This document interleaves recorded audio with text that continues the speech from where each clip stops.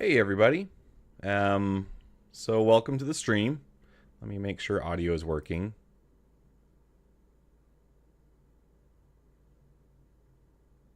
Hey everybody. Okay, all right, cool. We're gonna get some work done on the Connie today, and bringing glasses back. I'm finding that it's nice to use my old man eyes for uh, when I'm streaming and playing games. So, I'm gonna use the glasses, keep my eyes a little healthier, maybe. I don't know. It's been a bit since I've had the opportunity to play with the Connie.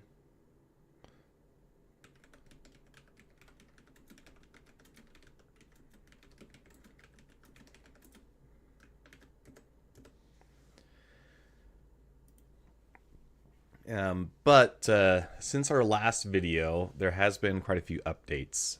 You can see that we are in Onshape right now. I've been doing a lot of the work here. Onshape is a free online CAD software. The only downside is if you are using a free account, all of your documents are public, so you can't have any private documents. Um, so I don't use it for the stuff that I sell on my Etsy, but I am using it for this Connie because I do want people to be able to learn CAD using this and play with the design, come up with their own variations.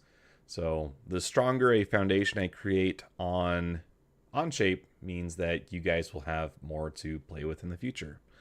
Um, let's kind of run through the steps I've taken so far. Over here on the left in our action history, you see that there's a lot of booleans. Um, Basically, I created all of these. Let's just move it back to this point. Now you can see all these individual parts with the different colors. All of these serve to help add more detail, but also kind of segment things in a way that makes them easier to work with. And so if I'm not committed to any one of them, I can undo the booleans and get those parts back. Let's run this back forward.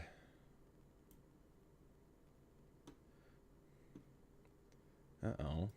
What's wrong with you?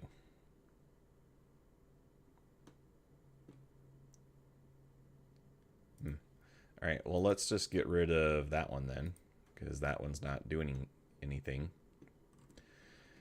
Let's start back up the top.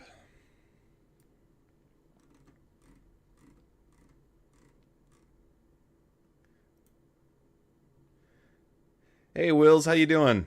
Welcome to the stream. Holy cow, we're already up to 3 viewers? That's great.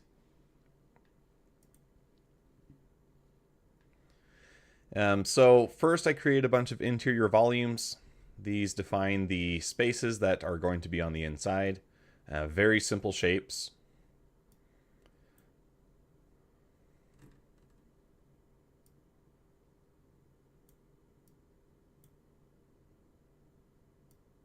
I don't know why that's not regenerating properly. Oh, I have it hidden. Okay, here we go. So here's some more of those volumes, and you can see that we add some sprues to connect them. These are going to be our doorways. Eventually, I'd like to incorporate some actual little sliding doors. And we start adding the bottom volumes. So the challenge that I have with the Connie here is I want to keep all of this on what feels like the same plane, but that means that the side exits end up looking kind of high up on the side of the ship. So what I came up with as a compromise was to lower just the side corridors and have them kind of angle into the middle. We add a little bit of a roundover or a chamfer for the interior volumes. It's an RSI ship, so it's not going to feel super blocky on the inside. We want to have some angularity, but not a lot of 90s. So you can see we're building up this corridor here.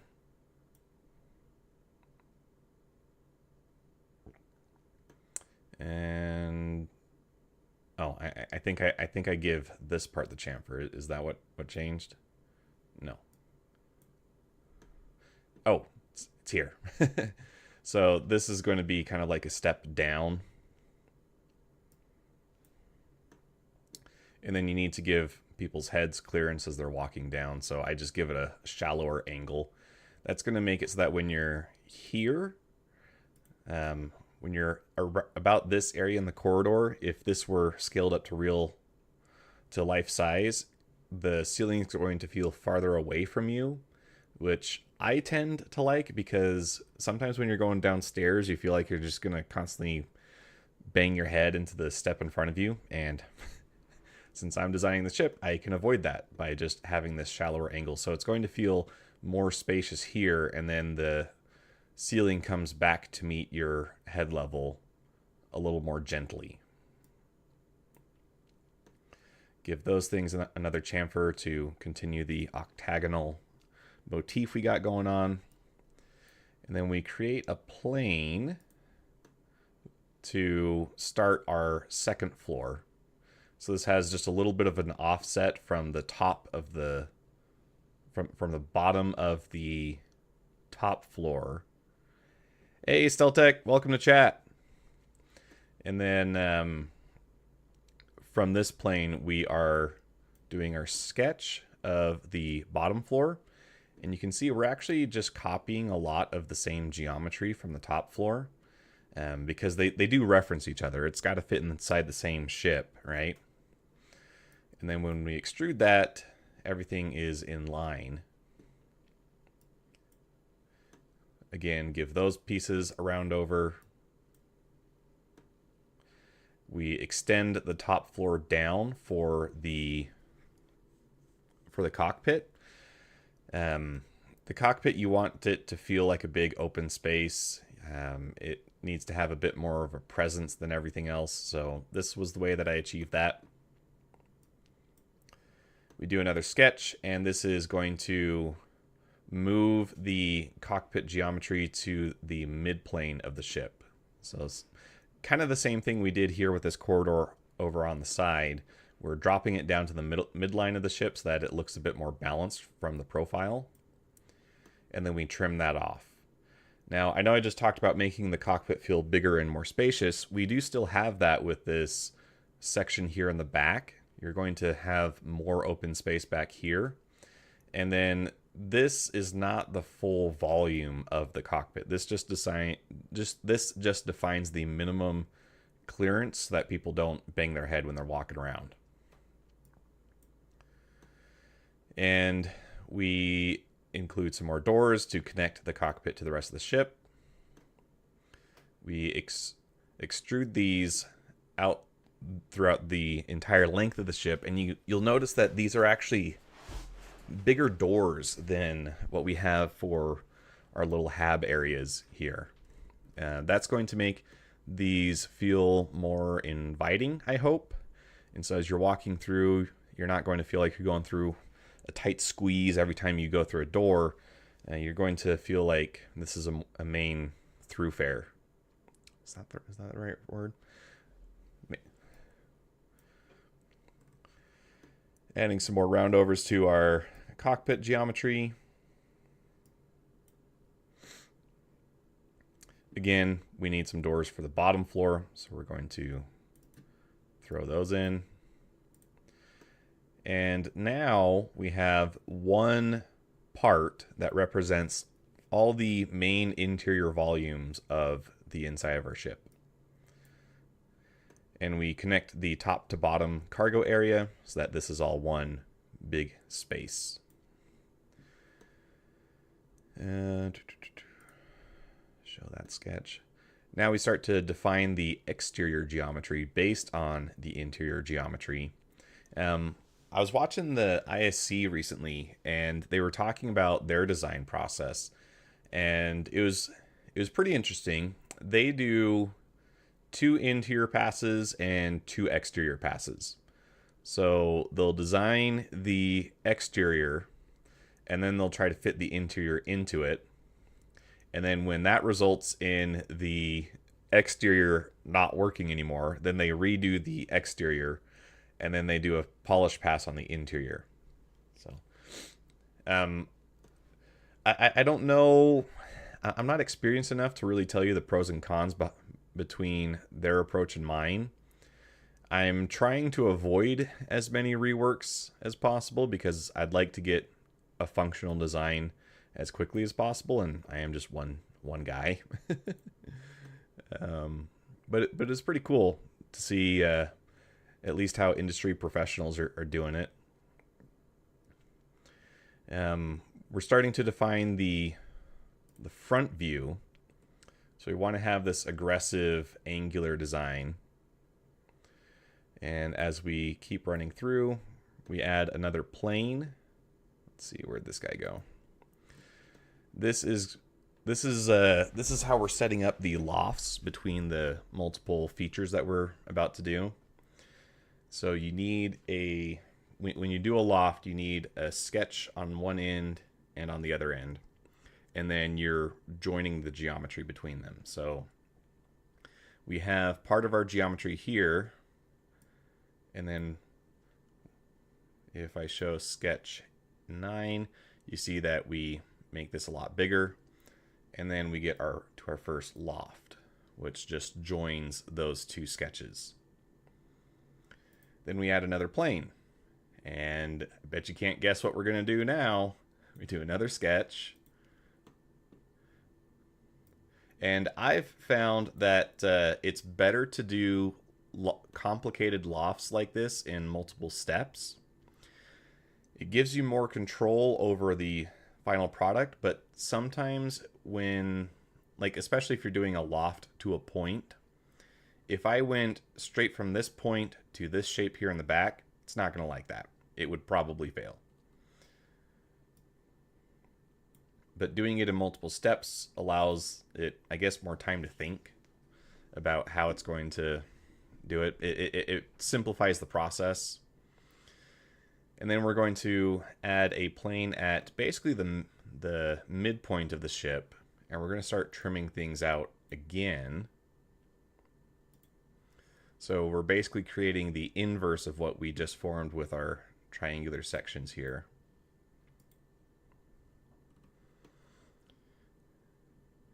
See, very similar sketches. But this time we do an extrude to trim this shape. So we're not doing a loft because we already have geometry that we can cut down. Let's jump a bit further. Oops, okay. I feel like I skipped something important there. Okay, so sketch 11, you can see we all we really did there is we drew these shapes and then cut them straight down vertically. And then with sketch,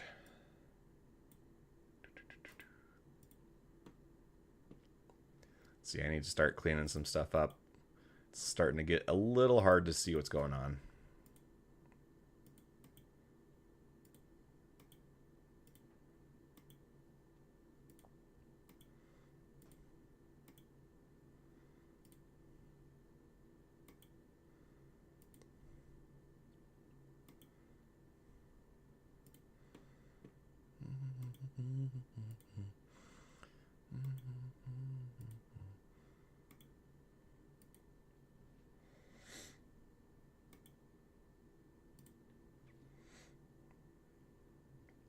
Okay, so sketch 15, we're starting to add the portholes on the side, so those little doors, drawing in the geometry for that. Sketch 16 is just a point, and we're going to use that as a reference later on. Transform, can't remember what, oh, I think what we did there is we scaled up the shape. So if I go to a left side, it's very subtle, but we expanded our main body shape just a little bit. And what that allows us to do is we can then shell that And that leaves us just this outer skin from that scaled up shape. Well, then we can come over here and we draw another sketch. We extrude that through, and now it looks like we have the kind of classic Star Destroyer greebly midline that RSI ships have kind of adopted. And then we can mirror that sketch on the other side. Do another extrude. Now we have feature parity on the other side. The reason why I couldn't do the mirror for the feature, and you'll run into this with every software.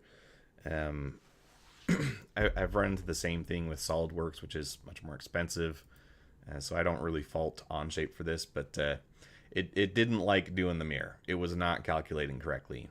So separating it down into, all right, let's copy the sketch over and then do the extrude. That worked a lot better.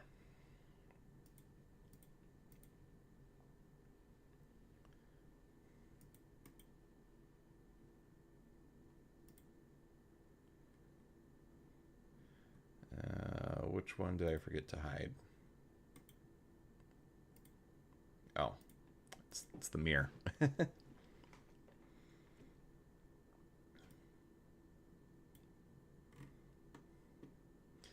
And then we want to add some visual interest to our shape. So if we go to the top here, you can kind of see what I'm thinking. We're going to take these shapes, extrude them down. Then we mirror those onto the bottom.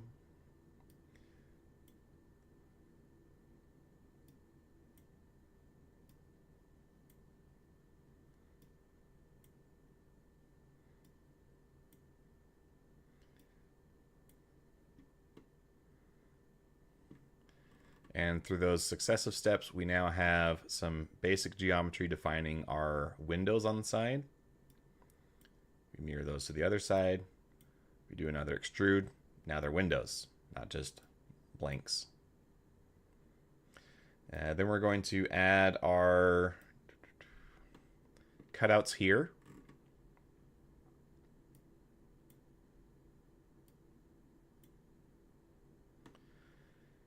And then remember, we have a scaled up version of the main geometry, and then we have the interior side. So because of that, we can cut parts of the skin off and leave the smaller version on the inside, and that will add 2 levels of detail.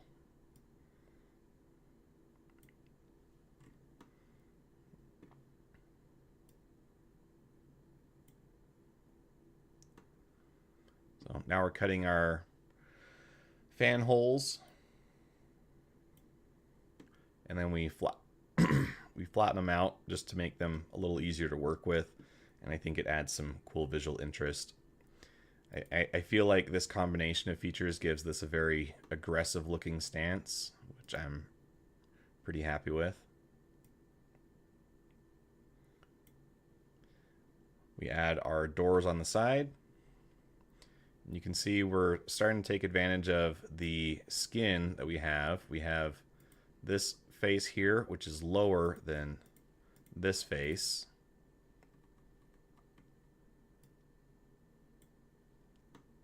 And now we're going to start working on adding the cargo hold.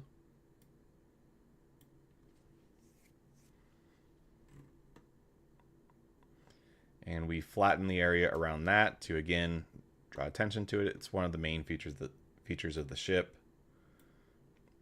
We define its geometry a little more. And then this looks complicated, but it's really not. What we've got is a bunch of intersecting lines, and we're going to use these to draw essentially pipes wrapping around the box. So we project those lines onto the surface of the box, and then when we do a sweep, it creates this kind of piping feature. Well, then we can pattern that, and now we have what looks like a ribbed cargo area. So it looks tough, it looks reinforced. Here's the part that I'm not sold on that you guys can help me out with. I don't know that I'm a super fan of the ribs extending through the top. So I'm interested to hear what you guys think. Should we keep the ribs going through the top, or should it just be on the bottom? I'll go ahead and leave a chat.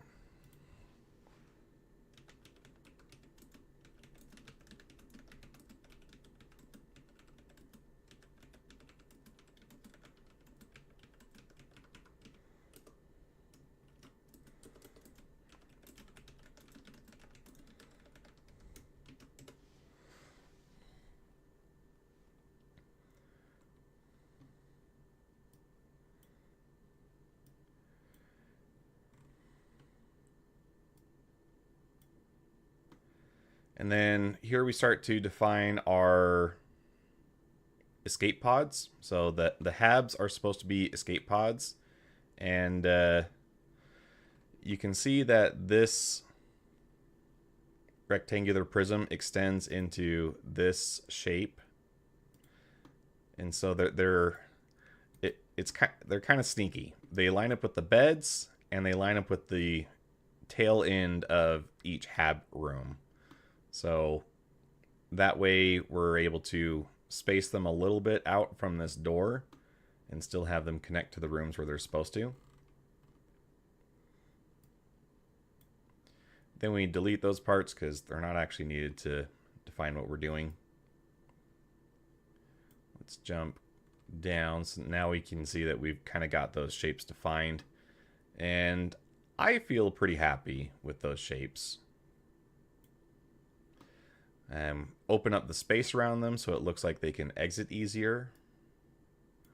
And make it feel more intentional of a shape. And we do a similar midline trimming across the back. We add some detail towards that back end. So we give a chamfer to these faces, and then we trim it back from the very end just a little bit. And then we're going to do a very similar rib pattern across the back. So if we jump down to here, now we can see what that looks like.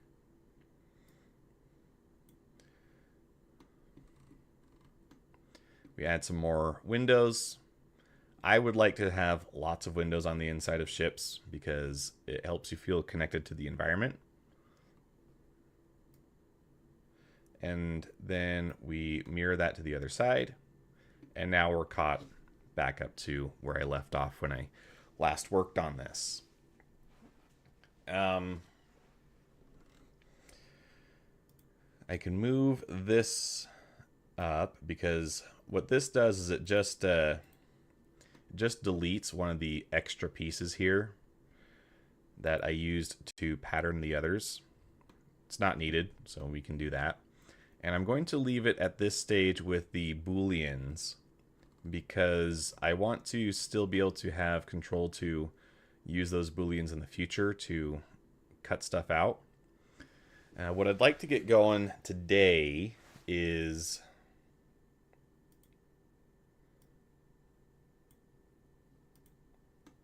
let's see, what did that do?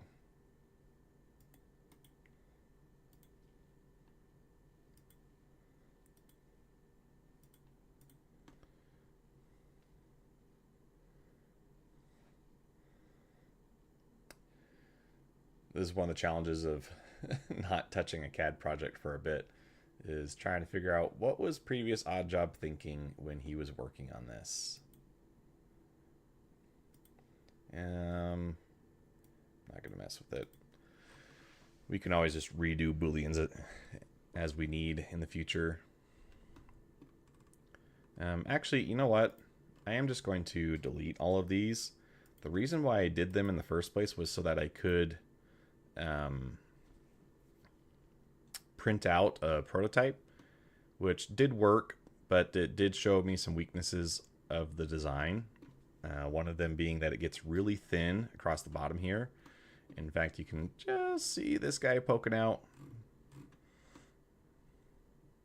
So we'll have to do something about that. And then, you know, playing Star Citizen last night, I realized major design flaw of the current Connie and how the game now works with tractor beams. If you have the constellation Taurus, you have your turret mounted about here on the fuselage, and it's in front of the elevator, and then in front of the cargo. Well, if your elevator's extended, it's a nightmare moving boxes around it. It's not fun. But then this also places the tractor beam very far away from the cargo bay in such a way that it's hard to see what you're actually doing. So I was having a really hard time just grabbing the box I want, moving it closer to me, rotating around, and then extending it out to where it's supposed to be with the inside the hangar cargo bay. The freight elevator, that's the word.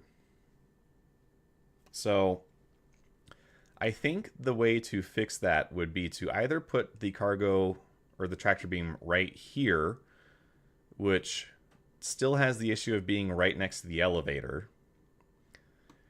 And it will also have a pretty big blind spot caused by the engines on the side. Or we move it to the back here. I think that's what I want to do. I think moving it to the back is going to be a much better situation for us. I should go over the variable studios I have.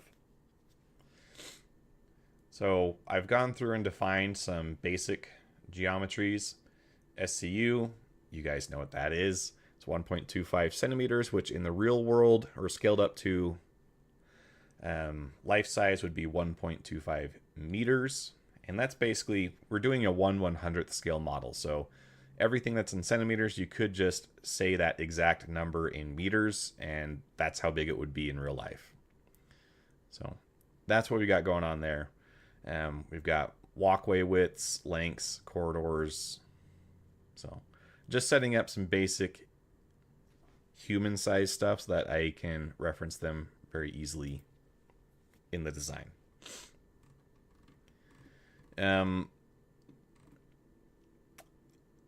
Let's put out a question to chat.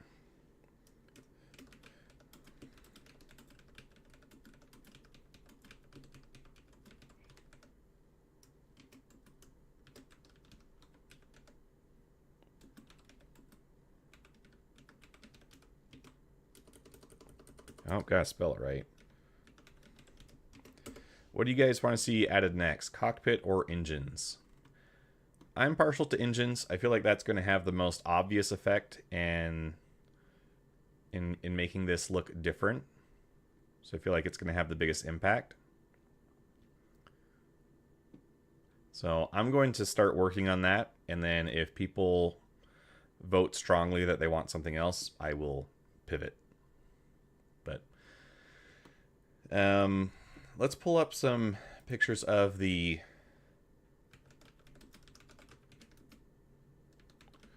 constellation so you can get some inspiration.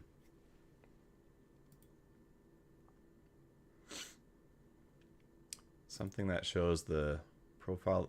That's a really old picture. Or no, that's a different game entirely, isn't it?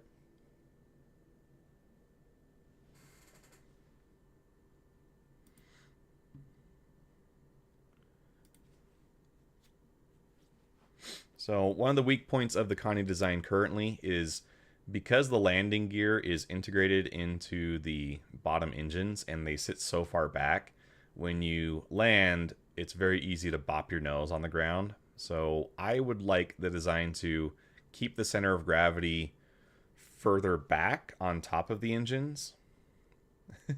Engines it is then. Yep. There we go, Steltech. Make it look less 600i. Are you saying it looks 600i right now? How is that 600i? Because the engines aren't there. is probably what you're saying, right? Okay. Well, yeah. If we add engines, it's definitely gonna lose that look. The other trick we can do is we can add more mass behind the bottom engines, and that's going to inherently move the center of gravity further back. So we can see on the Connie it's got that going on here. The bottom engines are further forward than the top engines. So we're going to keep that, and I think I might just push that more. That's what we did on the previous design as well. The one that unfortunately got deleted because I got a bit careless in trying to save space on my hard drive. But hey, that's another benefit of Onshape, which is not a sponsor, but I wish it would be, because I am a big fan of Onshape. Onshape, because it's all cloud-based, means that I can't possibly delete this even if I wanted to. So, all right, I'm glad we're on the same page, Steltech. Okay, let's get working on some engines then. We need to come up with a mounting solution for them. Really easy from a assembly perspective would be to add a kind of slotted feature, like a dovetail. That makes it so that it's really easy to get indexed and pretty secure once it's stuck on there. Better rear turret coverage would help as well with one of its current issues. Yeah, turrets are always kind of tough. If we think of like where it would be right now, and let's imagine that we have our engines here on the back, they do impact where you're able to fire, but there's two considerations we have to make. One is gameplay balance, and the other is ship design. Hidden stash issue? Oh, yeah, we were just talking about that, Scar. Yeah, so I'll recap so that you can kind of know what I'm thinking. Yeah, with the current constellation. Okay, hold on. let me finish talking about turrets, and then we'll go on to cargo bay. So one consideration is gameplay design. You could make perfect turret placement on a ship, but then that gives the ship no blind spots. And while in the real world that would be seen as a negative, in a game we call that balancing, right? So what you want to leave some weaknesses in the ship design so that other players have a way to exploit that and counter the ship. So the easiest way to counter the turret problem would be to just have multiple positions. You could have one turret operator seat operate multiple turrets, but just have it be one at a time, right? So you could have a turret way back here, and then it could switch positions and manage the turret way up here. Well, then it's got great coverage. But it makes it much harder from a balancing perspective for other players to then counter those turret placements, because where's the blind spot where they can try to get to that blind spot and then take advantage of it. And as the pilot of the constellation, your objective is to keep people out of your blind spot. So you're constantly moving your ship around so that blind spot is not static. The other consideration is ship design, which is a little easier to understand if you're coming from the perspective of, I want my ship to be as good as it possibly can be. Then you don't want to have blind spots, right? But in a game, it's a little different because you might actually require blind spots to be there. So I don't think I'm going to mess with the turret placement too much for those reasons. I feel like they're okay because they give good coverage, even if it's not perfect coverage. And I think with further tweaking of turret gameplay, I think we can get the turrets to feel powerful like they ought to be.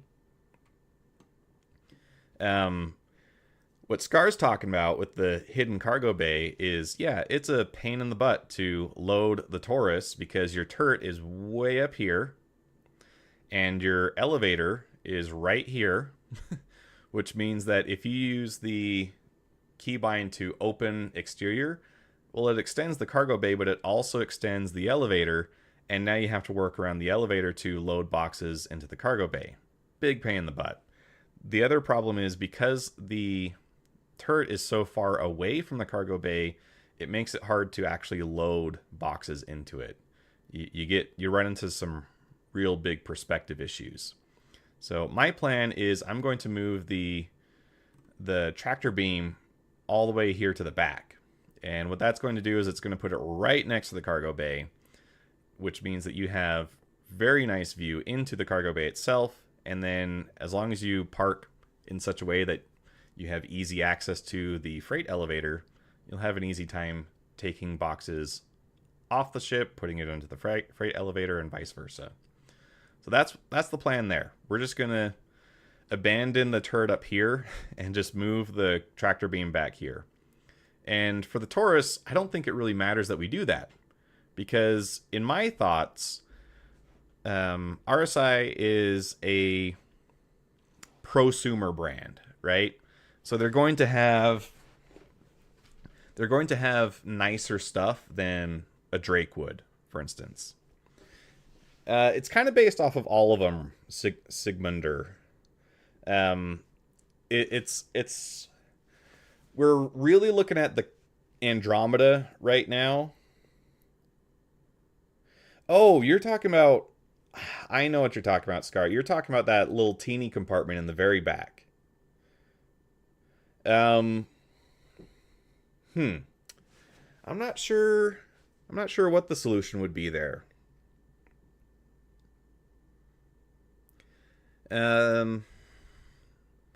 Because it is a pain in the butt to get stuff back there. I mean, we could just say, hey, but the Taurus has more cargo, so just dissolve the hidden stash and add that volume to the cargo bay by default. I mean, that would be a solution. It's not the most exciting solution.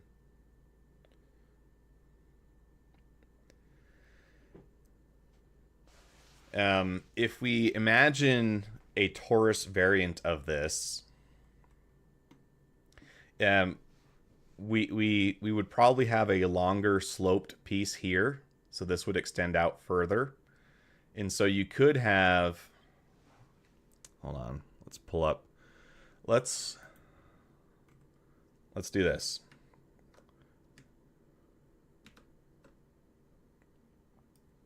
Let's grab a screenshot, pull up Photoshop.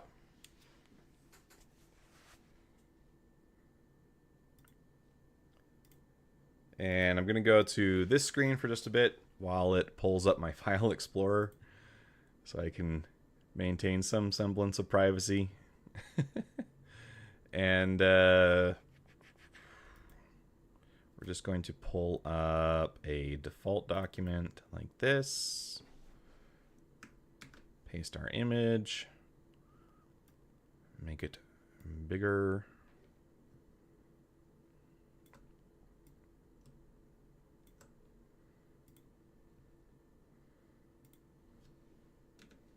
Okay, where's my pen? Here's my pen.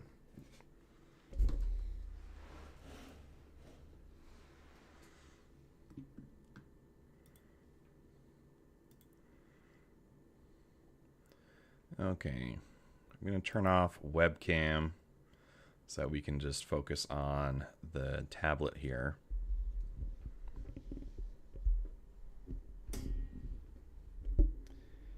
If I have the tablet there, can you guys still hear me well enough?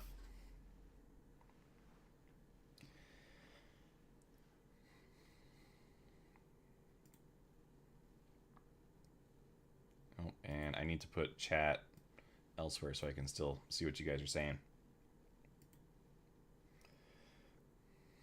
So let's envision, let's use a nice bright color so it's easy to see.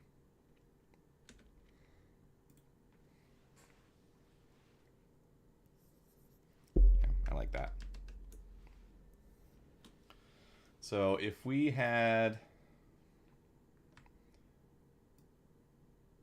a torus variant, I would probably extend this line further back.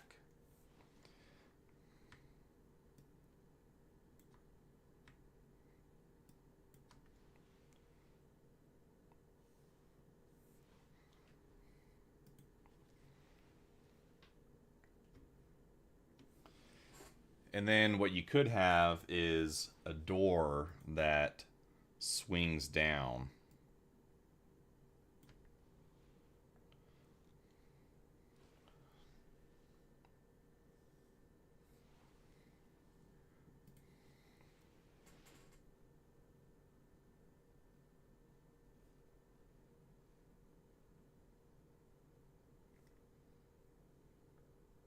Like so.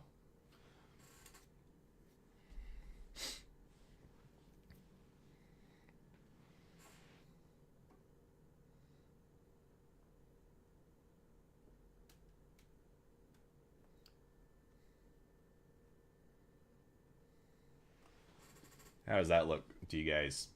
Does that sound like a solution?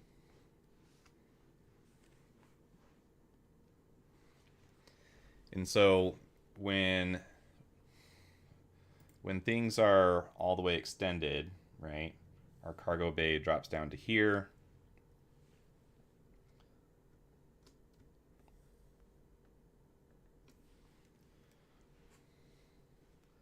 And then you have your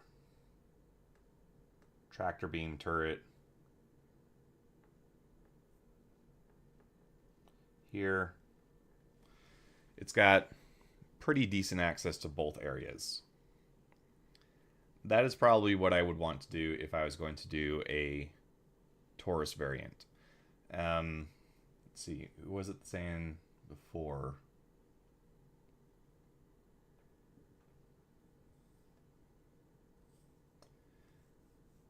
Sigmunder, honestly, the hidden stash section in the torus always felt like where engineering should be. And that is another option as well. Right now, I have engineering designated for this area here.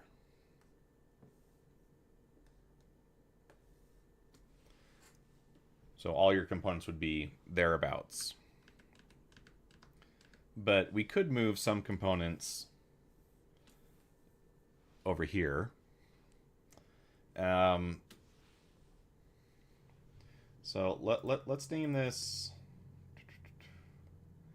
Let's name this op 1 HS for hidden stash. All right. Then let's create a new layer, and let's talk about a second option for our hidden stash.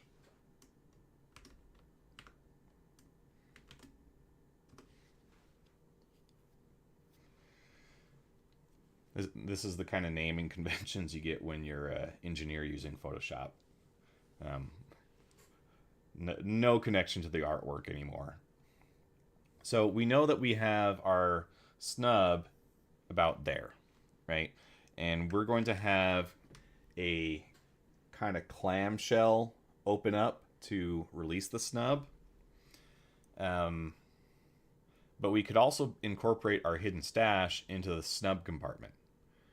And the justification for that is, you know, if you have access to the snub, you're already on the ship, right? So you can justify, if someone has access to that snub, then they should also have access to the stash. The challenge, though, becomes if our tractor beam is way back here, then it's going to have one hell of a time getting stuff onto the hidden stash. So this is another option, but it would require a different tractor beam placement.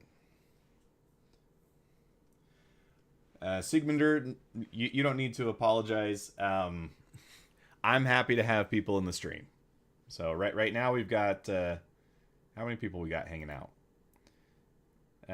6 people. So I'm feeling pretty good. I'm happy to have 6 people to hang out with. And Scar, English is tough.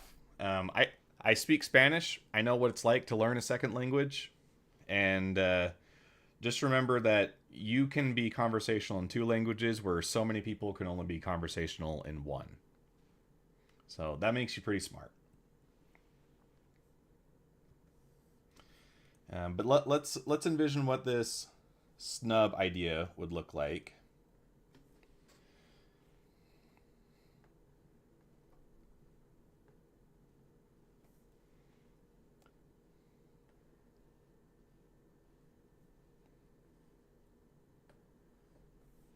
So there's our snub, right? And then we could plop a few boxes here on the back. And there's your hidden stash. If we kept the original tractor beam placement of... It's like elevator is... The horribly placed elevator is right here between the tractor beam and the cargo bay. I hate that placement. And I think anyone who has used tractor beams on the Taurus recently also hates that placement.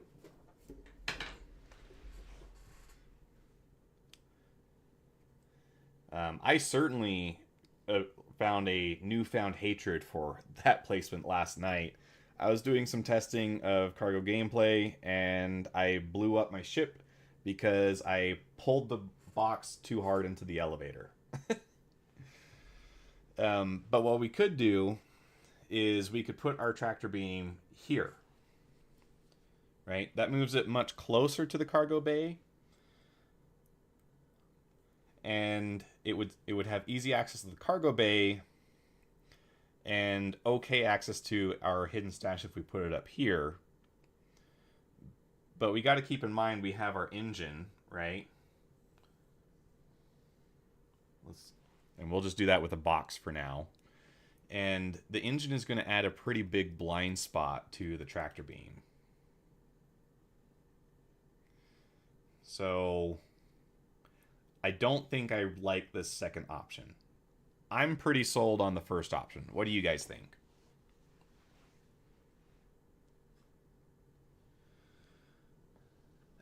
You've moved the snub towards the front. How will that affect launching in motion? Well, see, I think it will actually make launching the snub easier because before you had the snub back here, right? And you had to contend with the physical constraints of the engines on either side. So my thought is if we move the snub forward, now it doesn't have to worry about smacking into the engines. And so the snub has an easier time to just drop down and fly off. It does make it a little more risky.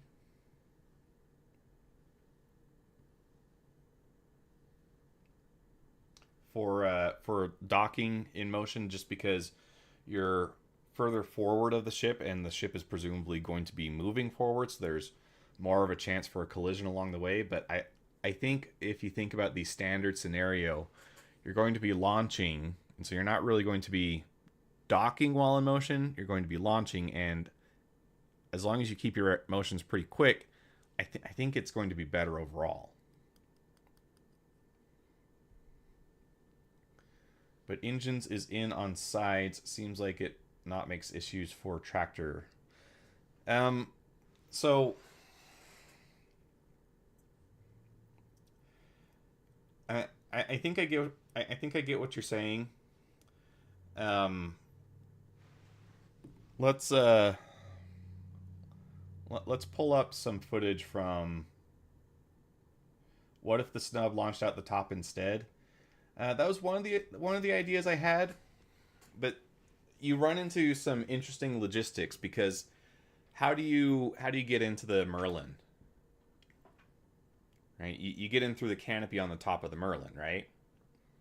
So if you have it launch out the top, you then need to incorporate a walkway to allow the person to get to the top of the snub, and that's going to add a lot of added passageways inside the ship. So I'm not a super fan of that idea for that reason. Um, the other more exotic thought that I had was, okay, well, what if we just flip the Merlin so it's upside down, and then you'd kind of do like a monkey bar and a pull up to get into the Merlin. Um, that would be kind of cool. And you know, video game characters, they can do endless pull ups because they don't burn calories like we do. But it doesn't seem very plausible. So for those two reasons, I kind of abandoned the top mounted snub. But it is another option. And let's do this. I'm going to share this Photoshop document. I'm going to send it as two formats. One is going to be a TIFF, which if you download Autodesk Sketchbook, which is a free drawing software, you'll be able to edit it as a TIFF. So I'll save a version as that.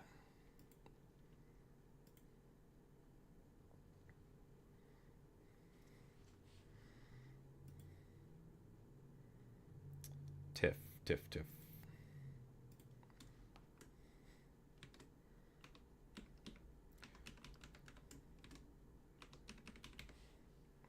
Community Connie. Getting out would be uncomfortable. You're going to have to be pretty careful to not fall on your face.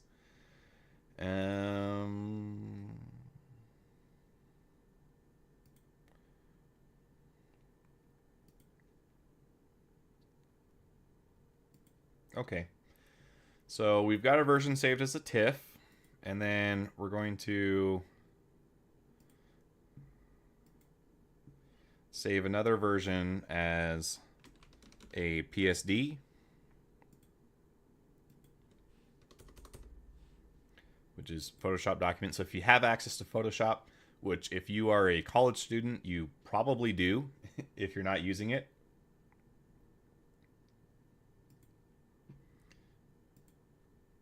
And we're going to share those to the Discord. Put those on the Star Citizen channel.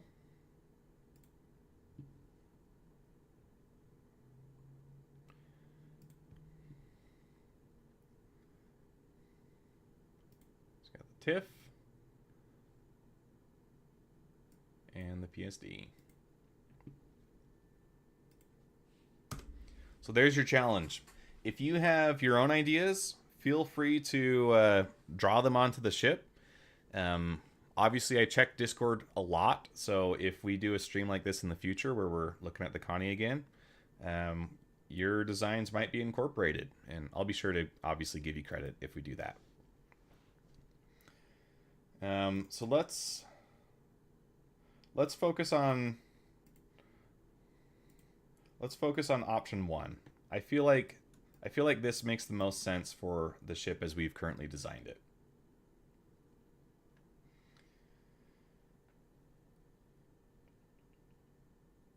Oh, and Scar was talking about feeling like maybe this isn't as big a deal as I'm describing. So I wanted to pull up some footage from last night. I was doing some play testing with cargo. It's going to be this other clip.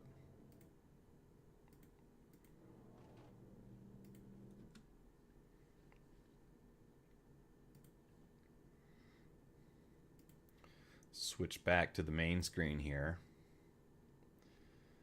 And where to go? VLC.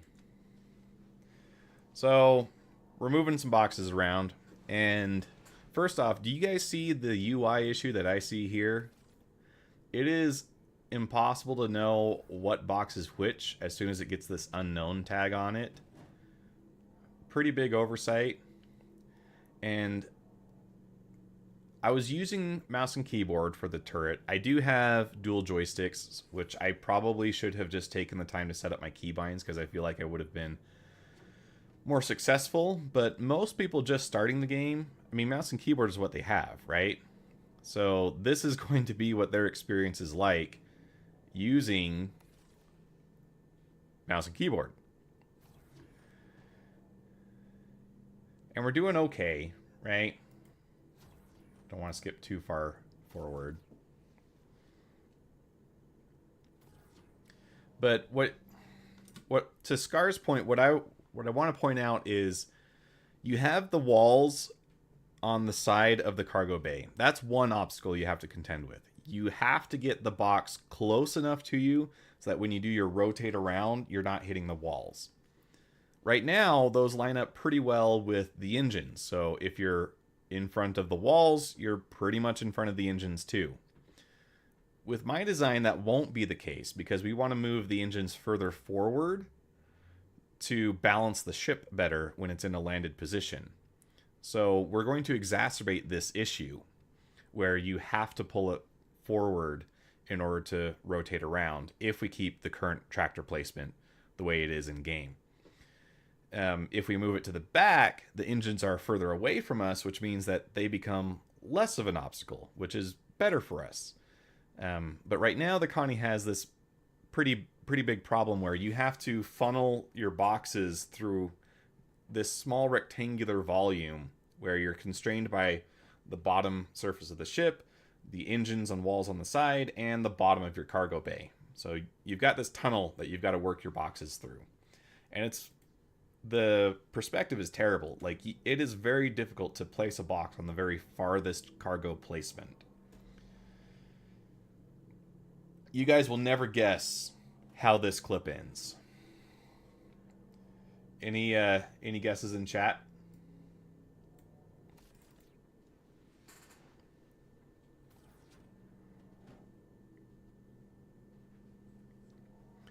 I'm just gonna let this play out. I don't wanna kill the suspense or ruin the surprise.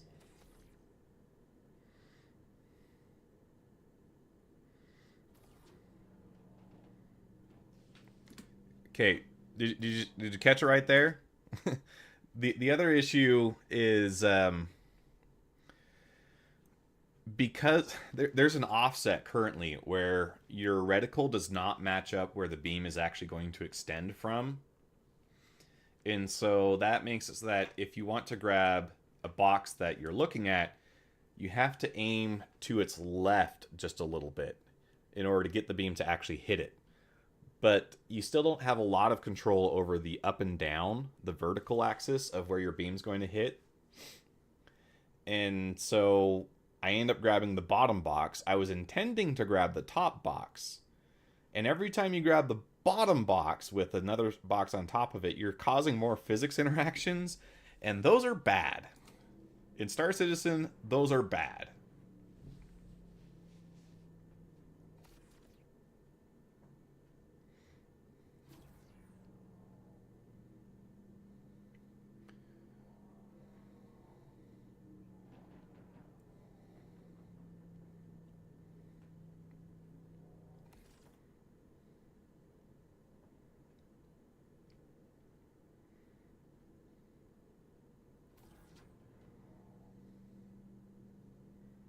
So you can see as I'm working this, I'm trying really hard to make sure that my first motion is to pull the box towards me, then rotate, then extend.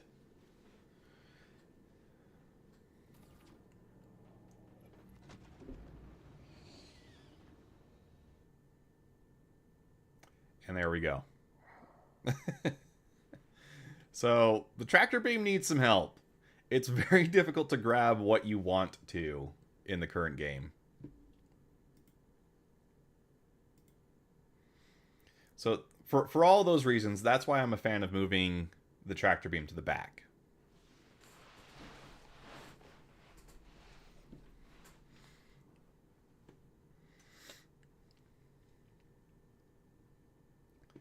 But before we get modeling a tractor beam, let's work on getting some mounting geometry for the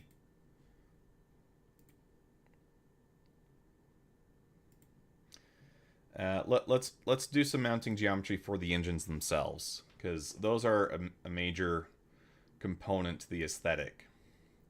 I'm thinking we can add those in to this paneling right here.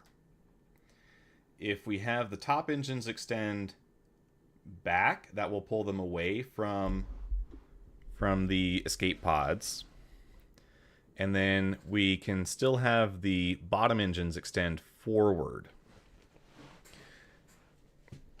There's a couple ways we can do this. We can do what's called a snap fit.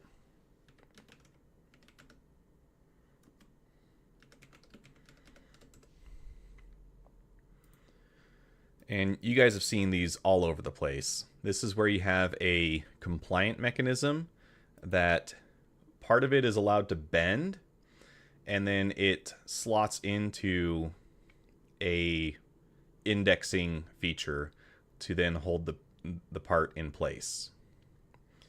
Tractor move to the back will have to pull and then move it under and then push like in C1 Spirit. This is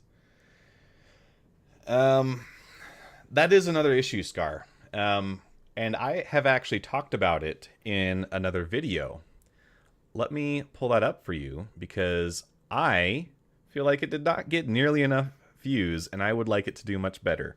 So I'm going to give you some homework.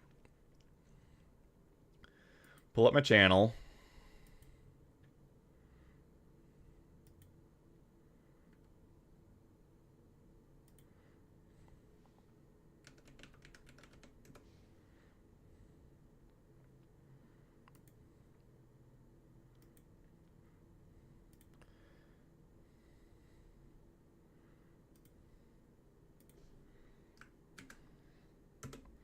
There you go. There's my video talking about the changes I would make to cargo tractor beams. Essentially, I think that this comes down to some poorly thought out control mechanics, which I think have a pretty easy solution because we just make boxes fly like ships. But what you point out is an issue. When you bring the box underneath the camera, it's a major pain in the butt. But what if you could move a box a single axis at a time, right? Right now you have basically an arm that reaches out, right? And arms are kind of inelegant for moving boxes around when you're moving, when your shoulder is limited to one position and your box is in position A and it needs to go to position B.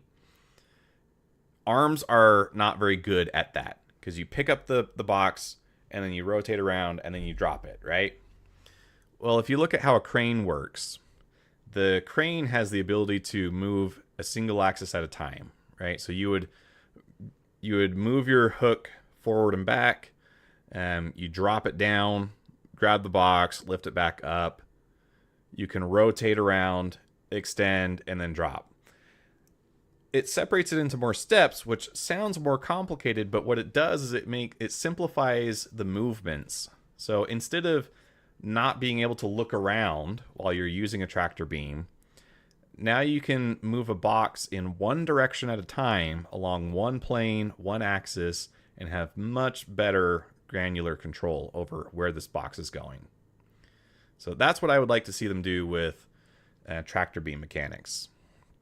And it would completely negate any issue of camera placement. It would solve that. Back to the engine placement.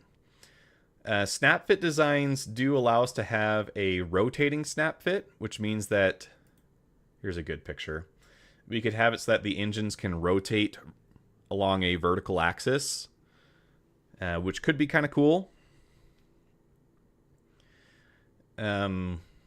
It does make it so that it's going to be kind of a pain in the butt if you ever want to take the engines off your model, because there's not going to be an easy way to access the tabs in order to release the ship from the engines. Another option we could go for is a dovetail.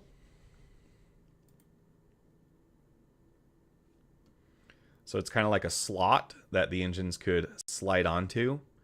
I think this is probably where I'm leaning. This doesn't require any hidden access to anything, and you can disguise a dovetail to look pretty good. Basically what you would do is on one side of the dovetail, you add some geometry that hides one side, and then you do the same thing on the other side so that both sides of the dovetail are hidden, but they can still slide into each other kind of like that. Hopefully no one's going to clip that. That might come off wrong in a different context. So I'm partial to the dovetail idea. And dovetail is going to be a very simple geometry, and it will allow me to iterate more on the design. So let's take a look at how that might look. Let's go to our top plane. Let's do a new sketch.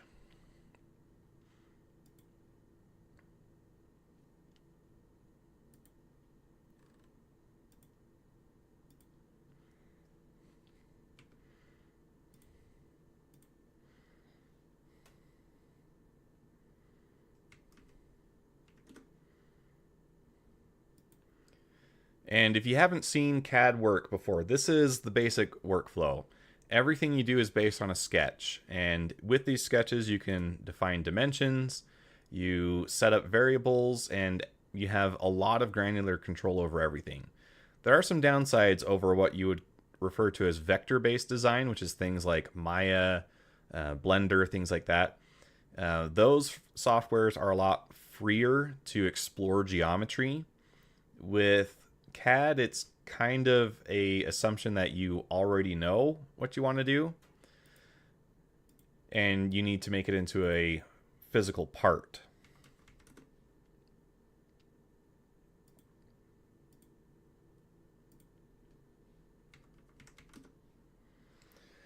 Another issue that you have to place your ships back in front of cargo elevator. Our current Taurus is good because we just park it like you flew in and just move it forward.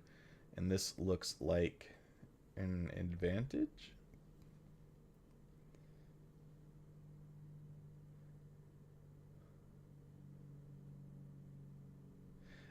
When you talk about current Taurus, are you talking about the Taurus as it exists in the game, or with the redesign here?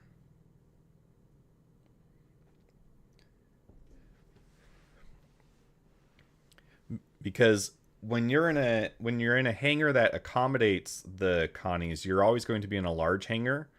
And so far what I've seen is that those always have two freight elevators, one in the back and one in the front. And so if we have all of our cargo operations occurring in the back, we should still be okay because there will just be the freight elevator on the other side. So I think we're good.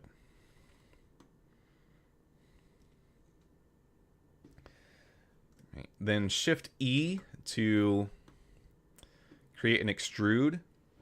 And with extrude, we have the option to create a new box body, which will welcome Damon.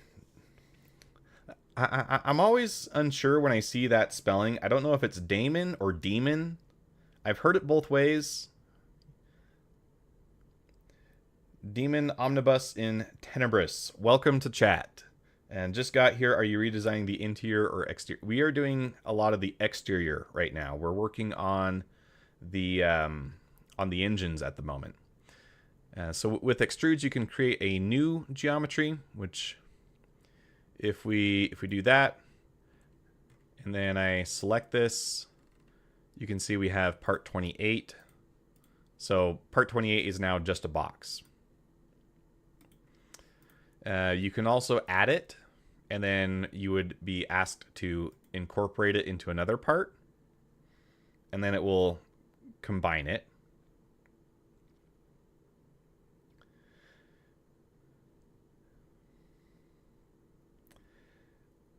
Yeah, Scar, that's what the engine placement is for. If we move the bottom engines forward, that's going to move the center of gravity back. And so the ship will be more balanced overall when it goes for a landing. The other one we can do with extrudes is we can remove it, and that's what we want to do in this case. And we actually want to again, we'll be asked to merge it with various parts. We'll want to do it to these two parts. But we want to give this a bit of an offset so that we're not cutting through the entire ship.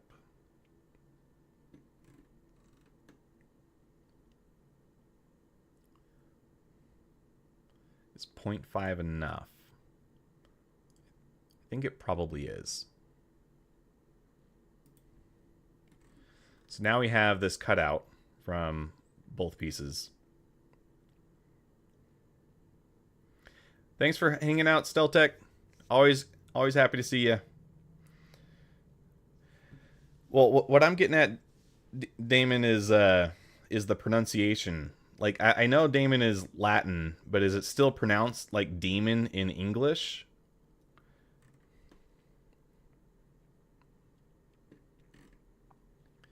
And I'm actually going to modify this sketch. I'm going to create 2 rectangles.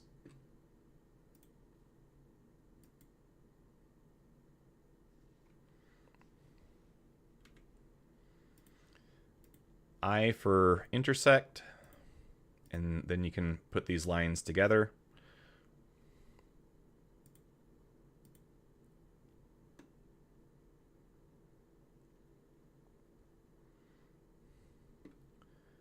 And then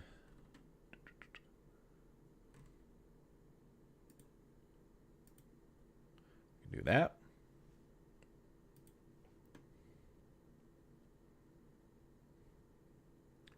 Okay, I kind of like that, but we need to fix this little triangle. So we're going to change our sketch again.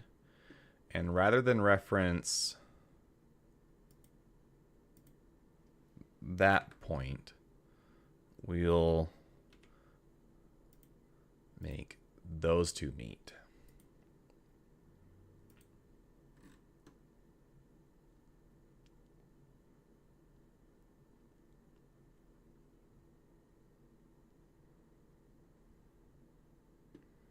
Okay, it is Damon. All right. All right, then we can take this extrude and we can do some mirror operations. So we want to do a feature mirror, and we want to mirror that across the top plane. Oh, wait. I need to select the feature I want to mirror, which is this extrude. And then we select our top plane. And we reapply features, and that should not work, apparently. This is another issue you run into with CAD sometimes. Things that make sense in your head sometimes don't work in reality. So let's get rid of that then. There's another way we can do this. We'll show this sketch, and then we'll extrude it going the other way.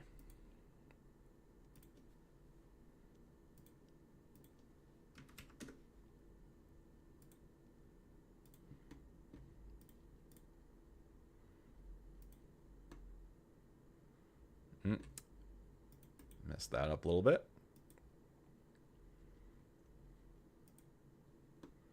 That should fix it.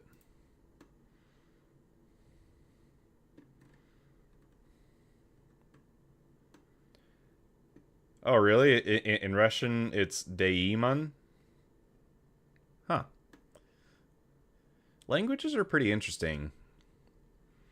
You can learn a lot about a culture based on how its language is set up.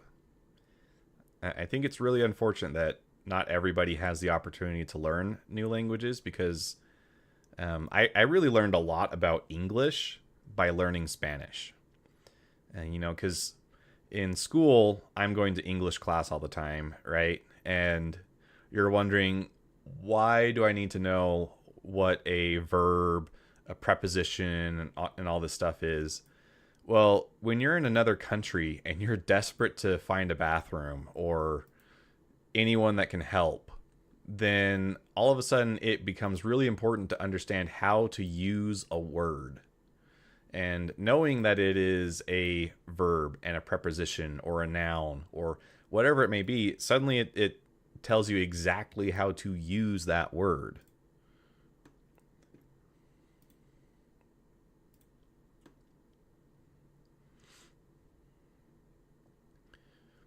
So now we've got 2 cutouts for our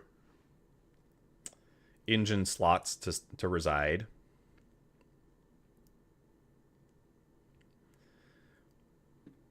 And for the bottom engine, I want it to be flush with this face when the engine is locked in.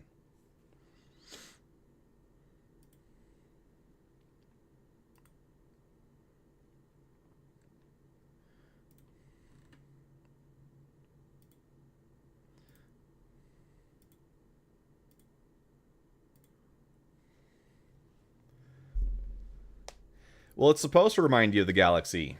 They're both from the same company.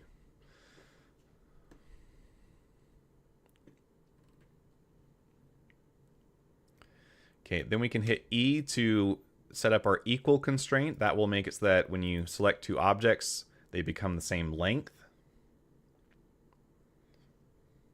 I'm going to do Shift S to draw points. And then V for vertical. I should get that software that like shows on screen the keybinds that I'm hitting. That would probably make it a lot easier than saying the keybinds each time. Tell me in chat, what is that software called?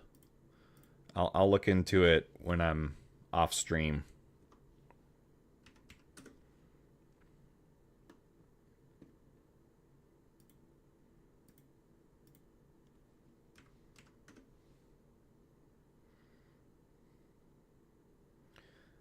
We got our VTOL, Scar. That's what these guys are for. Those are our VTOLs.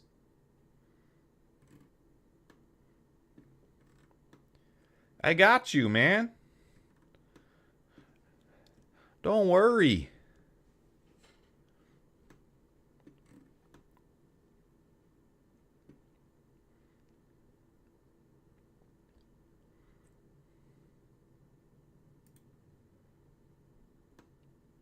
Okay, it's merging to part 17, which should be okay.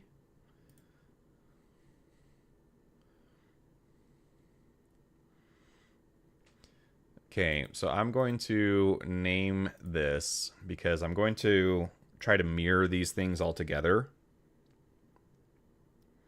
So LB for left bottom engine mount, DT for dovetail.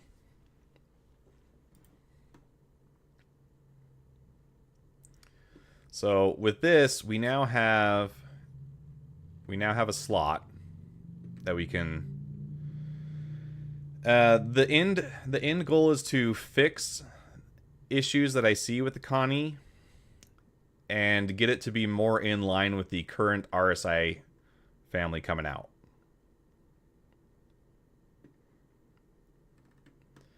So if you look at the constellation compared to things like the Galaxy, the Polaris. I mean, the Galaxy and the Polaris, they all have that angry triangle ship going. But the Constellation, it doesn't quite feel like it's part of the same family. Even compared to like the Polaris. Or, no. The Apollo, the medical ship. It doesn't quite feel like it fits anymore. So that's the goal, is we want to create a ship that looks like it belongs a little better in the same family. Where's offset?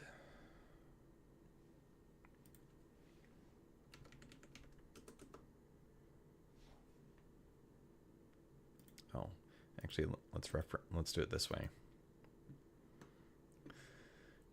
because I can offset these.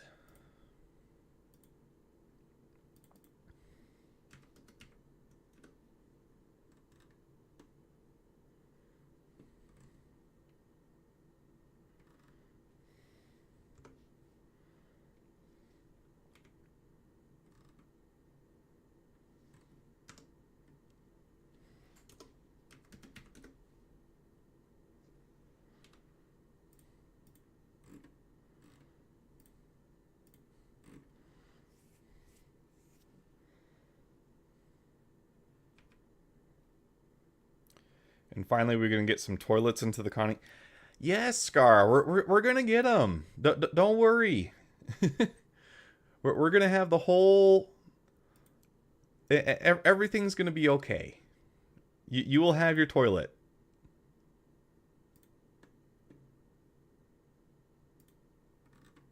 Trust me, bro. I know we've all been hurt, but have faith, my brother.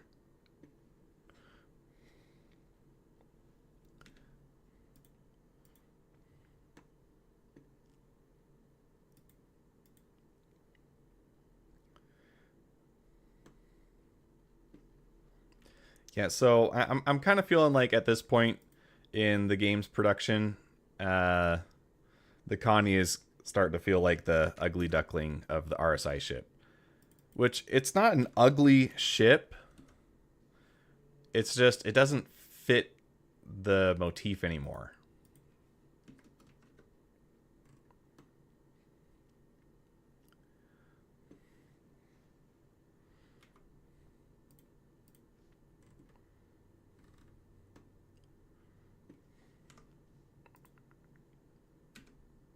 There we go.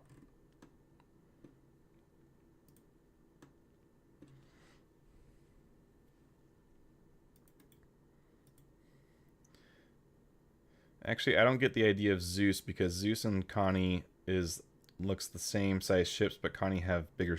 Well, they aren't the same ship though. The Zeus is more like a Cutlass in size.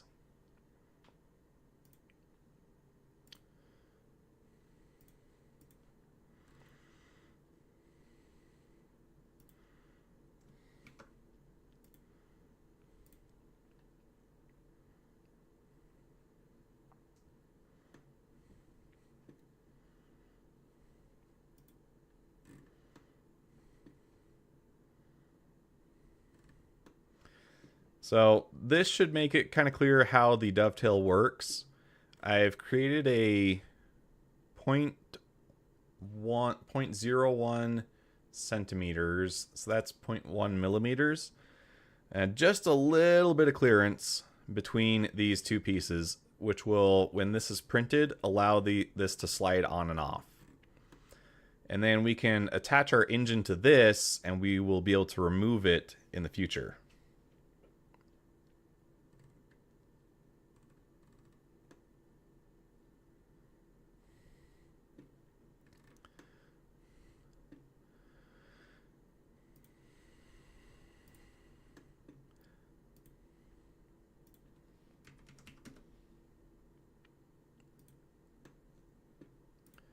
So now let's go and create a plane between these two lines here for the midline of an engine.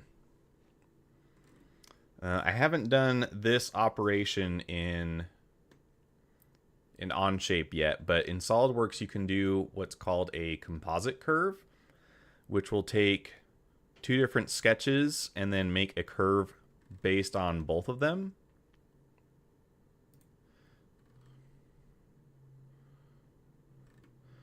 So what we're actually going to do is we're going to reference these two planes here instead of the lines.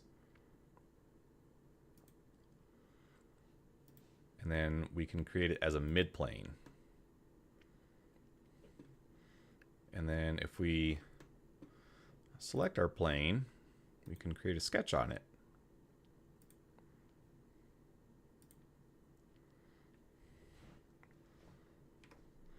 L for line, Q for construction geometry, and now you get this dotted line. This dotted line means that you can't create geometry based off of it, but it's really nice for being able to reference different parts.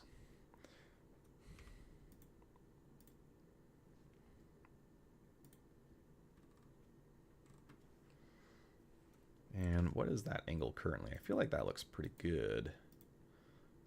32, let's just make that 30.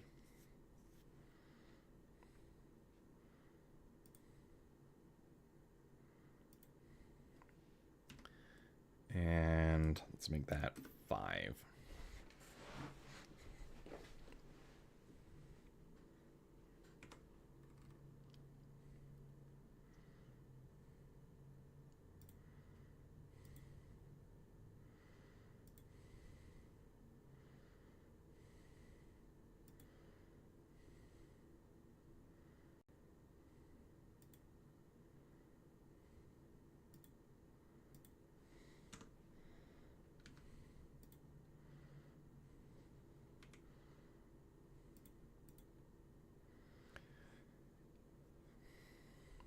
They might make different sizes of Mercury's and Zeus. I mean, if we're talking about the future, anything is possible with Star Citizen. I think we'll probably get to a point where we have so many ships we don't know what to do with them.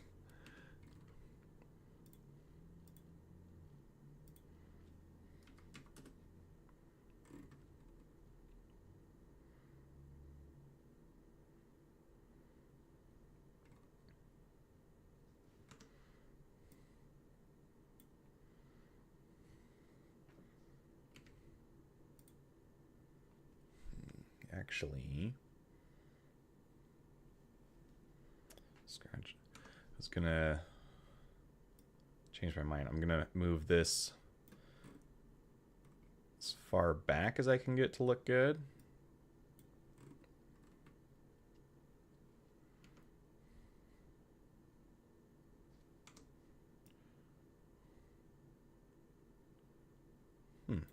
What if we just make these the same point? Because I know it's going to extend up a little bit to hide the geometry that we've got there. So I think we'll be okay.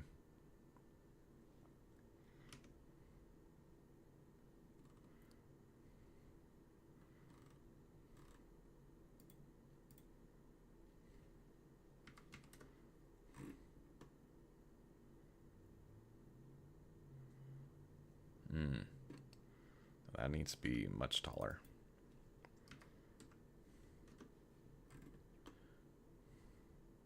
That gets me there. And let's do that.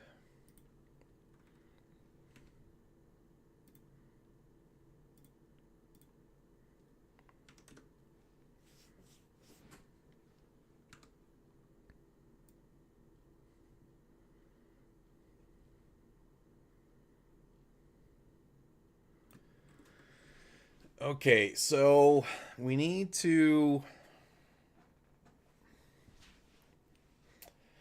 account for the space that the cargo bay is going to take up when it is extended.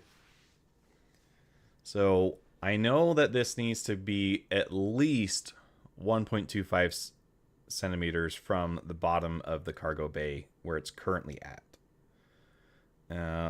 Let's see what it looks like with 2.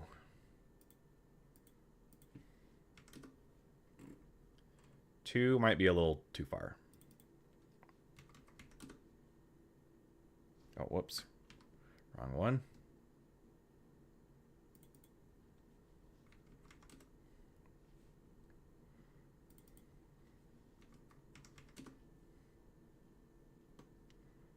Yeah, let's just keep it at 1.25. And then we can extrude this, and we're going to make this symmetric. We're going to add it to this part. Change that to 1. 1's a little too thick.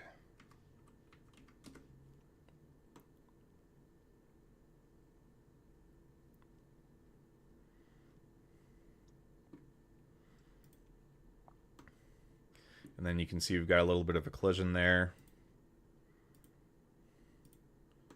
And now we don't.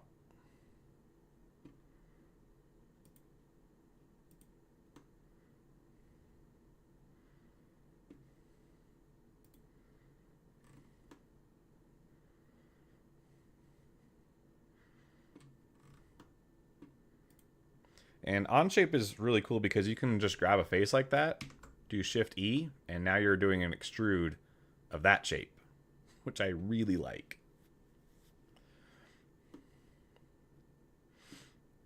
And we're going to add it to this part. And we're going to set our constraint as up to face, and then we can click that face. And now it hides the dovetail.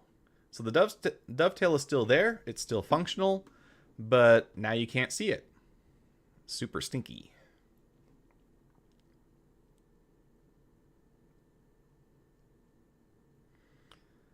So I quite like the look of how this strut is going. Yeah, I'm pretty happy with that.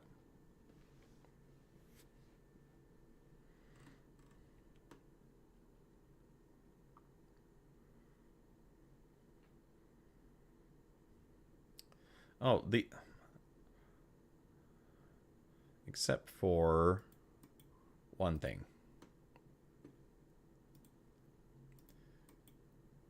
Because, of course, the engines are also going to take up vertical space, so I can bring that a lot closer, actually. Yeah. I think even closer.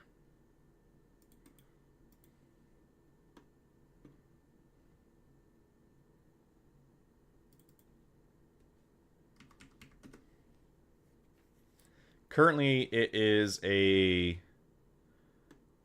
Currently, I think I have it as an Andromeda, yes.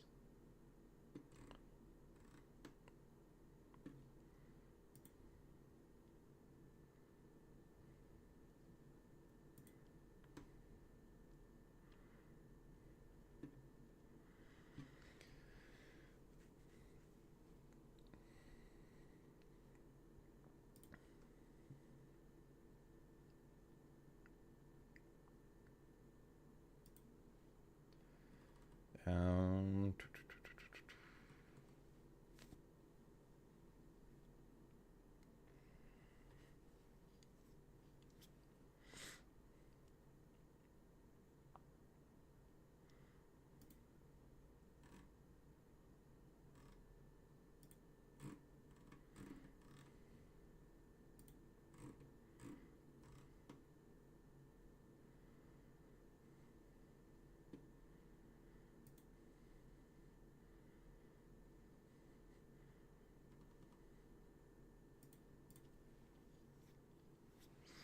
I would add some size space for Connie cargo elevator so people would be able to exit Ursa from side. Um. Uh. If we look at the interior volume that I've set up, there is more space on the side built into this cargo. It's intended to have a walkway going around the midline of the cargo area to kind of close it off, but then there's a lot of space that leaves a lot of space for people to walk around their cargo boxes and cars on the inside. So we've accounted for that.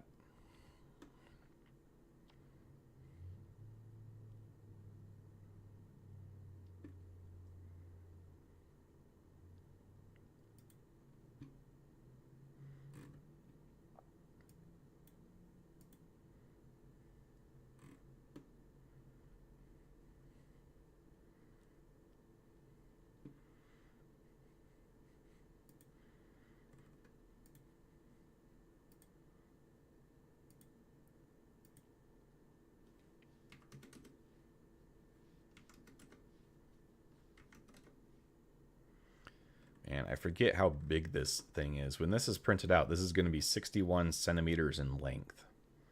So it's a big boy.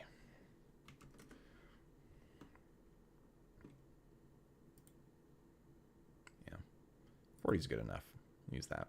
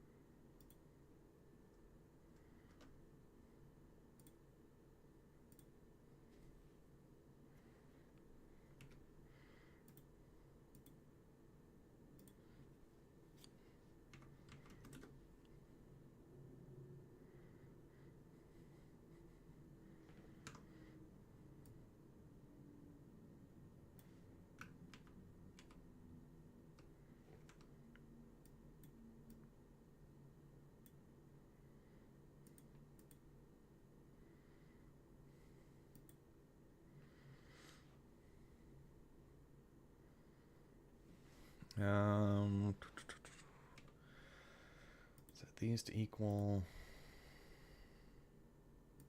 these to equal. Those to horizontal.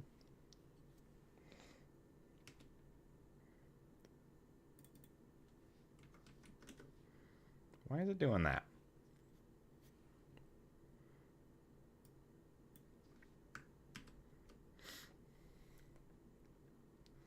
$150 should just make this shallower angle.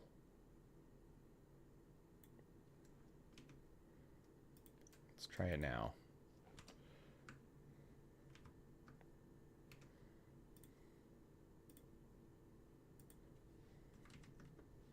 There we go.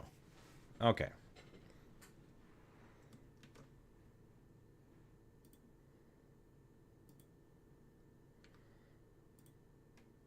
Oops. Set these to vertical so that they're above each other. I'm going to set a distance from the cargo bay so that we have some room to walk around.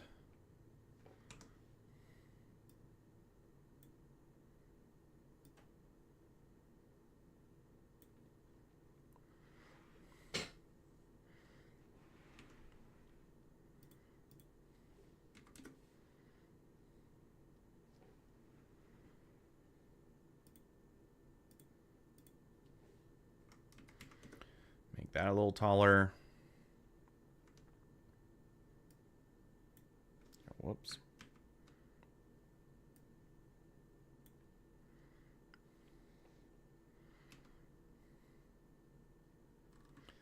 Set a distance from the bottom of the ship.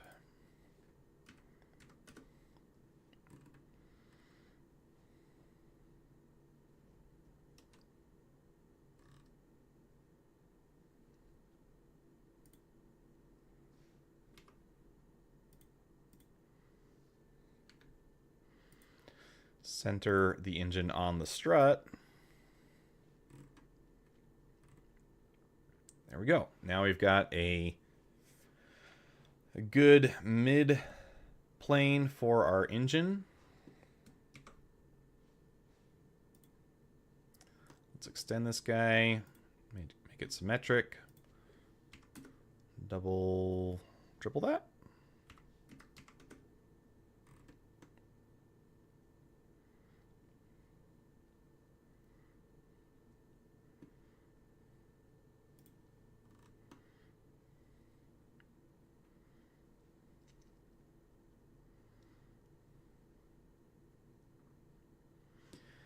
Then we can do another shift and we can add a draft angle to this. And what drafting does, it's going to be easier to see from the bottom. It flares it out or in depending on which way we set it. So if I gave this a 10-degree draft angle, tapers it in quite nicely. Maybe we can make that even more extreme. I think 15 looks all right.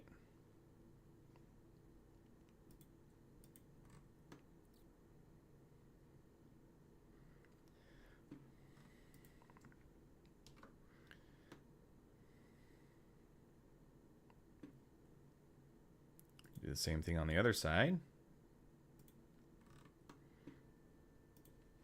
And for the back end, we do want a smaller angle than we used in the front, because that's going to leave the back end more open, make it look more like a rocket.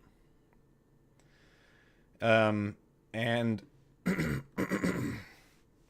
excuse me, what I could do is I could go and grab the geometry that this part is clipping out, but I quite like the added detail it adds by carving out this channel, so I think I'm going to leave it.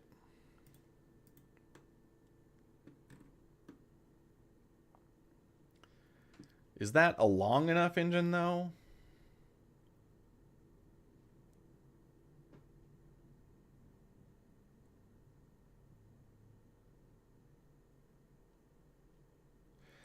Should an elevator be able to move down with the size of boxes that it can carry, and engines plus landing gear Should cover the height. Yes. Yes, it should.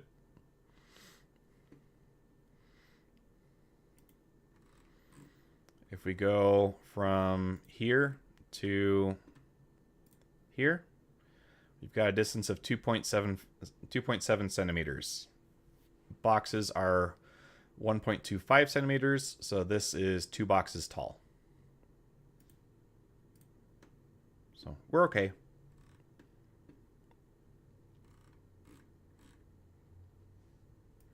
Make this longer.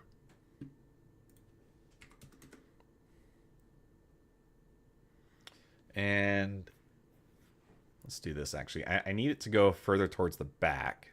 So let's get rid of symmetric. Let's make the front end 5 centimeters. And then the second one we'll do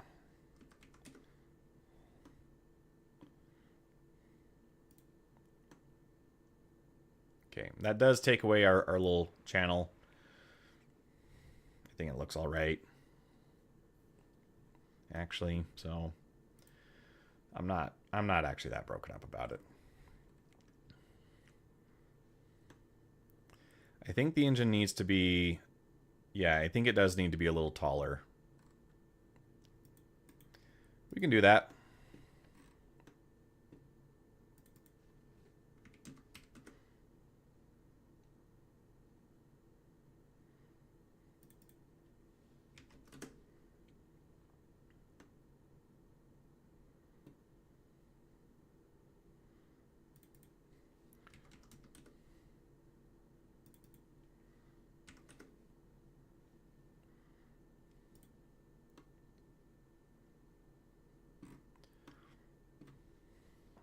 How are we feeling about that?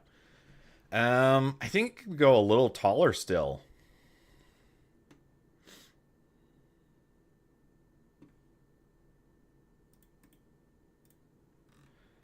This is a good showcase of the power of parametric design, because by just changing a couple variables, we can get totally different looking engines.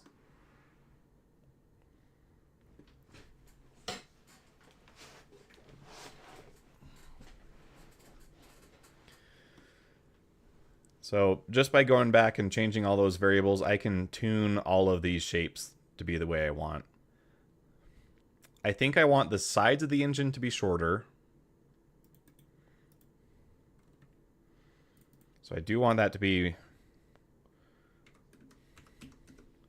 something like that.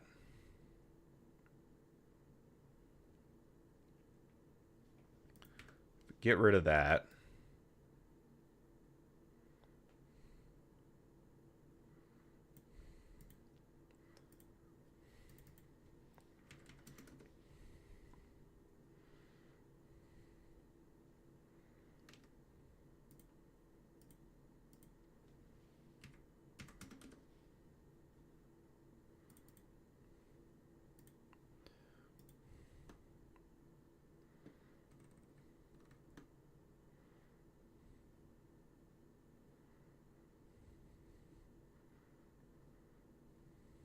Okay, I'm going to keep it like this. I know it looks like it looks a little wonky right now, but if we go back and look at, let me find it here.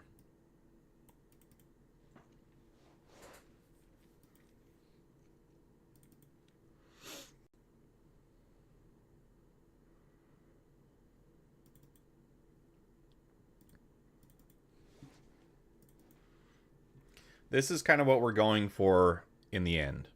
We're going to have our missile launchers on this, and then we're going to have a port for our guns, and then we'll probably integrate another kind of grill design. So I'm going to leave this very tall looking angular piece for now, because I can trim this part back to incorporate missile launchers and the gun ports. And then in the back, we can slim this down and make it look a little more streamlined and add the thruster cones.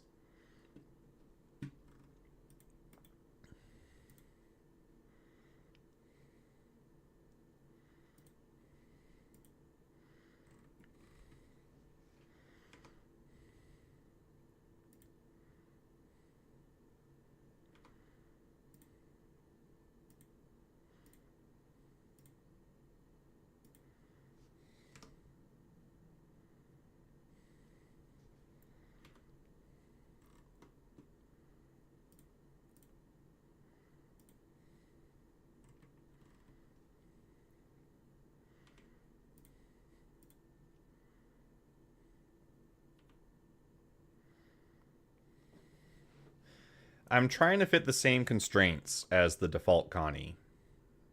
And we've done pretty good so far to make it fit the same profile.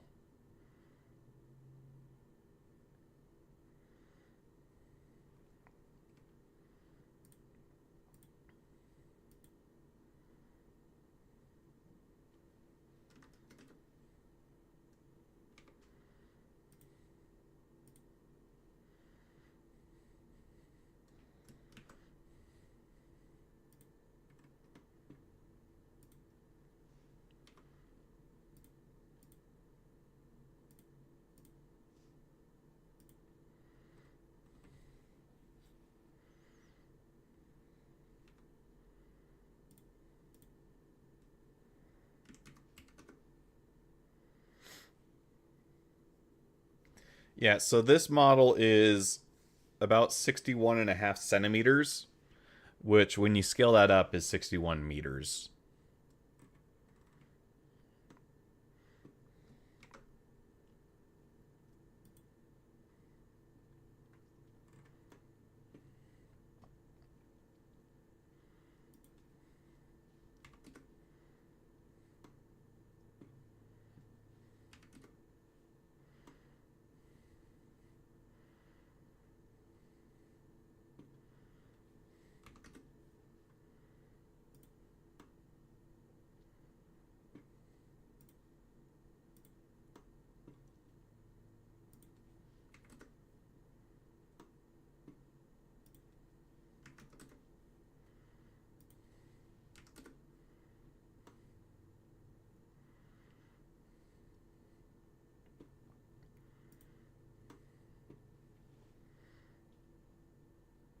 Windows other than the flight deck CIG will never do it. We can dream, Schlag. Welcome to chat. Thanks for coming and hanging out.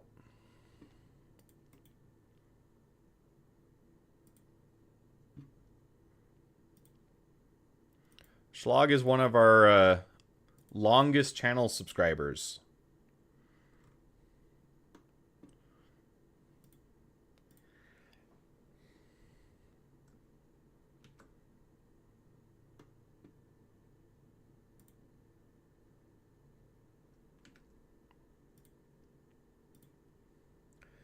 What do I think about NPC crew? I think that NPCs will never be able to replace humans. And so it will be nice for people that want to play solo to be able to have an option, but I'm highly skeptical that it will be a good one.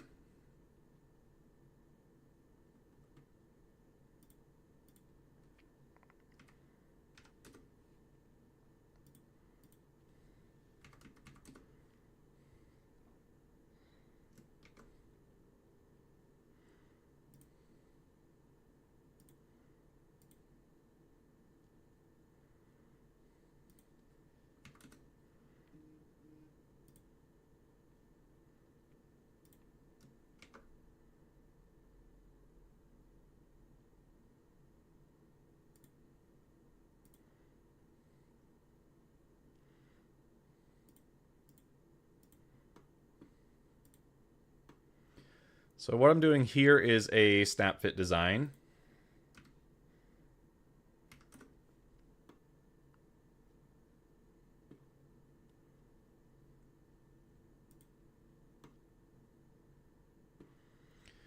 Trying to anyways.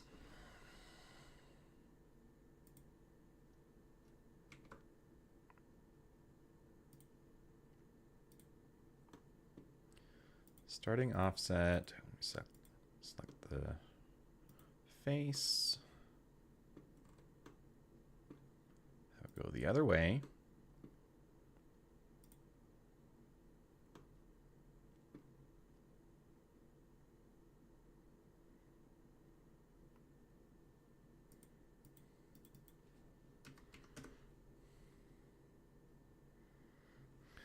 Honestly, the NPCs should be capped at 5 for a crew, be expensive and not as good as a player. Yeah.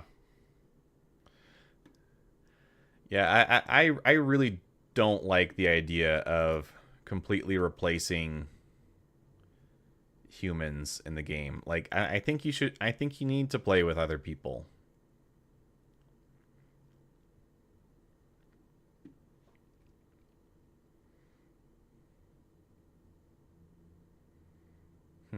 This should be working.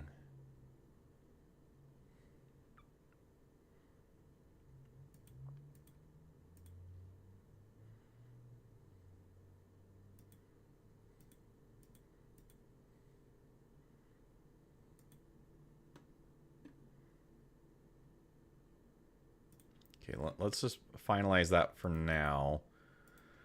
I did a depth of 1 centimeter. That's what I need to change it to. So, different ways to skin a cat.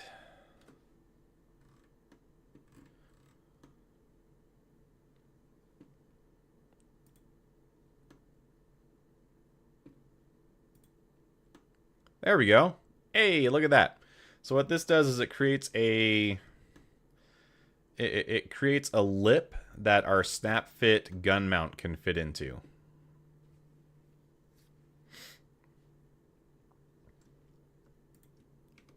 I know they don't want to limit players, and I understand that.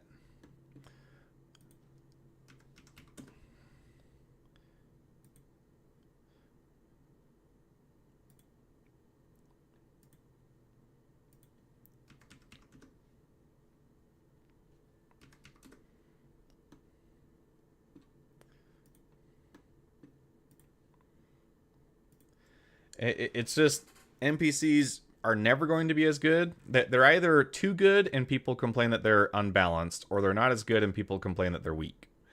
And with Star Citizen being an MMO, playing with other people, I think, is part of the bill of goods. So I think people should anticipate playing with players, or fly ships that are meant to be a solo ship. But like, the idea of fully crewing a Javelin with NPCs and flying that as your daily driver, nah, man, like, that's not gonna work.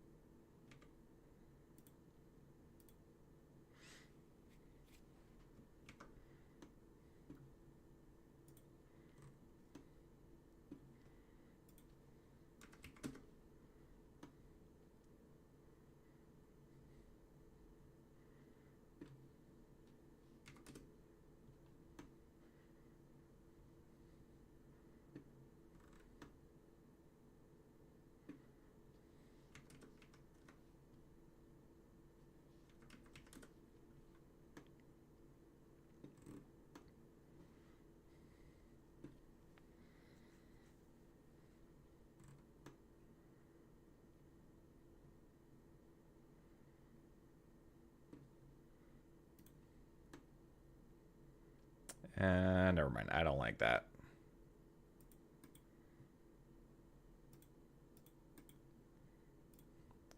Let's undo that.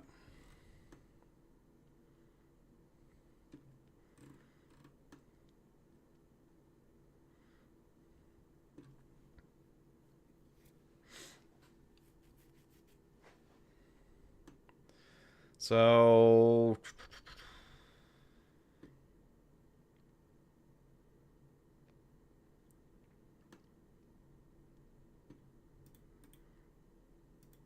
okay, let's get the missiles in.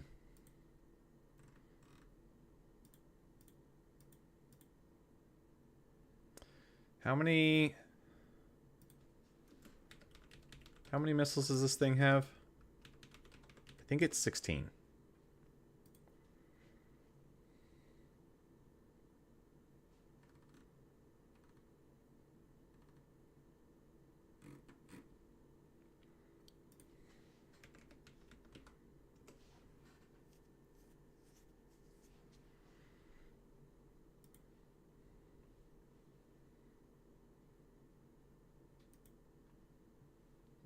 Hmm.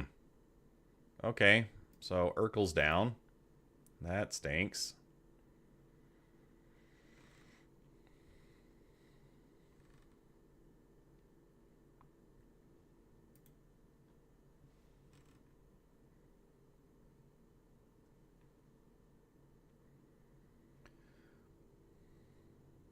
Oh, it's 24.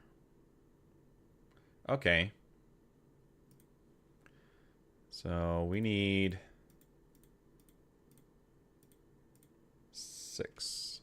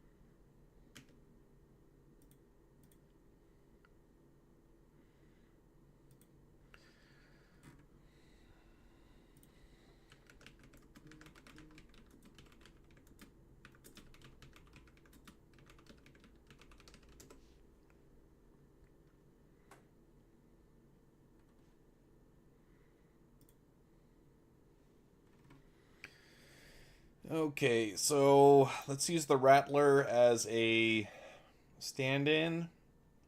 If the length is 2 meters,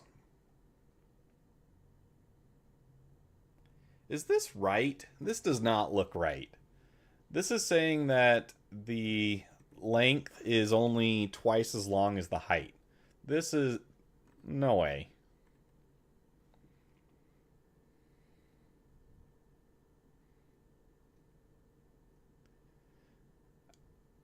I think maybe this is supposed to be 10 centimeters. Well, no, that would be too. That wouldn't be right either.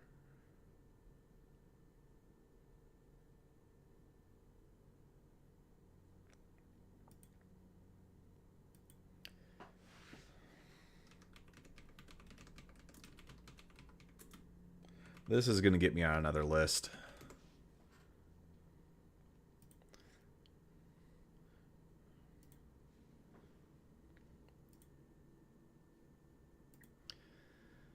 I just need a typical missile to compare against for setting my scale.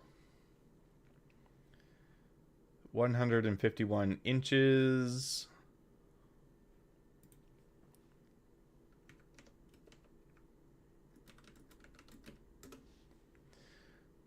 Okay. All right, let's use the Sidewinder as an example then. Diameter is 13.5. Let's see what that is. We'll round up to 0.4. There.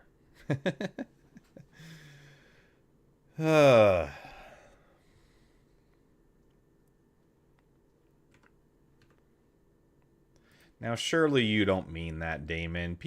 People aren't all bad.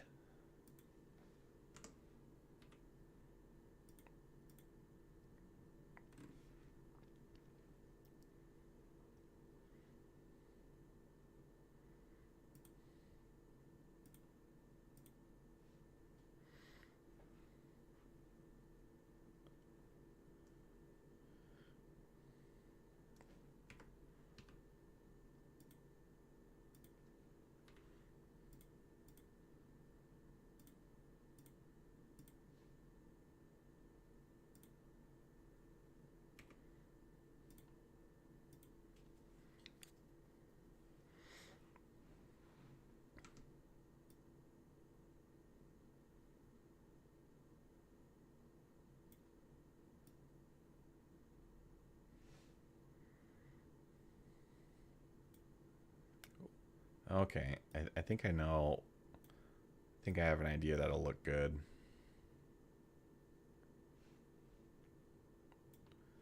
Create 2 triangles.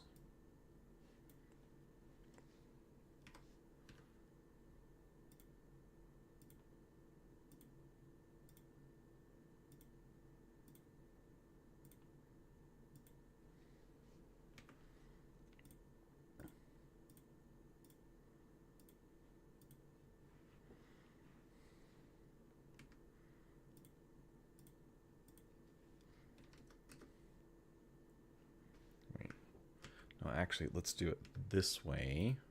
Make these 2 parallel.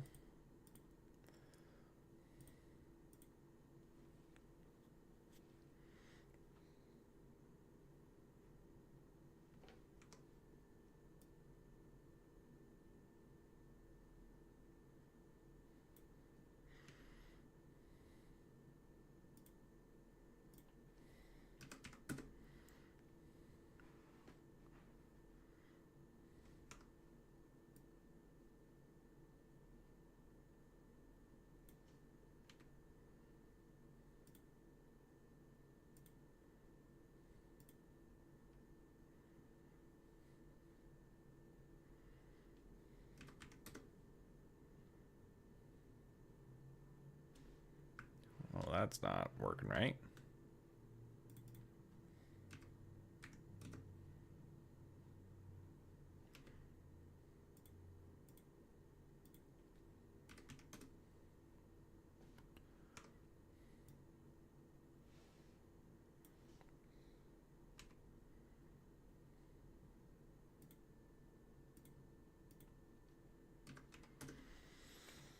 Okay, that looks like pretty good spacing. All right, let's get caught up on this discussion we got going. SP viewer for ship viewer would have been helpful for figuring out the size of the number of missiles, but does it talk about how big the missiles are? Just want to make sure that more like me can't just actually log in, hire a few NPCs, and have an operational interest. True, needs to be balanced.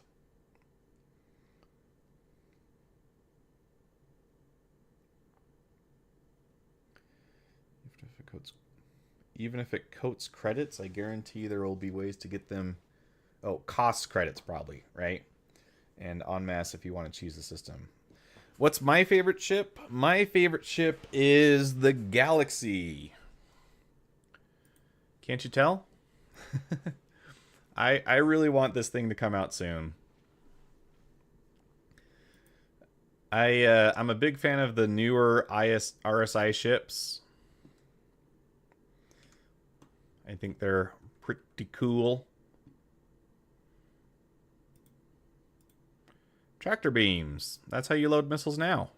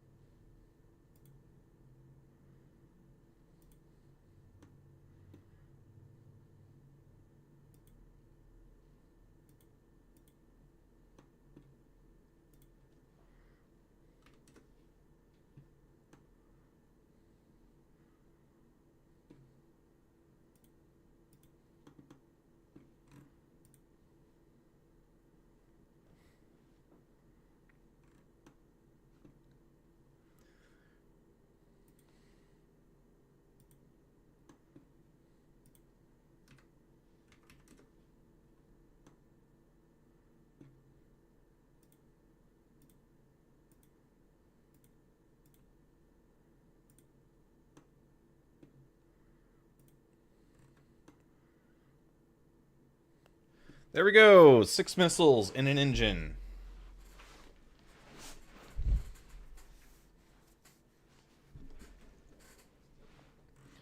And they don't really need to be functional from the model perspective.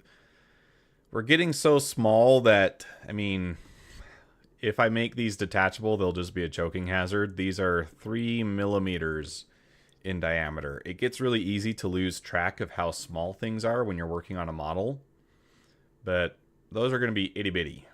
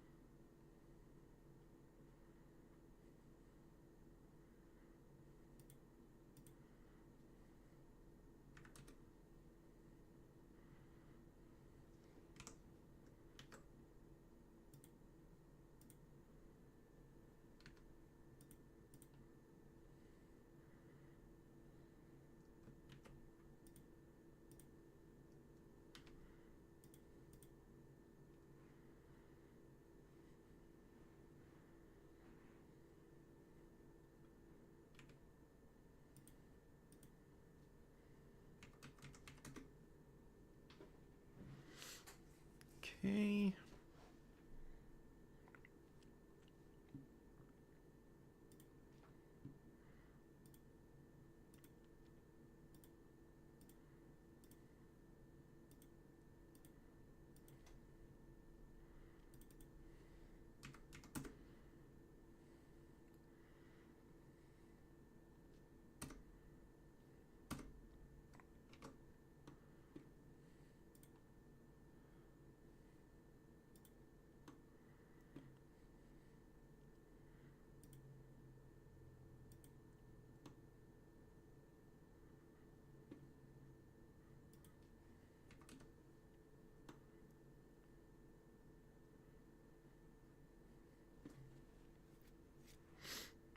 All right, have fun, Damon. Get some work done.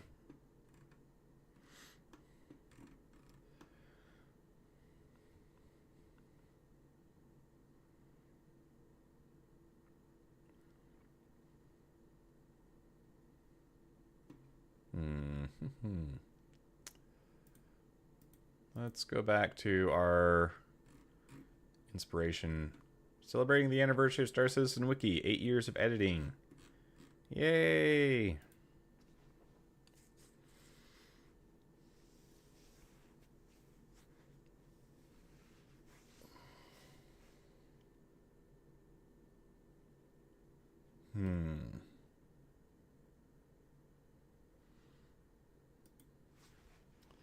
Okay, let's not worry about doing a draft just yet. Let that go out the default 2.5 centimeters.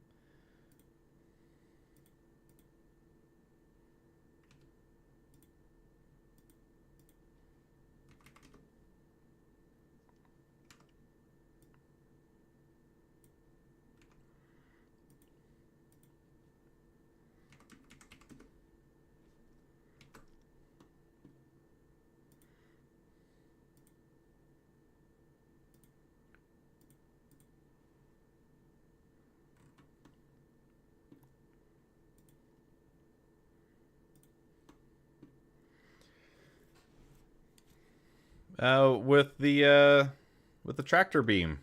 That's how you load missiles now.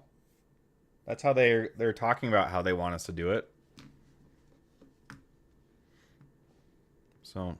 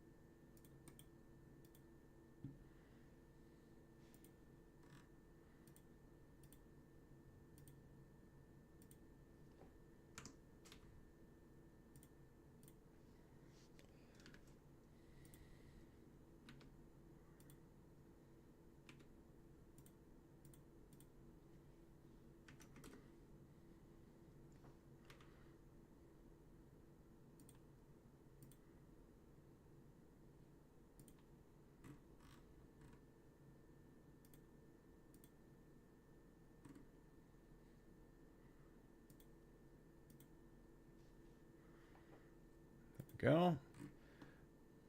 All right, I feel like that's a pretty decent looking engine. I'm just gonna have to hard disagree with you there, Scar. Let's look at the Scorpius.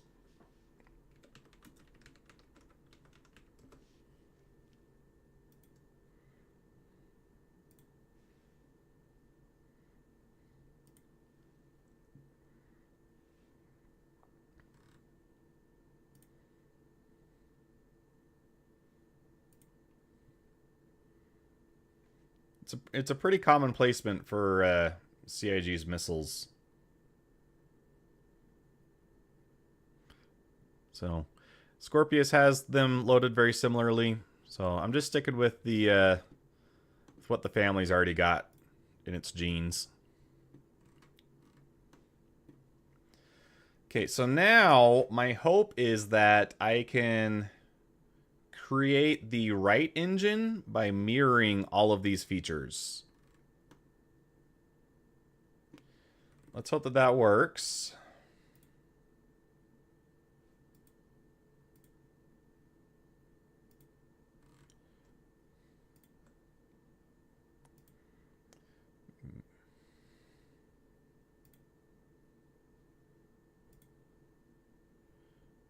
Oh. Oh yeah, it should totally work because I just need to select that part. Mirror plane is the right plane. Boom. 2 engines. Woo. If you want to say there could be side panels on the engines for access, or like most missiles today, you slide them right up the tube. Yeah, I mean, sliding them in the tube, that's what I was thinking. It's a little tricky with tractor beam mechanics of today, but they're going to have to revisit tractor beams at some point anyways.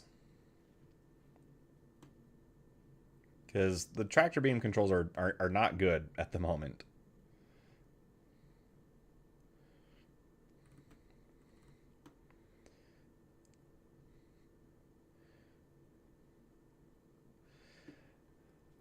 Well, there's the Photoshop document and the TIFF, so maybe you can come up with a sketch of how you would load the missiles, and we can look at it in a future stream.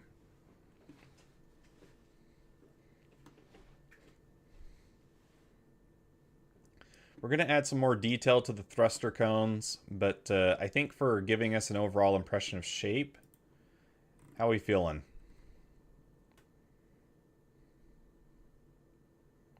I'm feeling pretty good so far. I think I like this.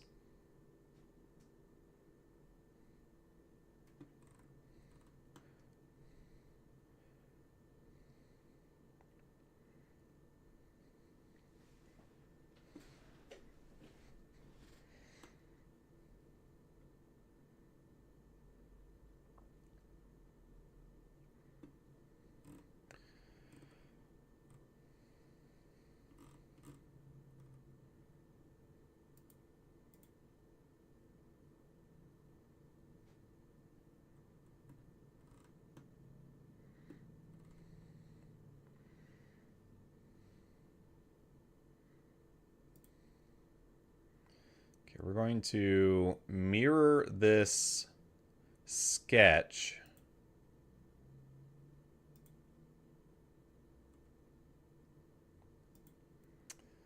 above the top plane.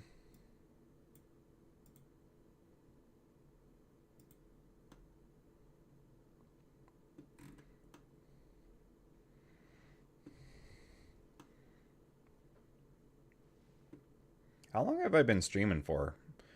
2 hours and 18 minutes? Okay. This is turning into one of my longer streams.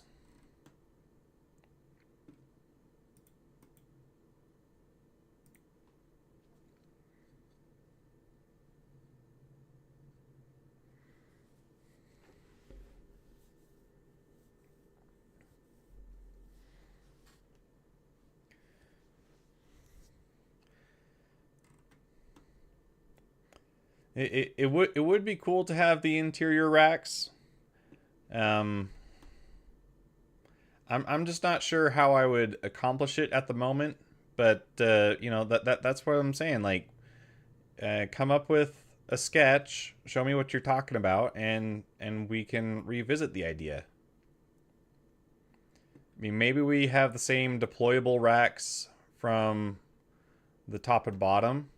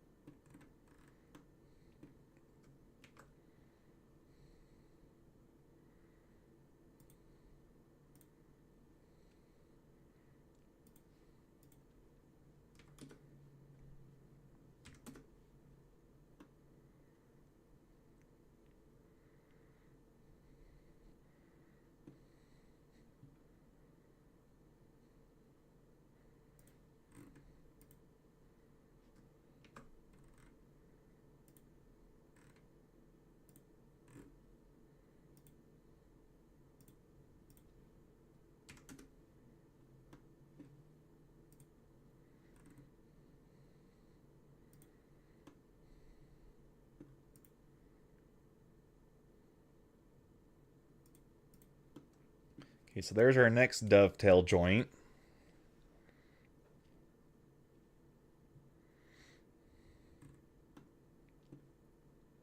Did you send it in Discord?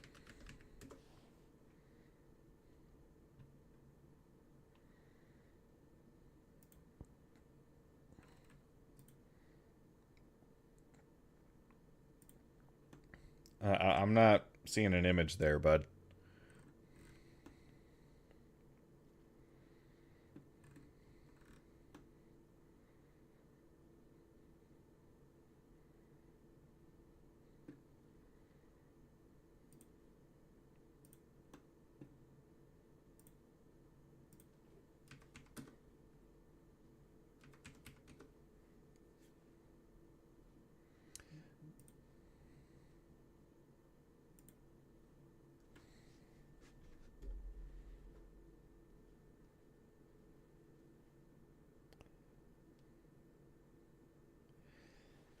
Yeah, YouTube chat isn't going to let you send it that way. You could send it to the Discord and I can see it there.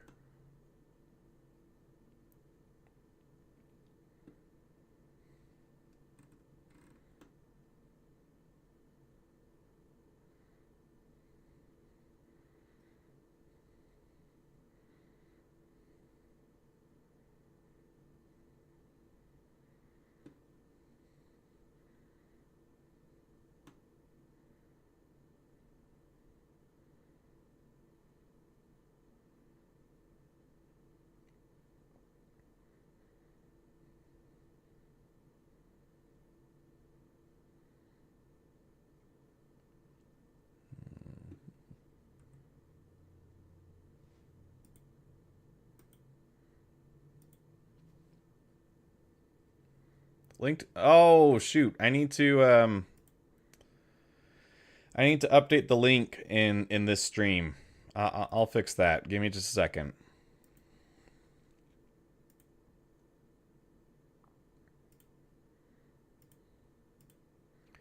I updated it in my newer videos, but I didn't do it to this one yet.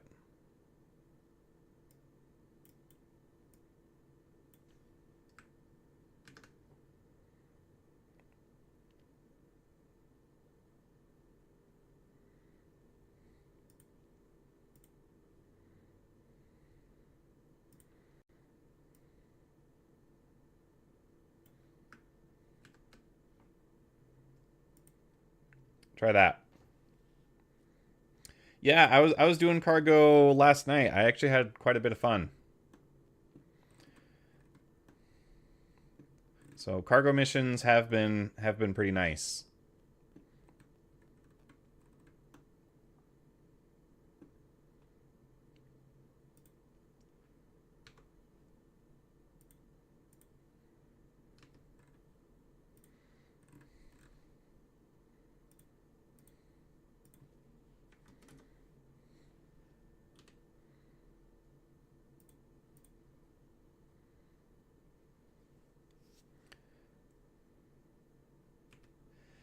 The caterpillar is nice if you're loading it from the outside, but I think it still needs a lot of love for its tractor beams to make sense.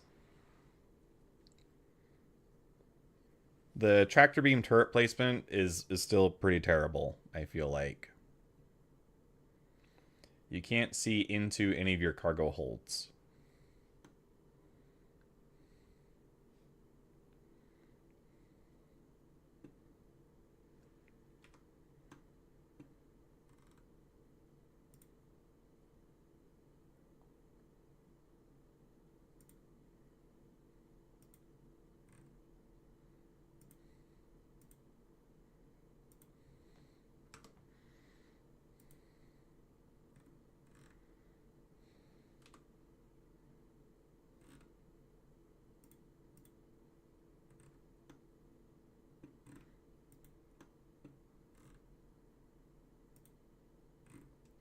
I hear what you're saying, but I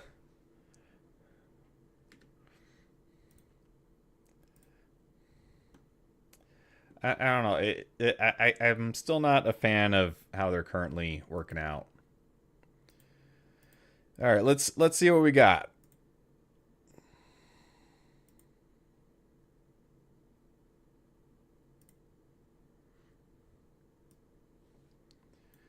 So this is what Scar's saying we could do, which I mean, it could work. I like the I like having the missiles exposed. So part of it is an aesthetic choice, but it's definitely an option.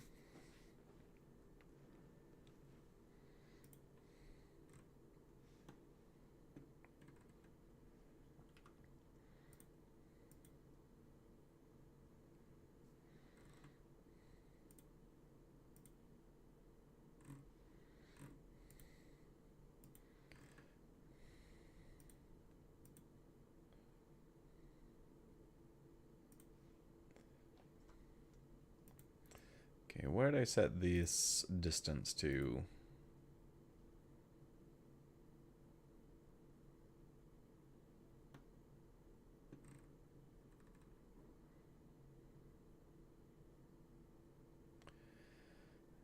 Parallel distance 2. Okay.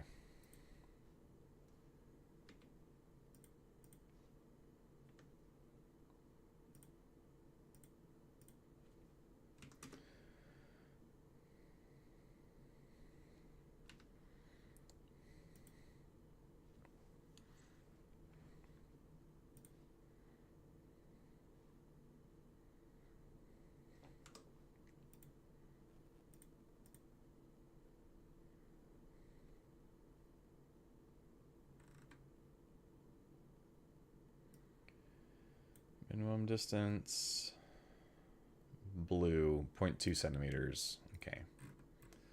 Keep that going up here.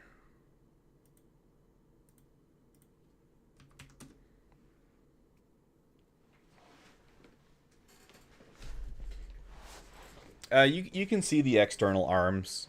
If you look closely, I think those do show up in the photo.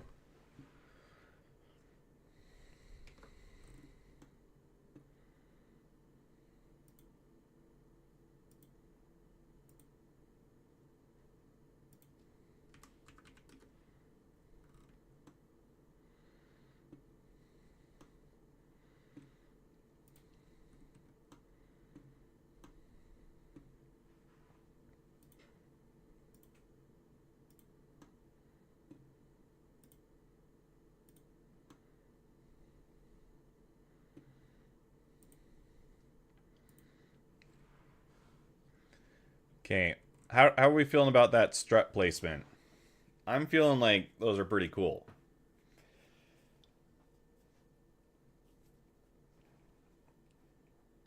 How about this, Scar? I'll reach a compromise with you. I will do half of the missiles loaded interior.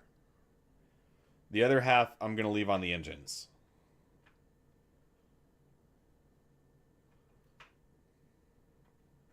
Does that work?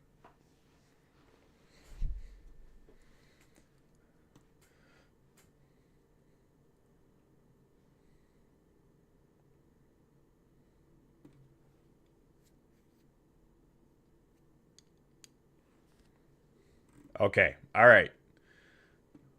We've achieved peace in Oddjobtopia.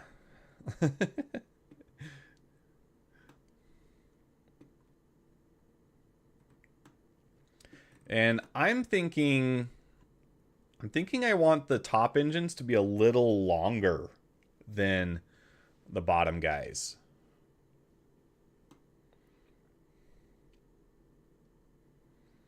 Making them longer is going to move the center of gravity back further, which helps for the reasons we've already gone over.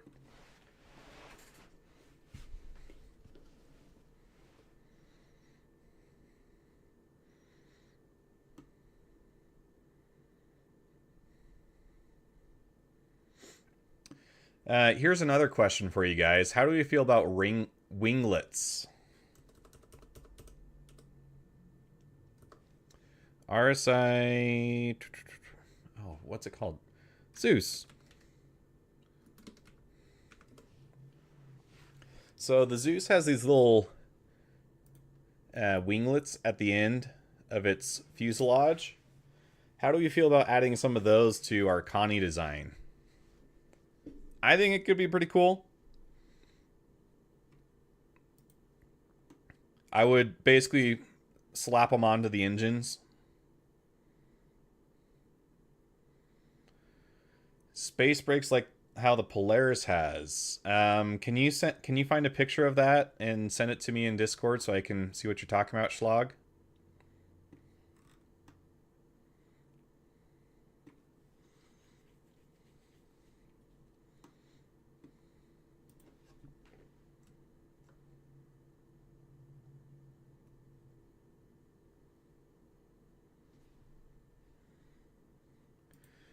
If I'm gonna be jumping back to Discord back and forth, I'm gonna leave it up so I don't miss anything.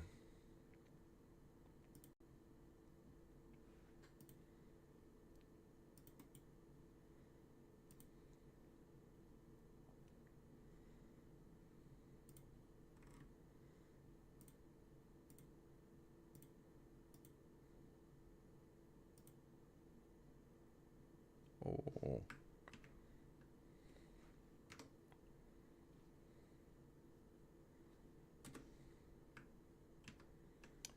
That didn't offset the way I wanted it to.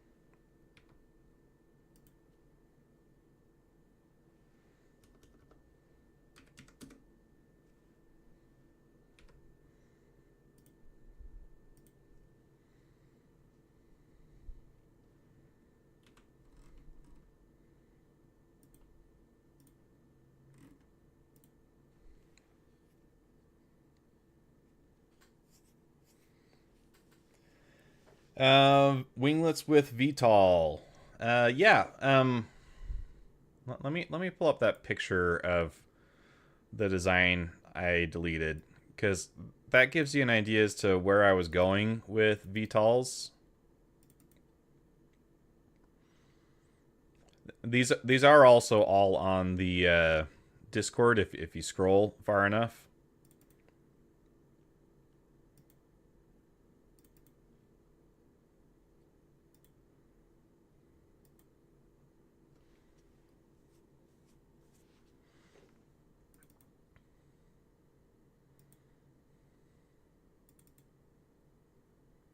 I know one of these has... Okay, not that one.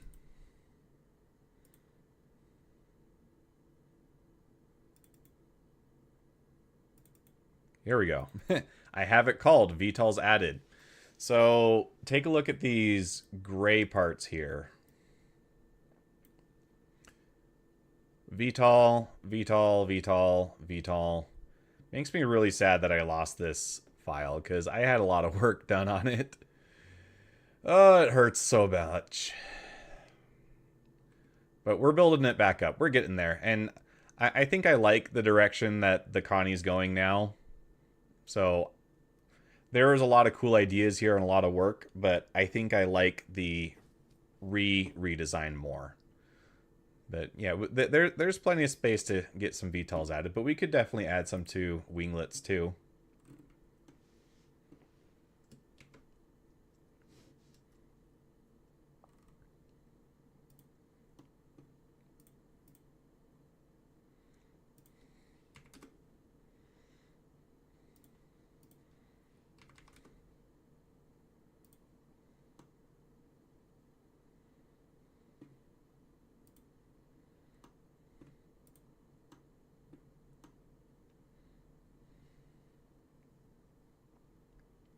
I don't like that. Okay, let's get rid of the draft angle.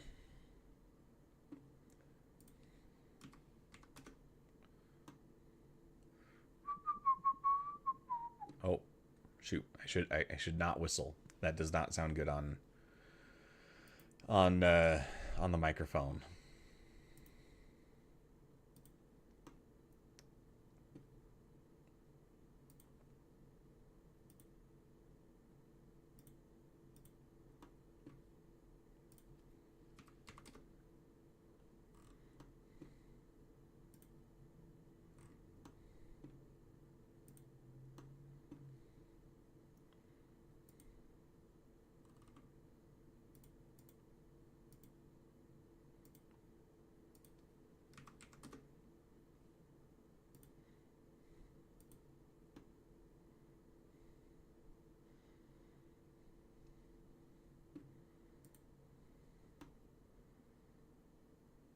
That looks cool. I like that. So we've got our dovetails here, but they're super sneaky. Can't see them. But they're there, and they should work.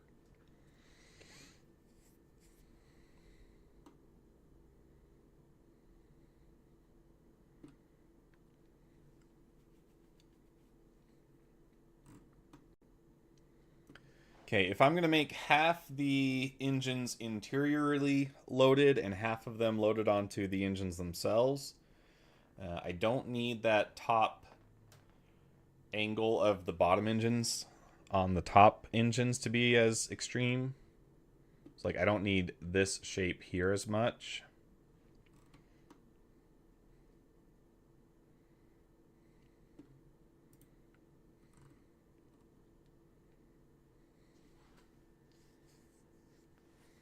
And I think I also want to move the engines out a little bit.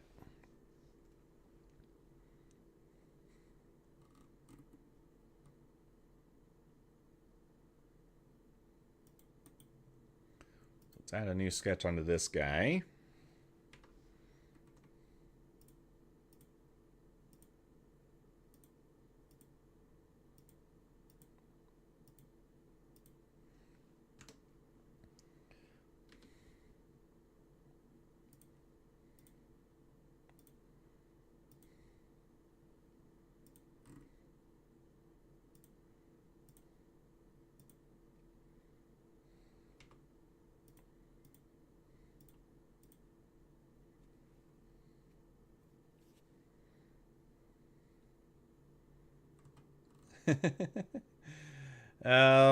Because they do a lot more detail than I'm doing, and there is a lot more considerations that they have to make from like a gameplay perspective. While I'm proud of the work that I've done, I have no illusions that the quality of my work is anywhere close to what CIG is expected to do.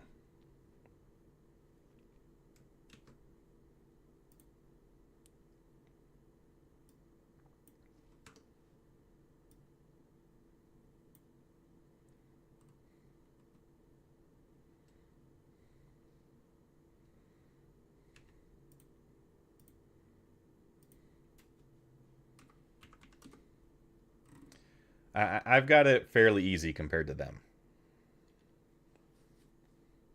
Yeah, and I don't have to work with CR. So that's a big benefit in my court.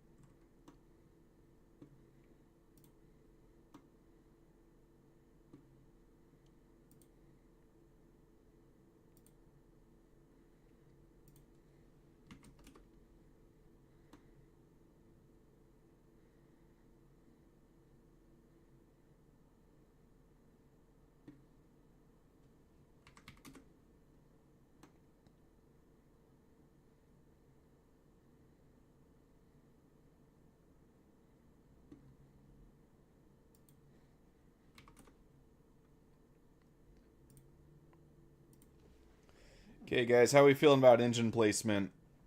I think that that's a pretty good spot for the middle of the engine. Keeping in mind that it's going to extend back a little further and front a little bit just as well.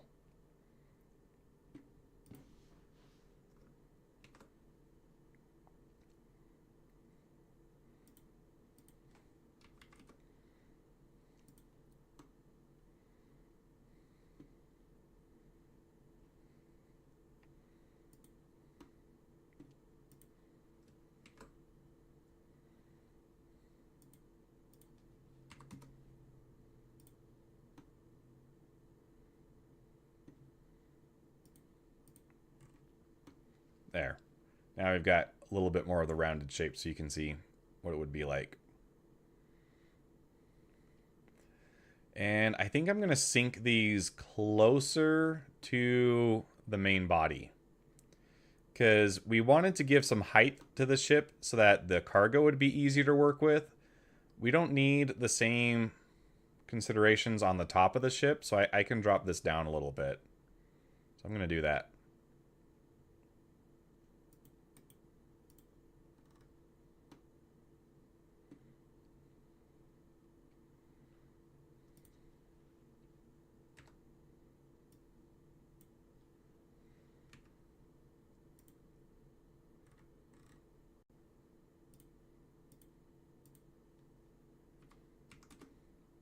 Start with an inverse 0.2.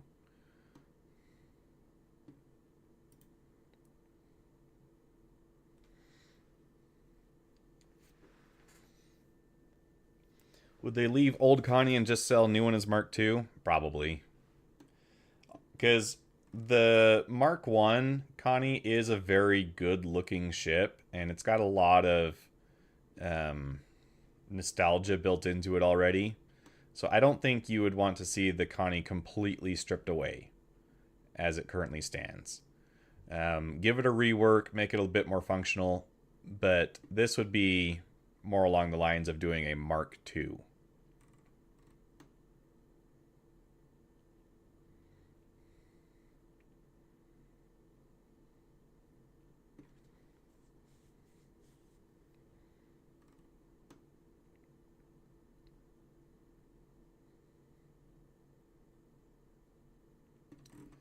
Just kind of moving this around, thinking about how I feel about that engine placement. I think I want it a little lower still.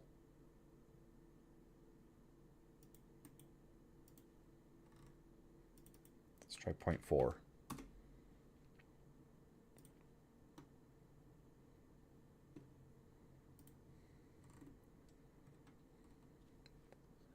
Keep in mind, we're still going to have turrets to break up the silhouette more, but I feel like that's looking pretty good. I like this engine placement.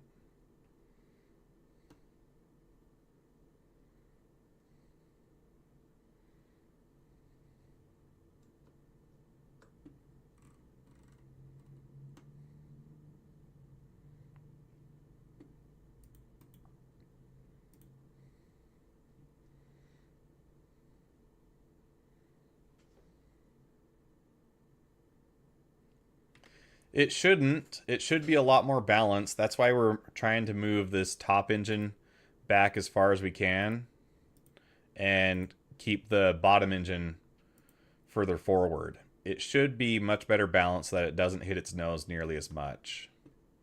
When I ran simulations on the previous design, which was very similar, the center of gravity was above the rear engines, which is very reassuring for a stable landing. Yeah, I'm not going to worry too much about making these engines actually move. I think it's implied from the design that they might move because we could replace our struts with some pistons and add some more details like that in a while. But yeah, for the purpose of printing a model, they're going to be static.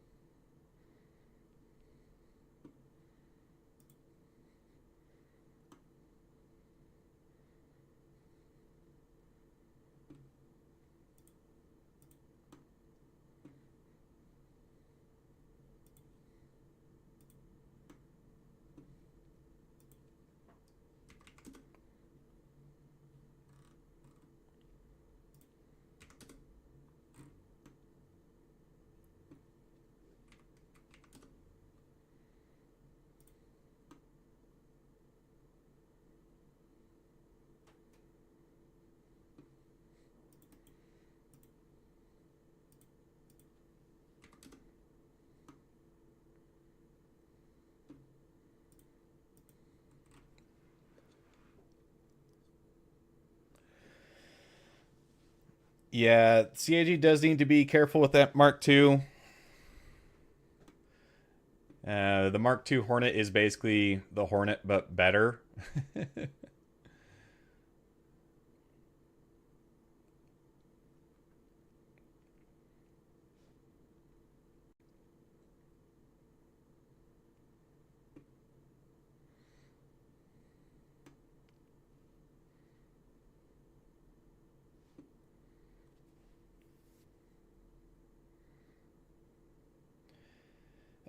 No, I don't mind suggestions for other ship redesign projects.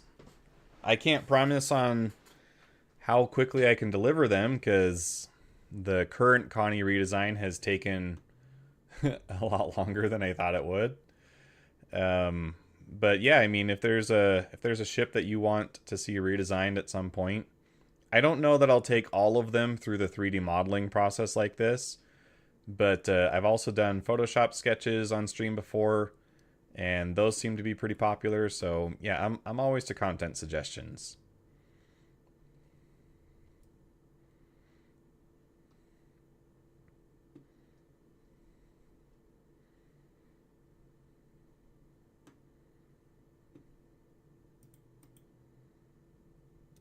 Did I?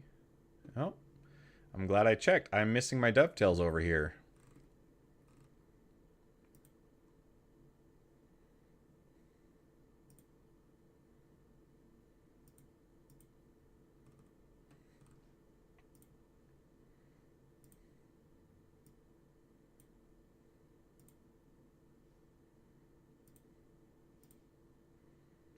Okay, there we go. Now that engine's actually connected to something. A Mirai Reliant. So basically a more sporty Reliant is kind of what we'd be getting at. Could be cool. The elevator is going to be in line with these portholes here. So it would come out right here.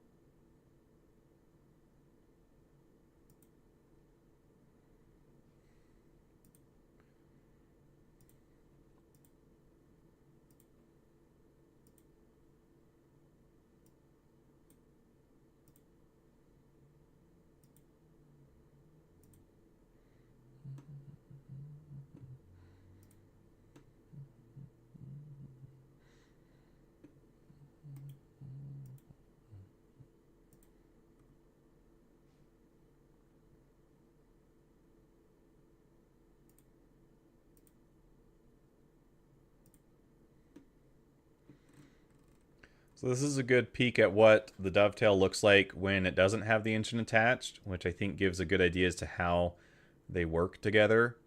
The engine slides on, it's stopped by this end piece, and that covers the dovetail, makes it hidden and sneaky, and it's not visible from the other side.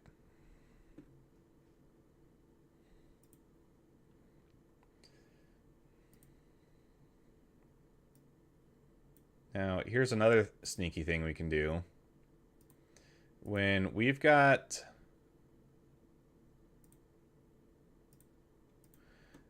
these mirror things in place, these are mirrored parts. So what I could do is I can roll back to before I did the mirror, which is this mirror 15. Engine's gone, right? Let's do a new sketch, and let's just write some text on here.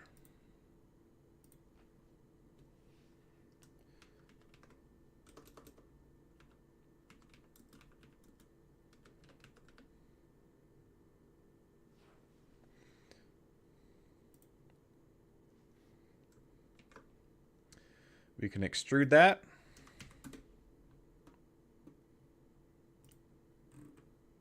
Okay. Then we can roll back the mirror. Oh my gosh, we've got a mirrored OJE is best on the other engine. So, parametric modeling, very, very powerful. And I plan to do the same thing down here with these engines to be able to go back and add some more detail later. I think that this is probably where I'm going to leave it off for the design today. My brain is getting a bit tired, and I don't think I can handle doing much more modeling like this at the moment.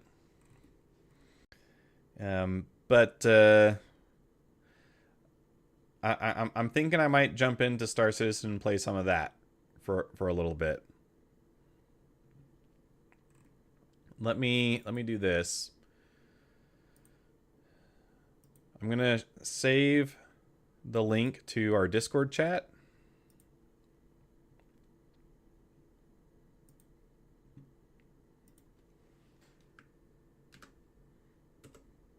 So if you want to go and play with this model on Onshape, you can do so by using the link in the Star Citizen chat for Onshape.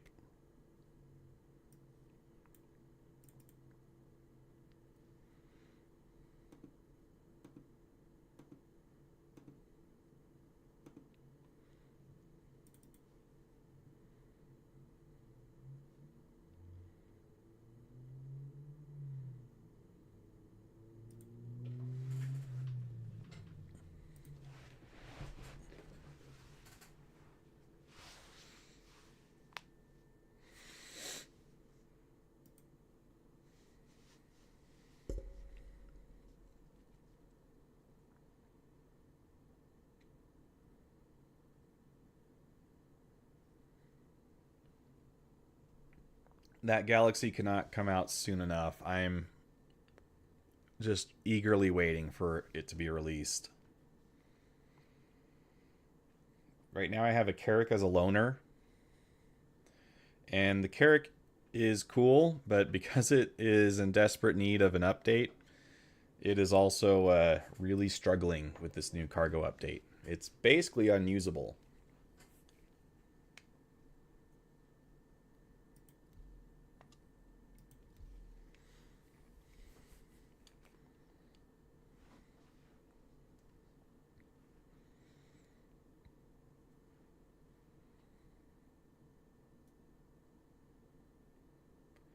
Design an Origin 1090 jump.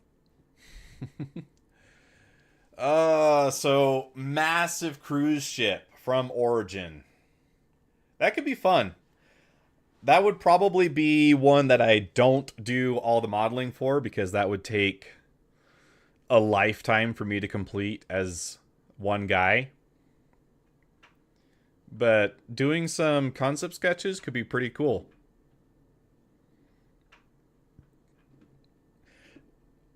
Yeah, if we keep adding zeros, it's gonna get to a point where it's bigger than a king ship. So I don't know how many zeros we can just keep tacking on.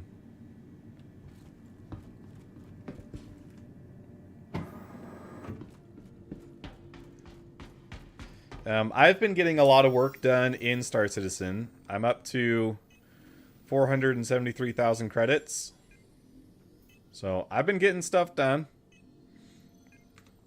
I've got myself kitted out with armor that's better. So I'll be a little less delicate.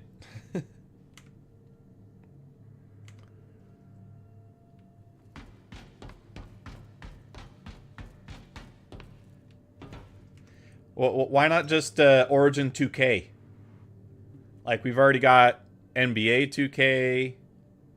Like, 2K is such a common number. I feel like that would be a pretty good designation.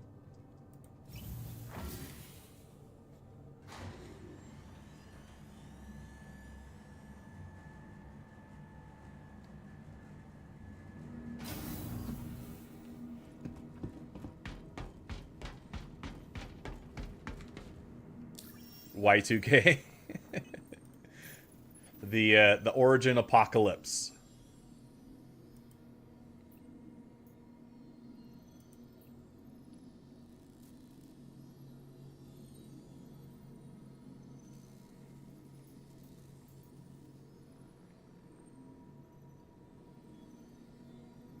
Shuts down all ships when their computer hits the year 2000.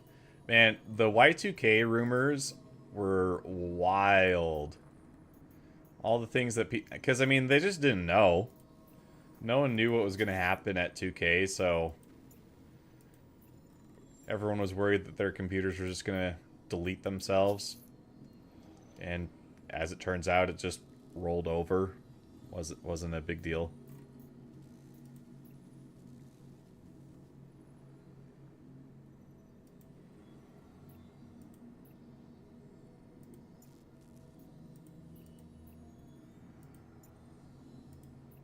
Didn't I just accept a mission? I swear I did. Alright, well, I want to get some more cargo done.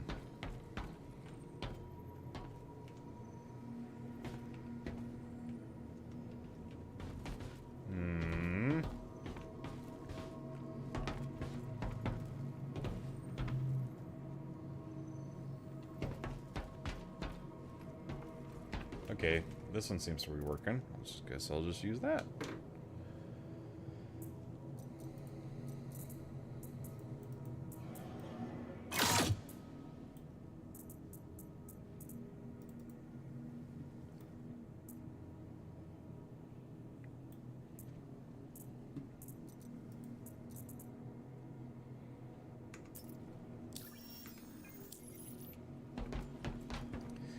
Yeah, there was a lot of concern about certain variables, the internal clock, all those things.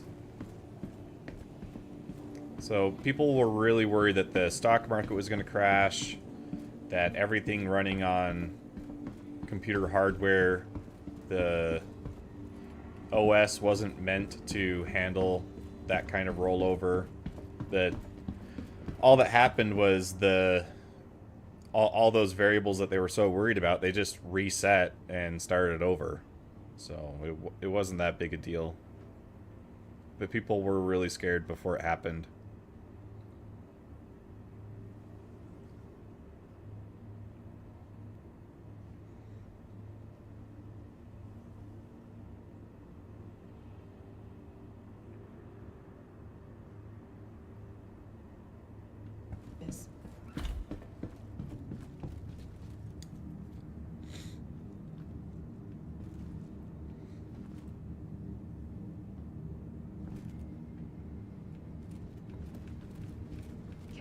Doors are now closing.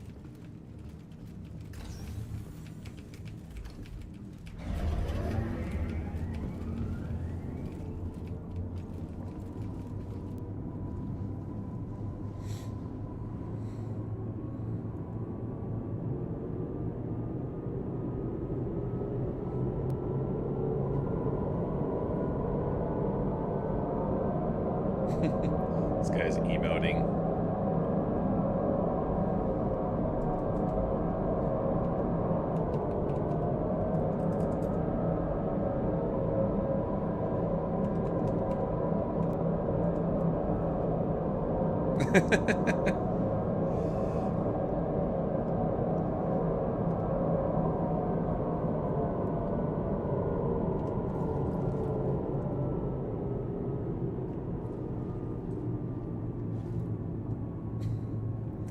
Gamers are weird creatures. Very, very simple.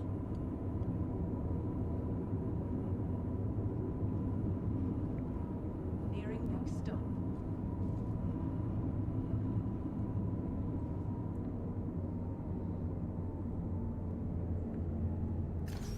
Okay, here's another important vote for chat. I was playing around, and I tinkered with the Anvil C8 a little bit, the Pisces, and I realized, holy cow, it is a much better starter ship than the Aurora, because all you can really accomplish with the Aurora is the box missions. Doing cargo in Aurora is kind of a meme. So, how do we feel about switching the starter from the Aurora to the Anvil Pisces?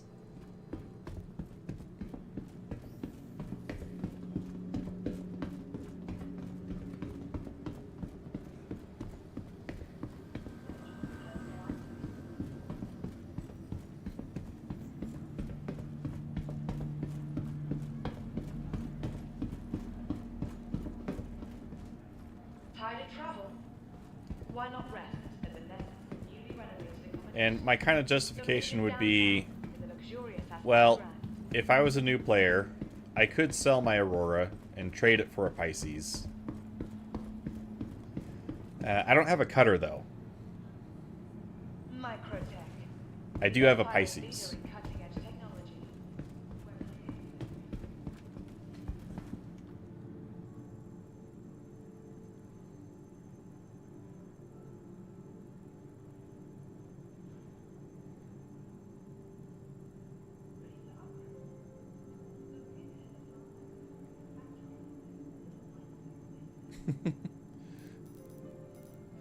Sit stand.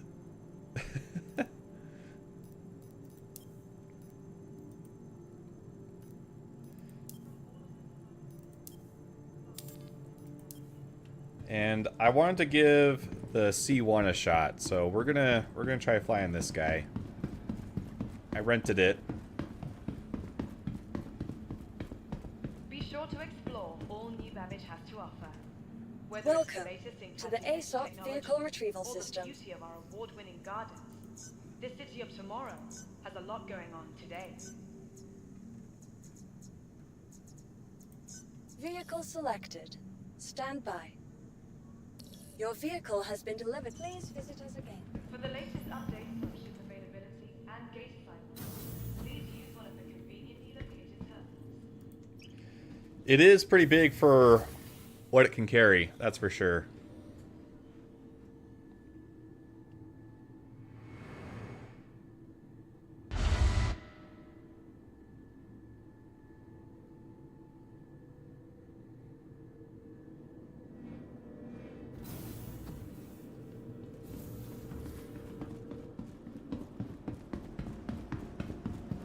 One of my favorite features about it is honestly just the landing lights.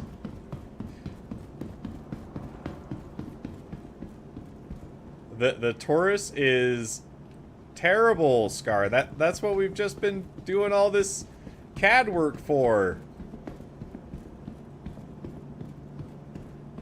The Taurus, you have so many obstacles. It's very difficult to not screw up your cargo loading.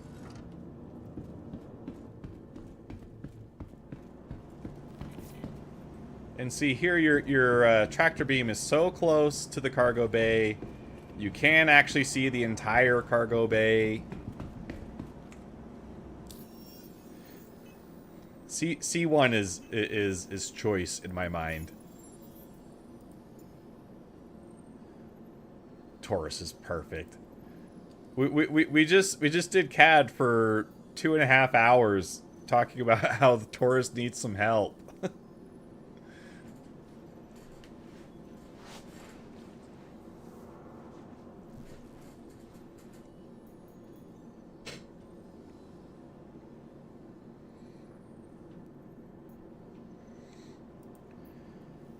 Okay, so I can do these small ones. Let's focus on the small ones. Is there any that take me up to Tressler?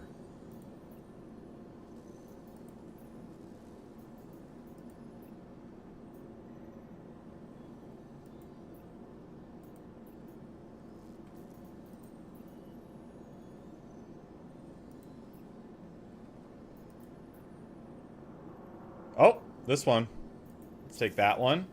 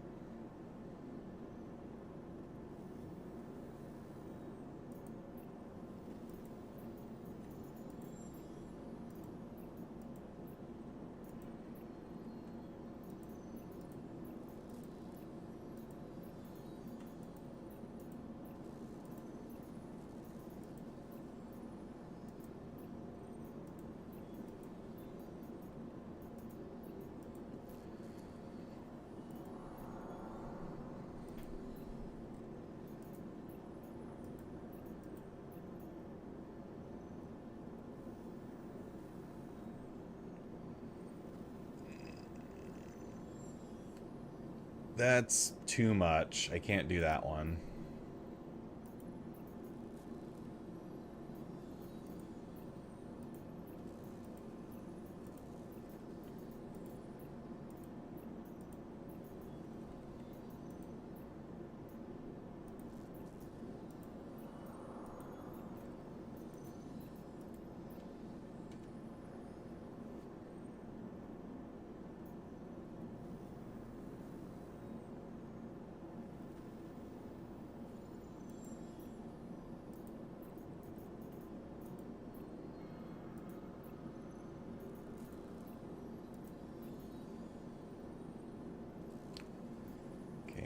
We'll accept that one ahead of time. Let's just get this one mission going.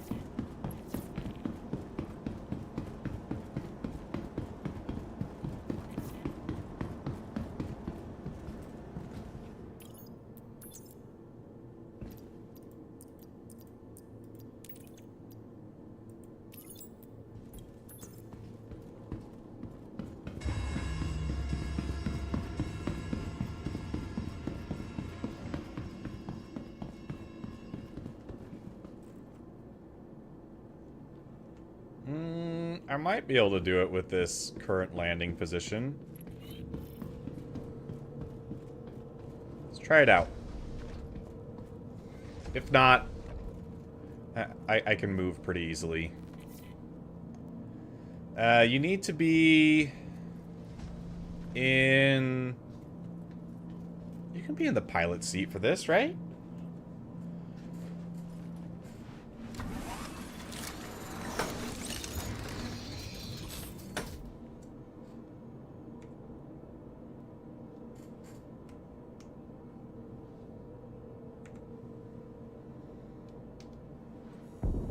Oh, finally got around to getting a Tobii eye tracker. This has been fun playing with. Systems on.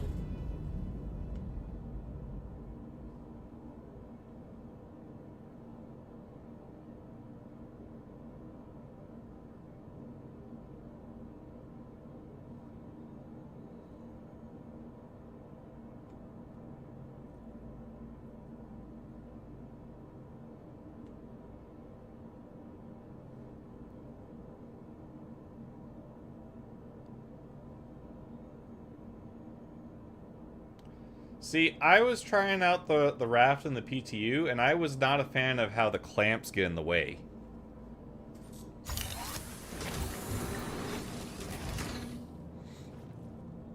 I found it very hard to load the raft for that reason.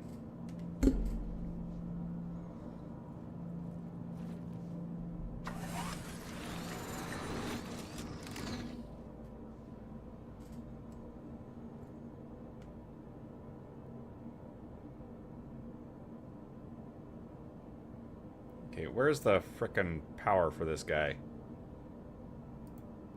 There we go. Crusader Industries, a journey worth taking. Systems on.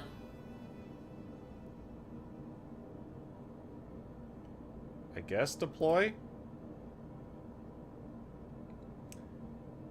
Alright, Schlag, default keybind for inter-remote turret.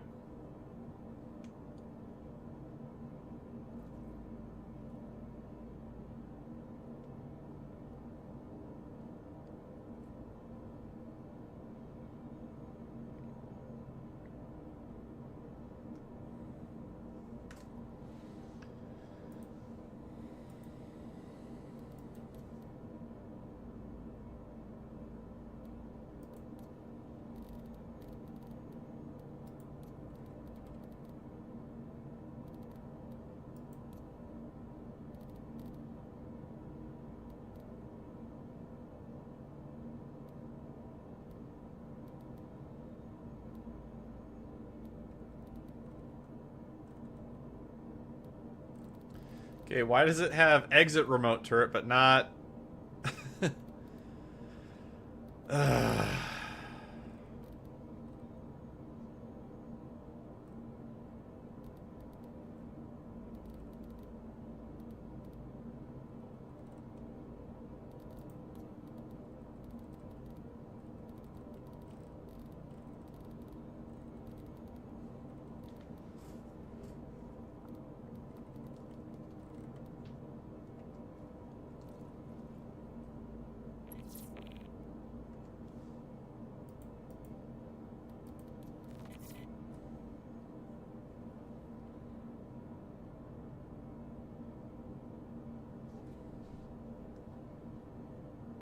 Okay, let's do some Googling.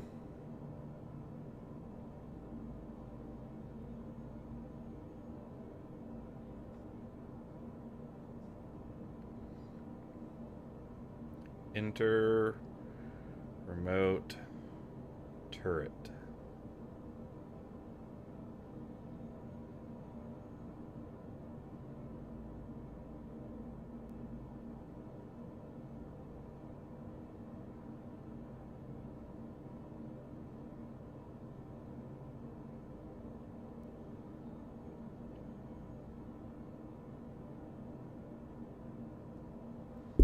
Okay. Says it's a different section. Weapon targeting.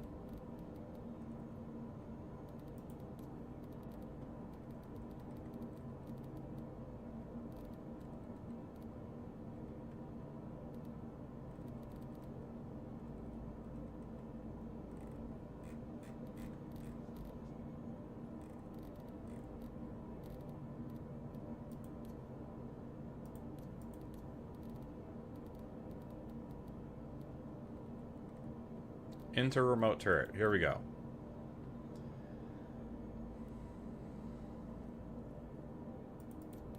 Let's just make this... No. I guess not that one.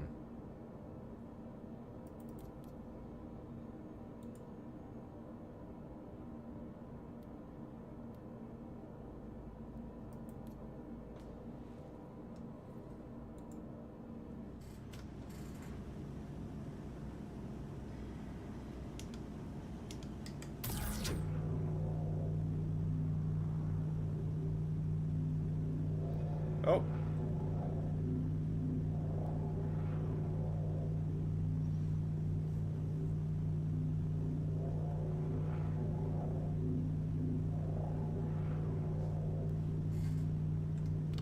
Dang it. Need to set up some more keybinds.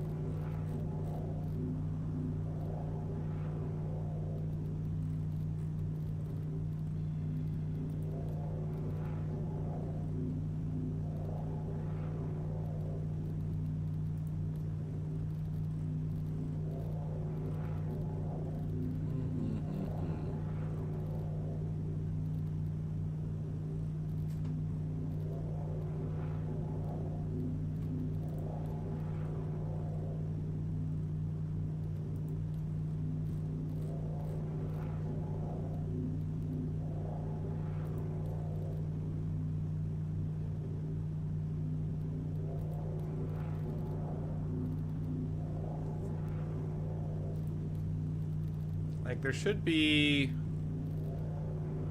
Ugh.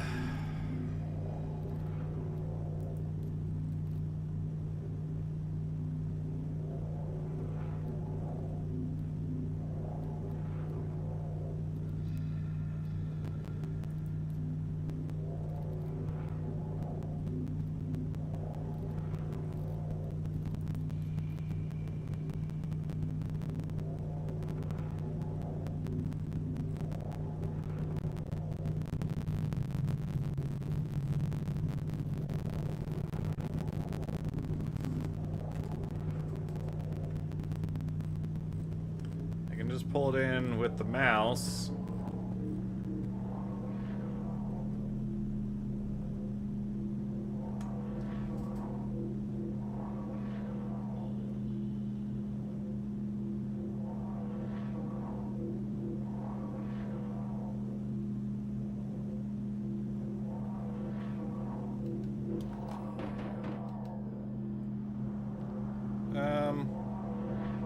Who closed my door?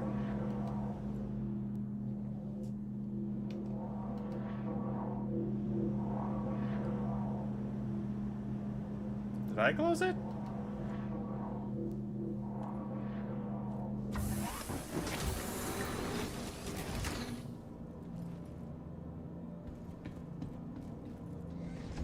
I don't think I did.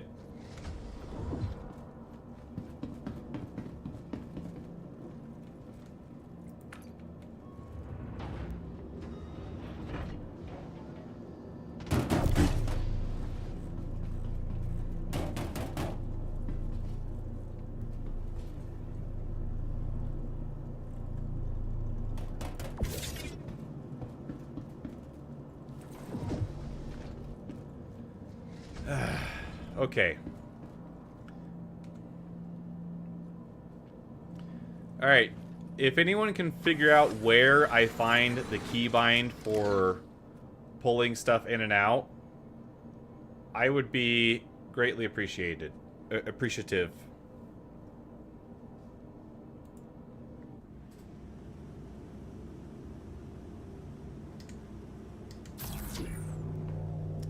Right now I'm having to switch between mouse and keyboard.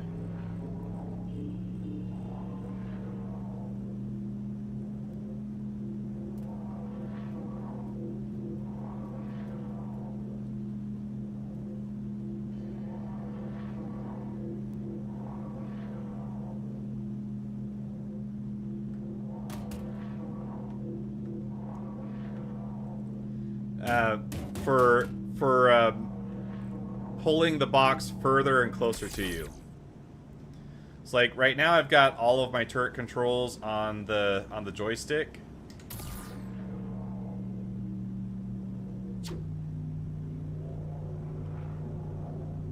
But like I can't pull the box to me without switching to mouse and keyboard. And then holding Alt and scrolling. So where do I find the keybind for tractor beam scroll?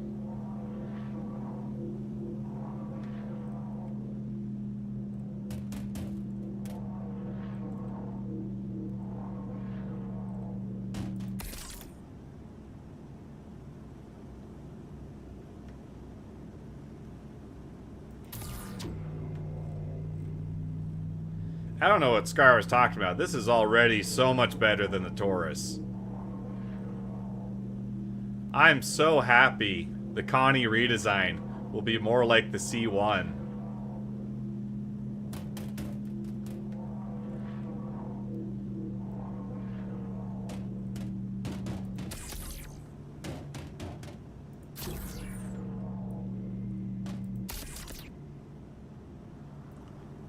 See, I just really struggle to get the move. I have got to find that keybind. It is driving me nuts.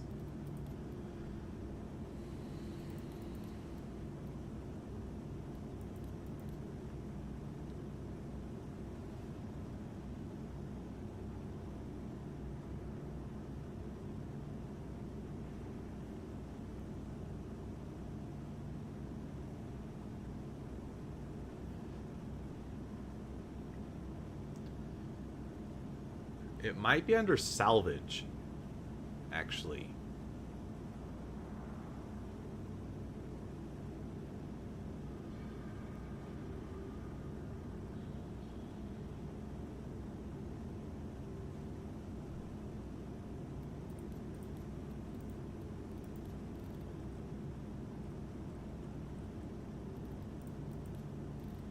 Ah, yes!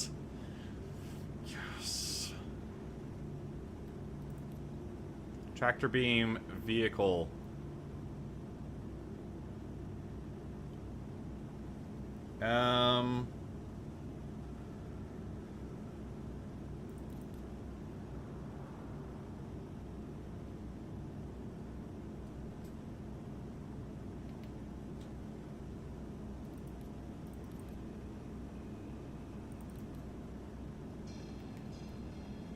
Okay. All right. Now we're cooking. Watch this.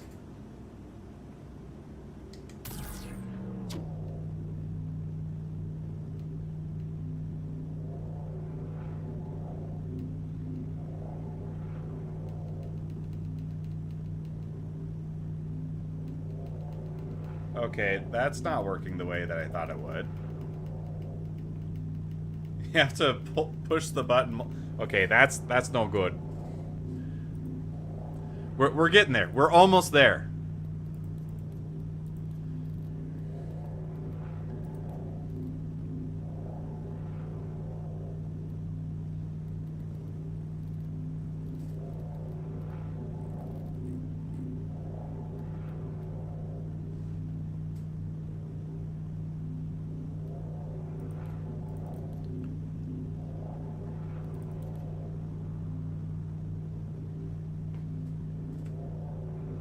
Let's try that.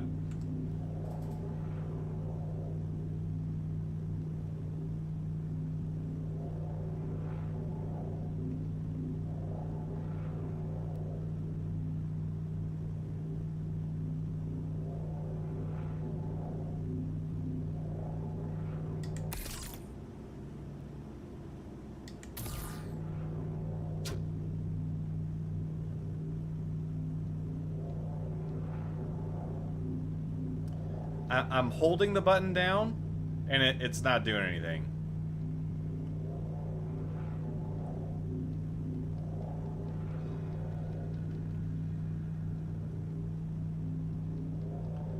Like, if I press it really fast, I can get it to come forward. There's got to be a better keybind.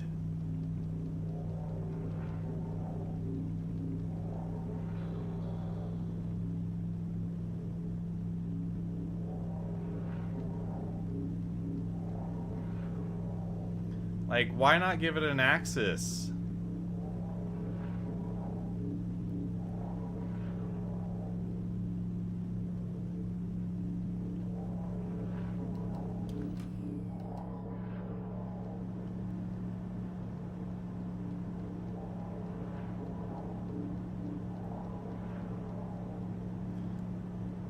If we keep looking here, eventually we're going to see the box come into frame. Oh, there it is! It's inching along! We're getting it.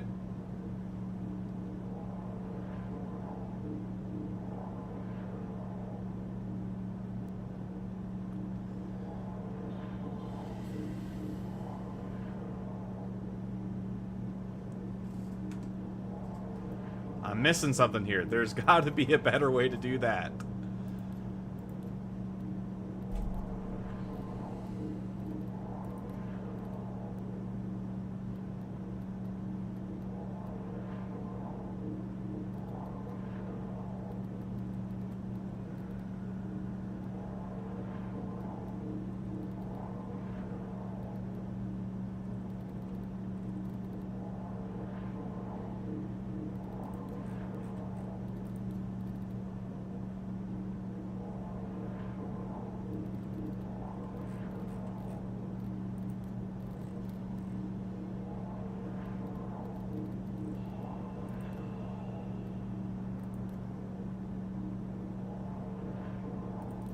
Let's try setting it to a trigger.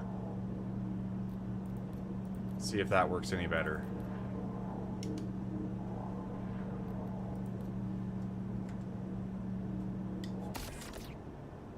Oh. Yeah, no, that wasn't good.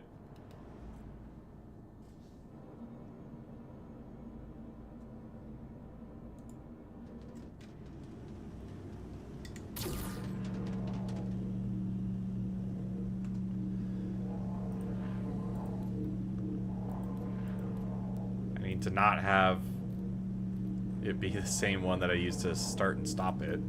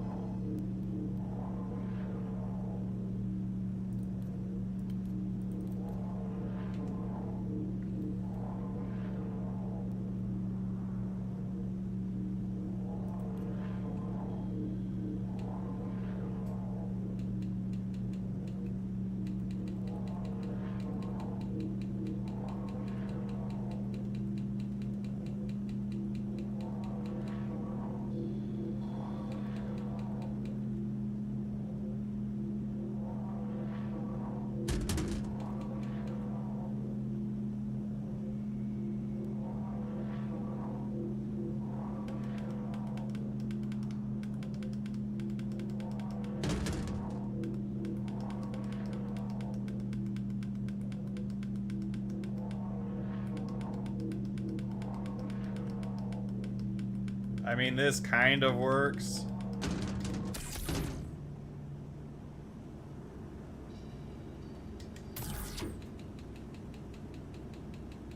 I can press this button a lot faster. Alright, thanks for hanging out, Scar. Have a good night.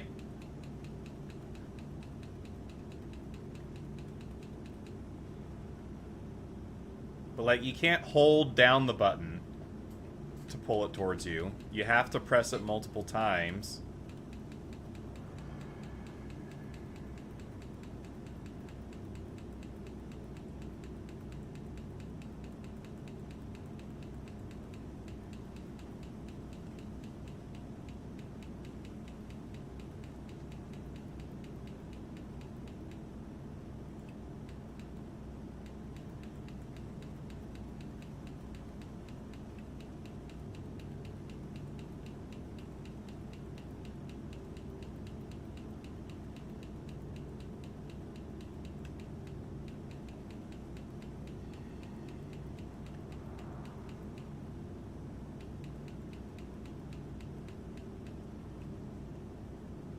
I do have a scroll wheel. Maybe...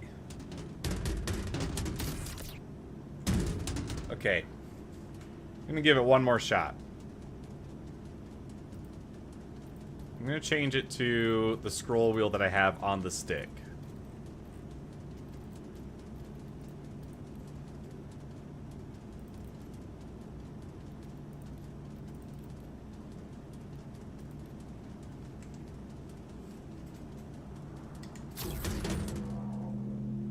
Okay.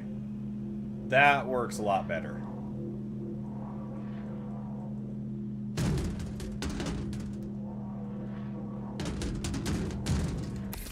I'd still rather have it as an axis, but I can work with this.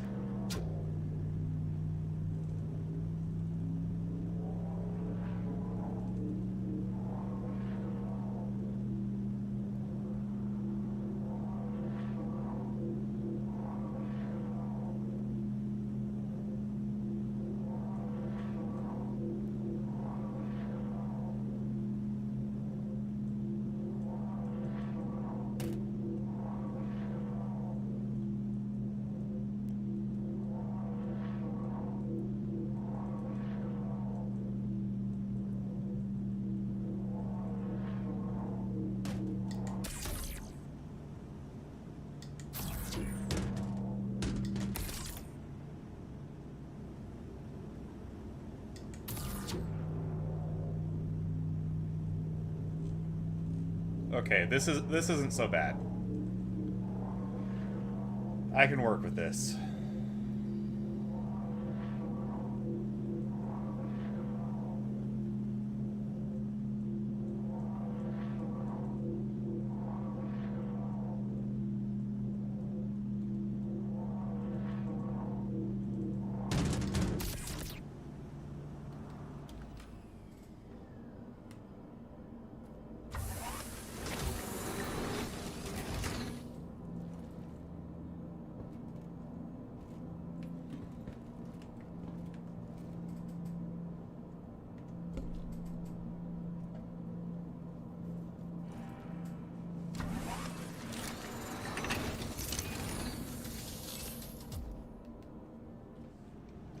Close that up. You are clear to launch.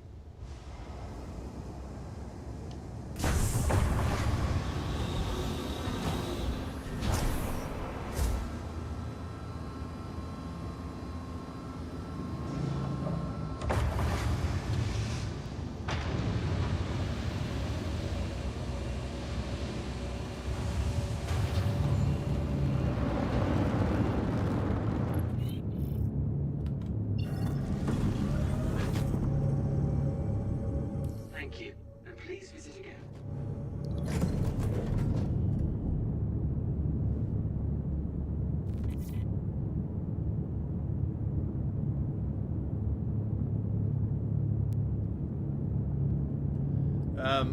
I've had the Tobii eye tracker for about 48 hours now, and I'm really liking the ability it gives you to look around your cockpit. I haven't used it in combat a whole lot yet, but it's really fun seeing the environment around you. You feel a lot more integrated into everything. Not sponsored. Wish I was. Travel engage. Products Quantum cool. travel complete.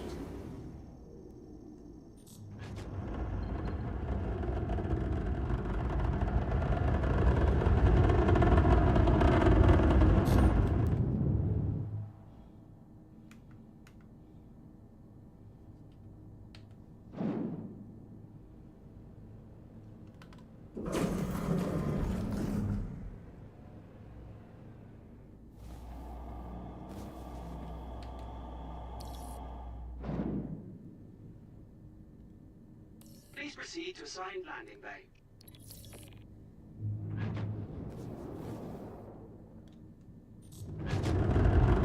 Yeah, the Crusader engines are pretty sweet.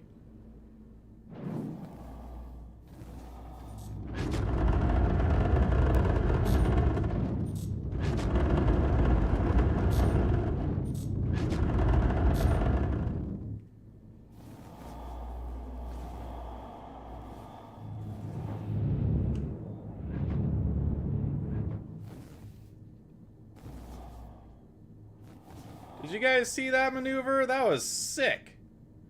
Where's Voodoo when I'm doing stuff like that all the time? Landing gear down.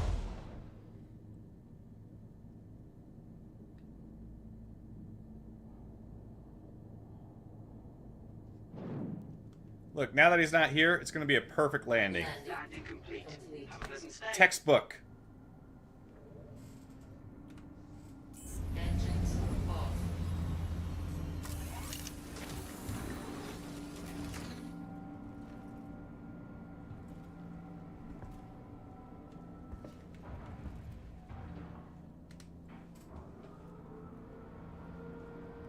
Probably being responsible.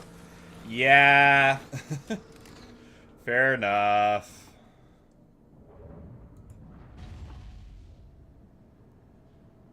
Yeah, hybrid is always watching. That is true.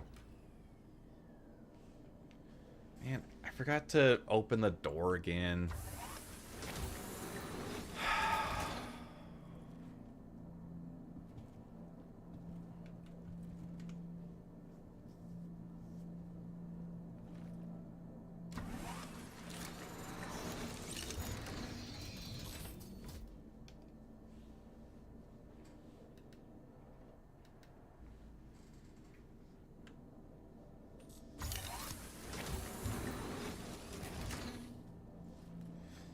Alright, I see what you're saying. I can add a little more flair to the next landing.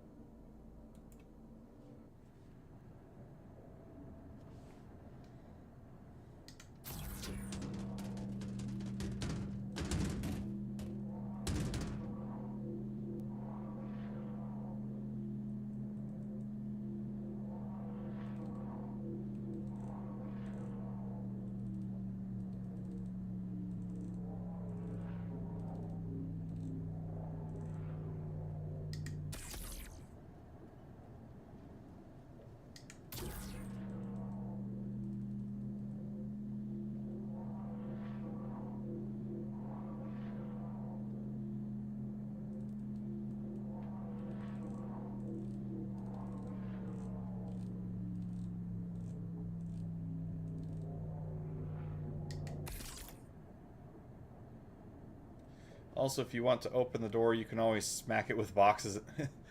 True, but I would have to have a box already out for me to do that. And I'm also not inclined to damage my ships prematurely.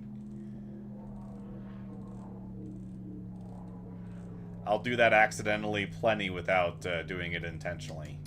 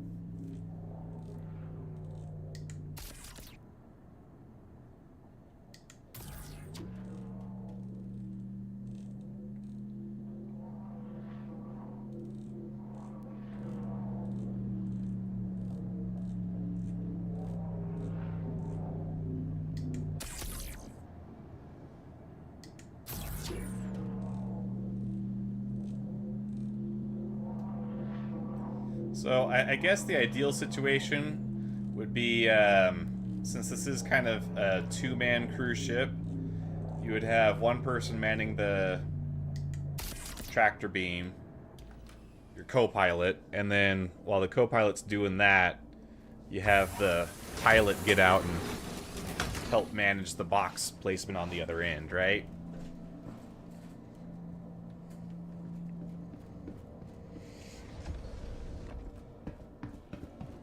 That was so much nicer than using the Taurus, though. Holy cow.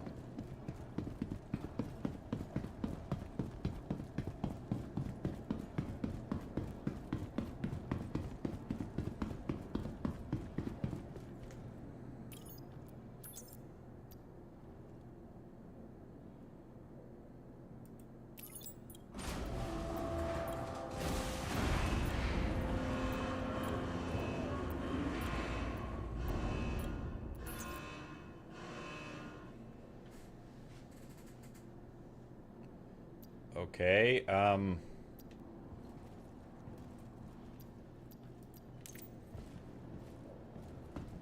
the heck?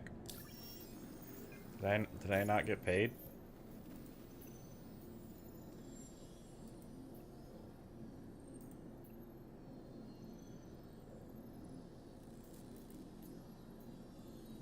Yeah, I just delivered.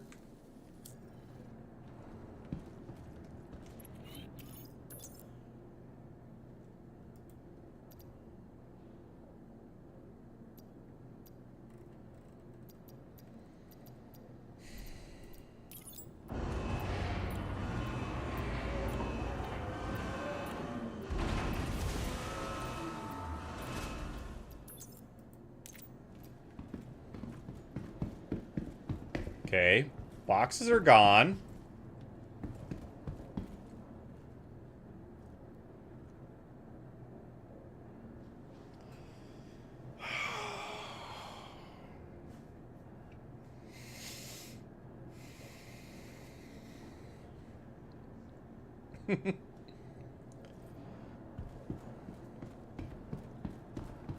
I think the mission just bugged out.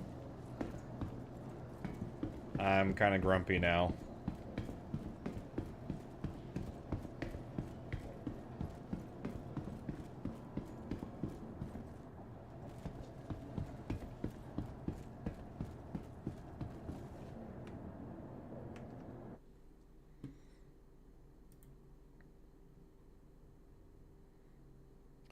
Least broken cargo mission.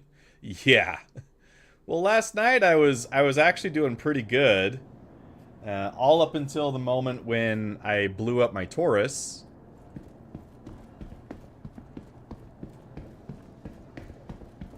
Let's try the other one, I guess. And to increase...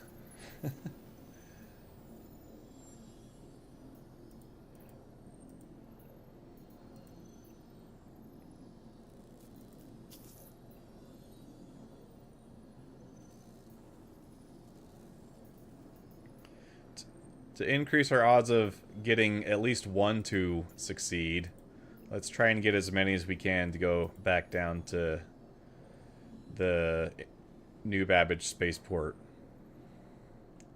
So I've got 64 SCU total.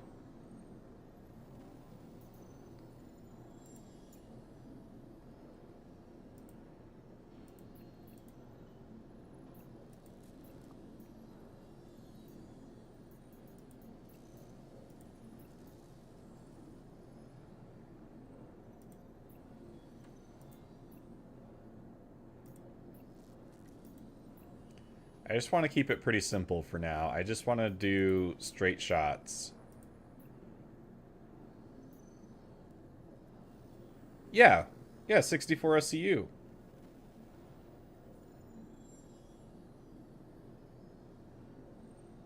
Are you sure about that? If you are brave. Okay, I'm not feeling very brave right now.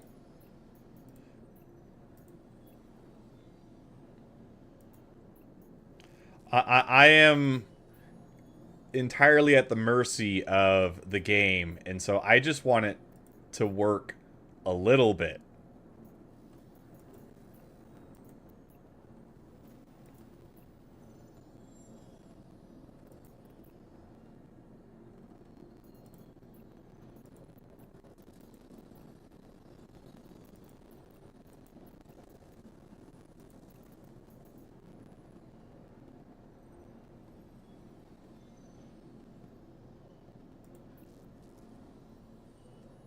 Okay, we can take this one.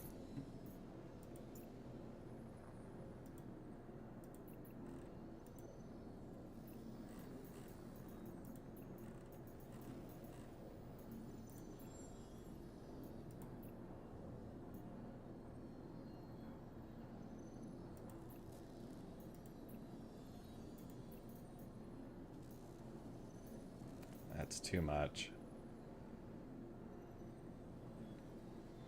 Can do that one too.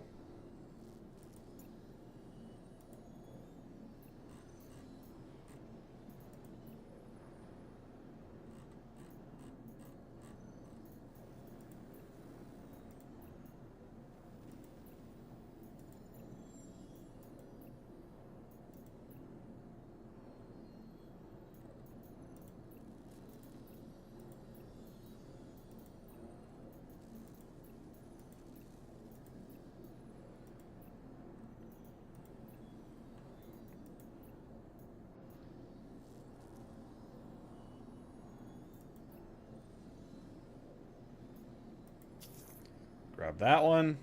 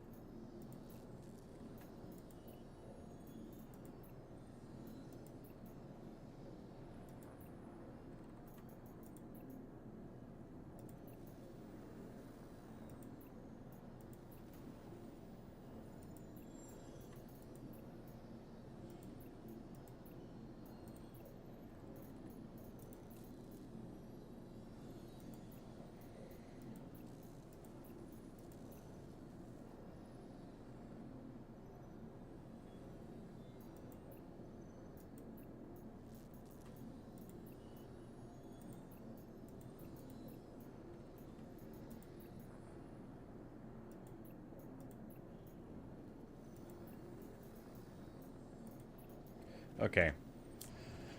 We get it. I think that's a pretty good quantity of missions to start off with.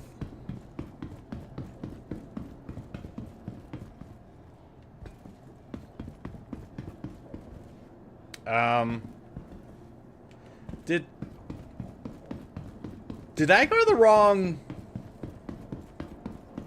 I think I went to the wrong terminal and sent the wrong elevator down.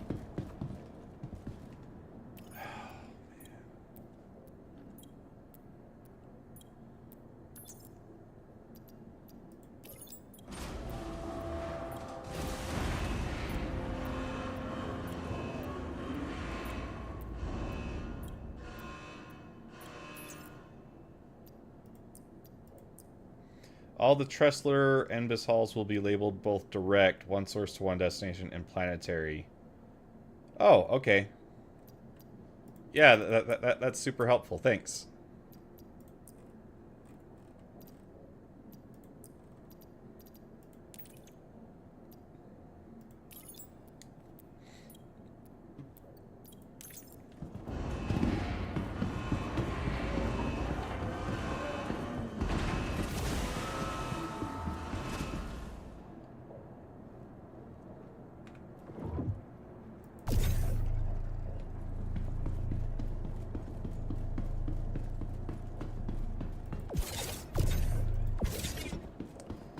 Yes. Hello.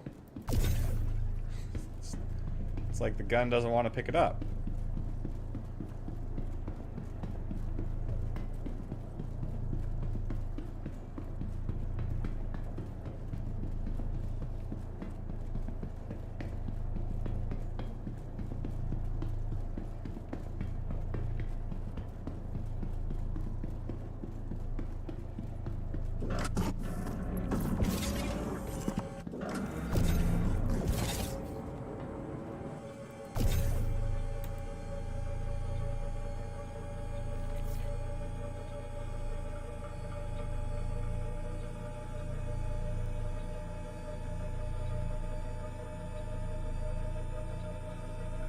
So, I mean, the max lift is definitely slower.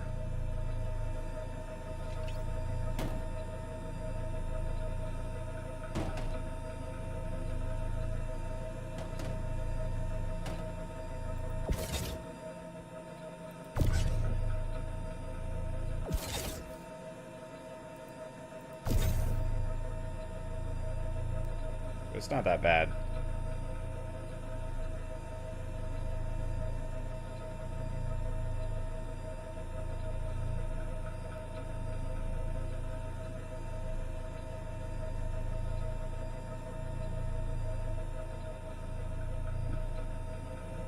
Are you serious? There's just an invisible wall?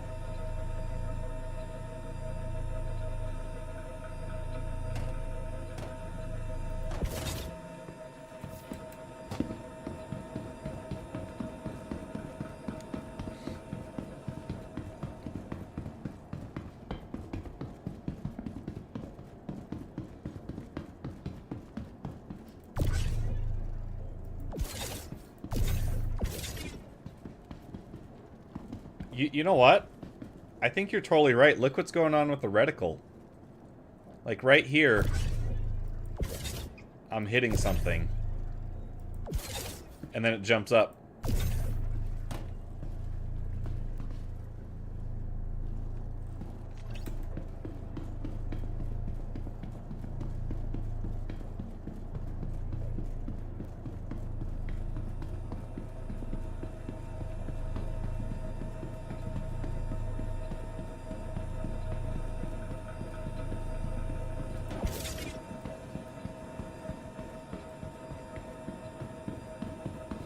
So, I guess I need to stage these boxes a little better than what the game gave me.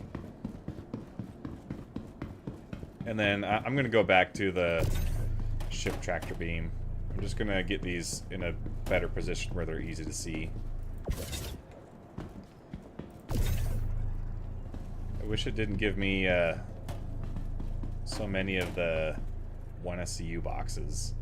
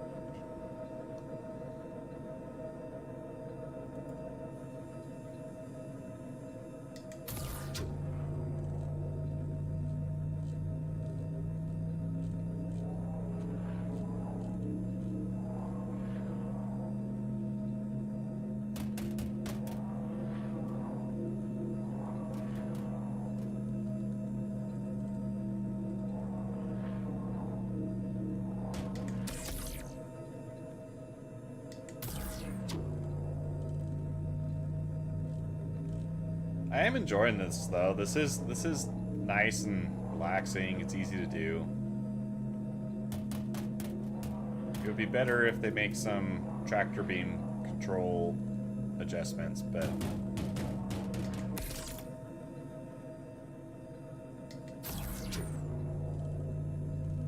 it's all right.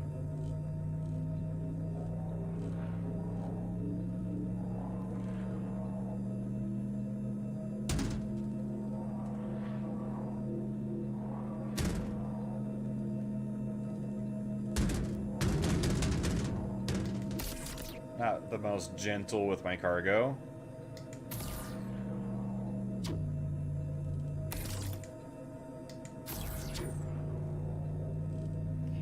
Those unknown markers are really making it hard to know what I'm doing.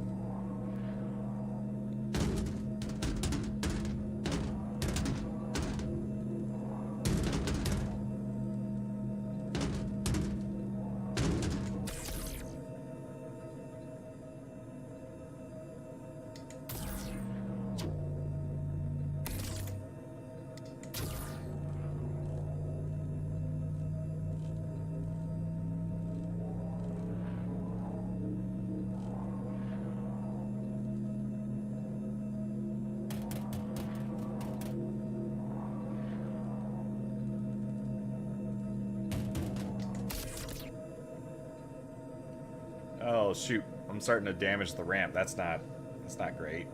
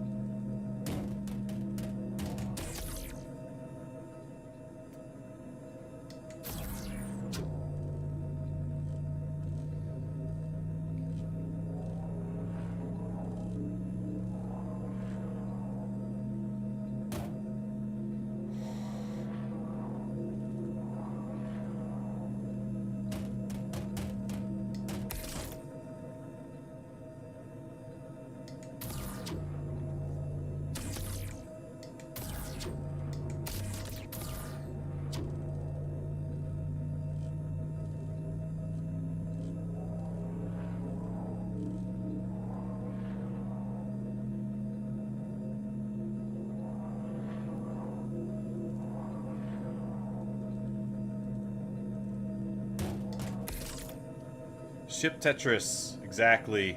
Yep.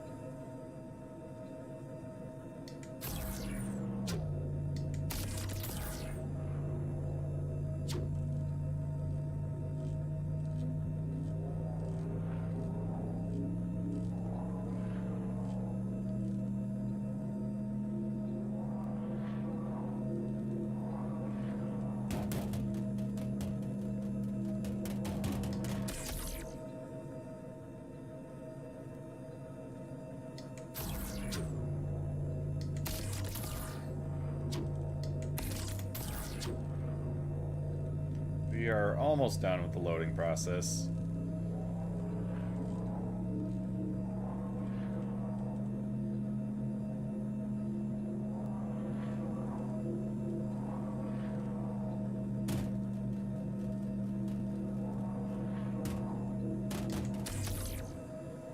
YouTube is now receiving enough video to maintain smooth streaming. As such, viewers will experience buffering. Let me know if you guys have any issues with the stream. That warning just popped up. It hadn't been there all day today.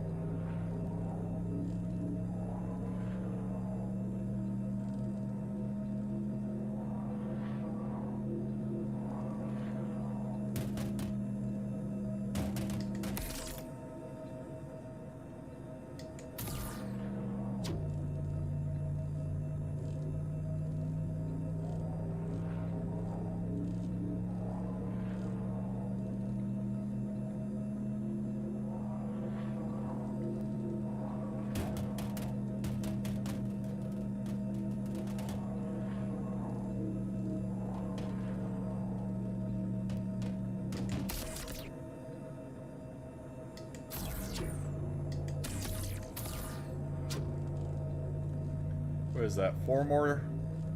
4 or 5 more? Oh, we're almost done.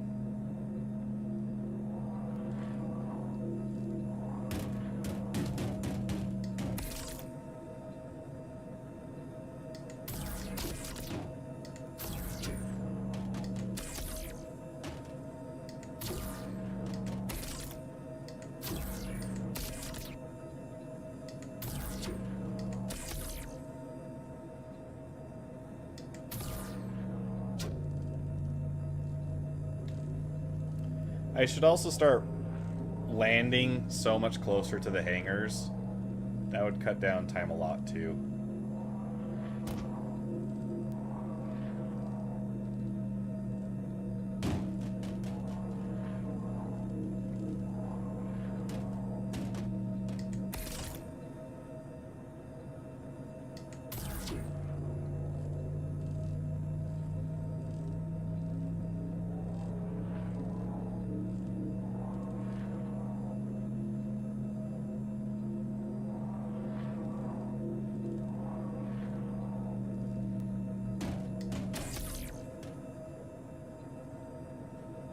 It's not locked down.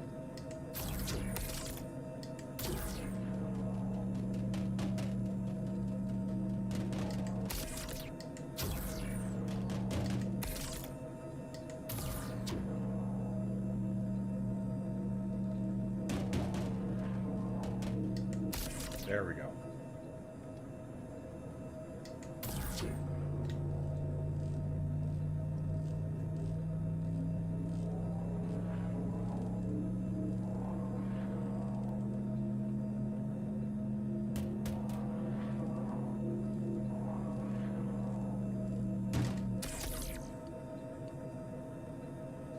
And then, if I want to do auto-loading on the other end, do I just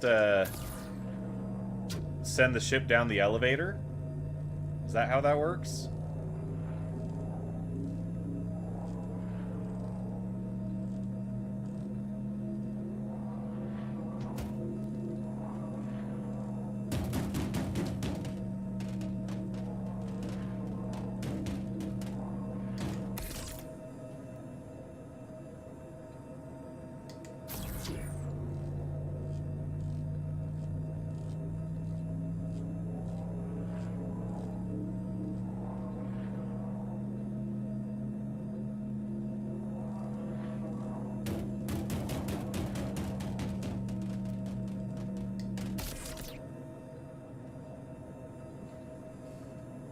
I think we're done.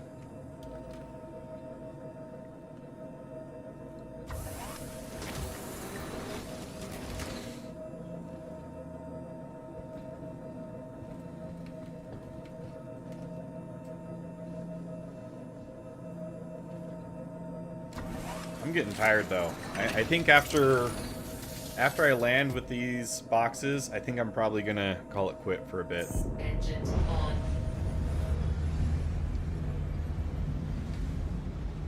You are clear to launch.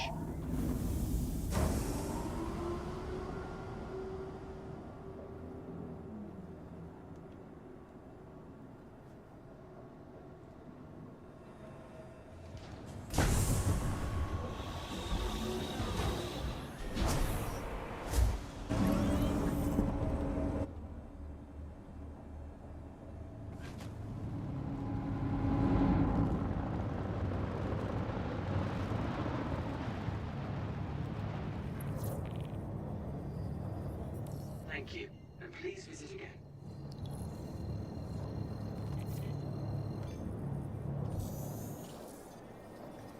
Quantum travel engaged.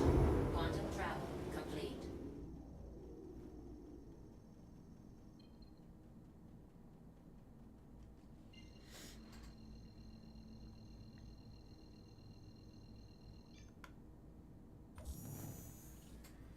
Quantum travel engaged.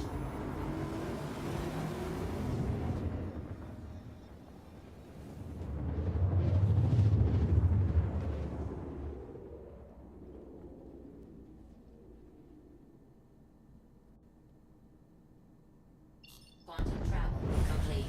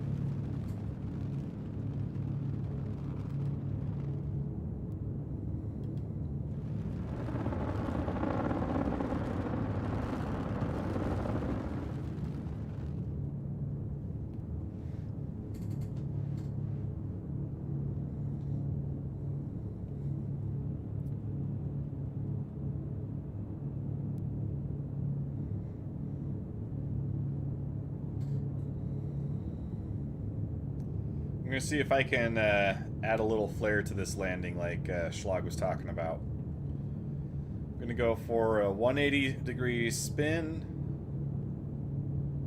to land facing forward.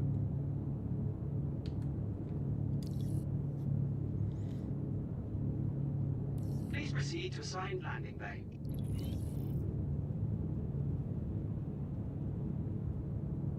Oh, no. Never mind, it gave me a top-loaded one.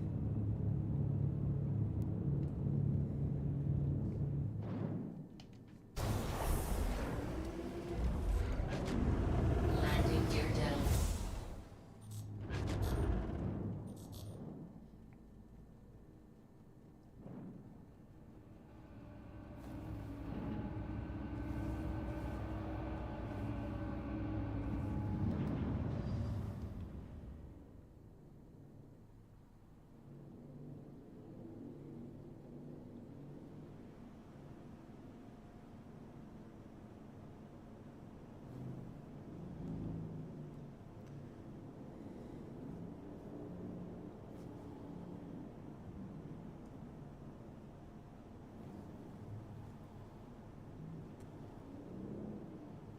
No one tell Voodoo about this landing. He's not allowed to know. Engines off.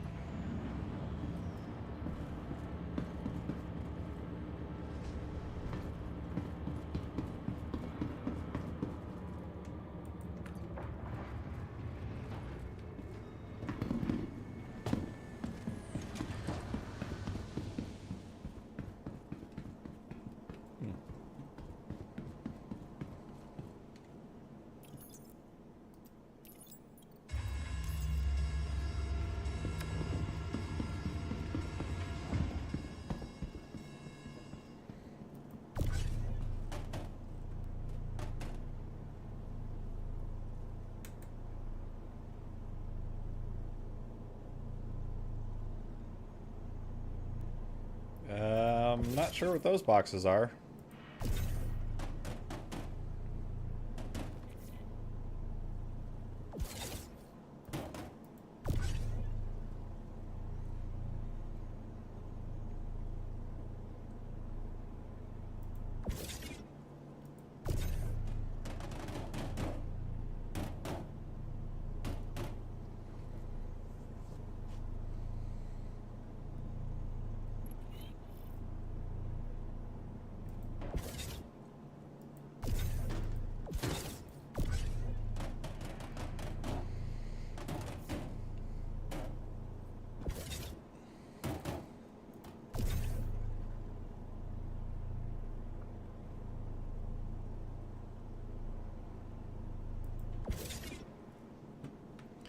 Before I forget, and while I'm thinking about it, make sure to like and subscribe. Do all the YouTube things. Share these videos with your friends, especially if you have a sister that's single. And channel members get exclusive benefits. Orbital Bombardiers and above get callouts during streams and videos. And it's a great way to support the channel. Right now, I'm doing a series on my sister's cancer treatment. We're trying to raise money to help pay for her expenses. And so that's one way that, as a family, we've decided to try and help out, is to raise publicity and awareness about it. So if you have disposable income and you're looking for a place to put it, my sister's GoFundMe is an option. Right now we have a video where I am interviewing my mom up at the moment. So my mom's been with her during the whole diagnostic process, so she knows a lot about what my sister Marin is going through.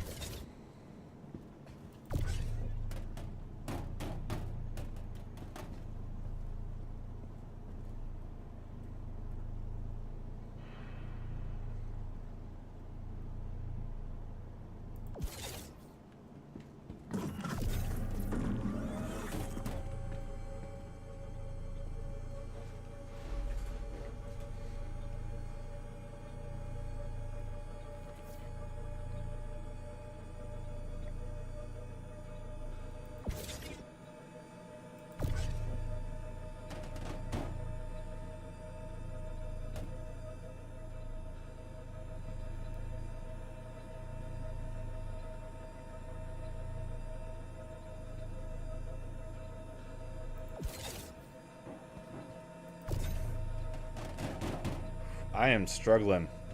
Did not get a lot of great sleep last night. Been a stressful week.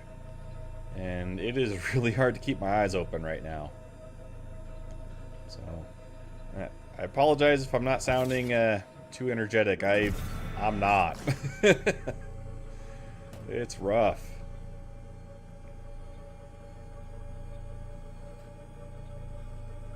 I just got to get these boxes out of my ship, though, and then I can go take a nap. I remember as a kid, though, naps were always like the worst thing ever. And as an adult, can't get enough of them. Naps are great. Who doesn't want to have a nap?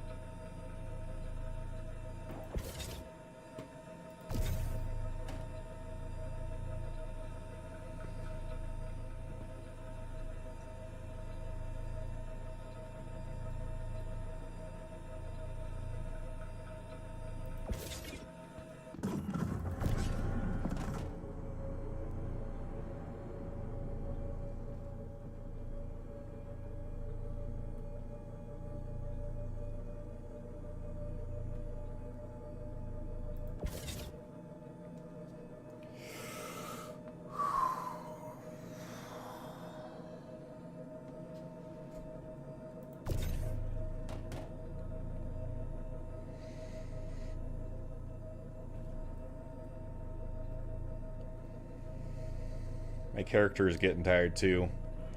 It's running out of water. It's drying up.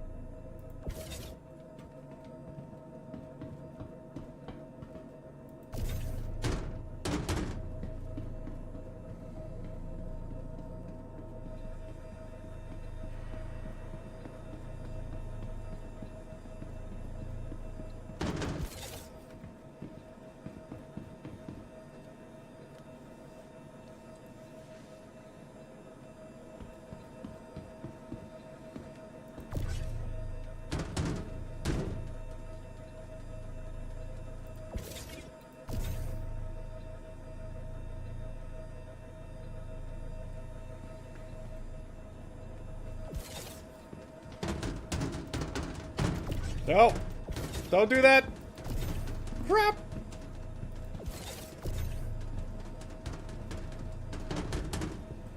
Oh. I think we almost blew up there, guys.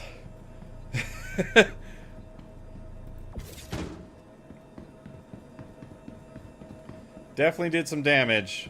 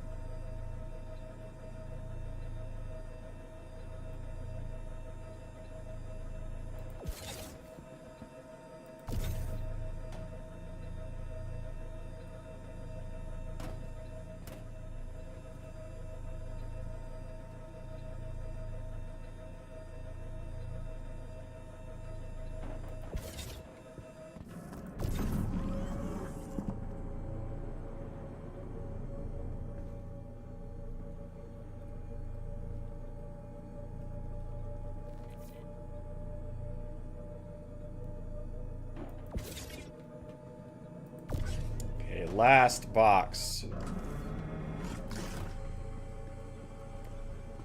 Have a good night, Schlog. Or, day. Thanks for hanging out.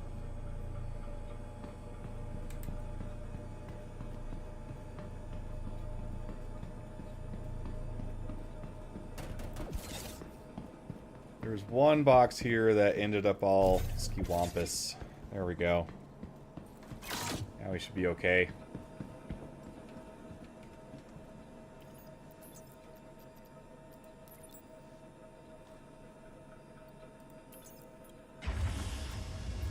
I think we were at 386.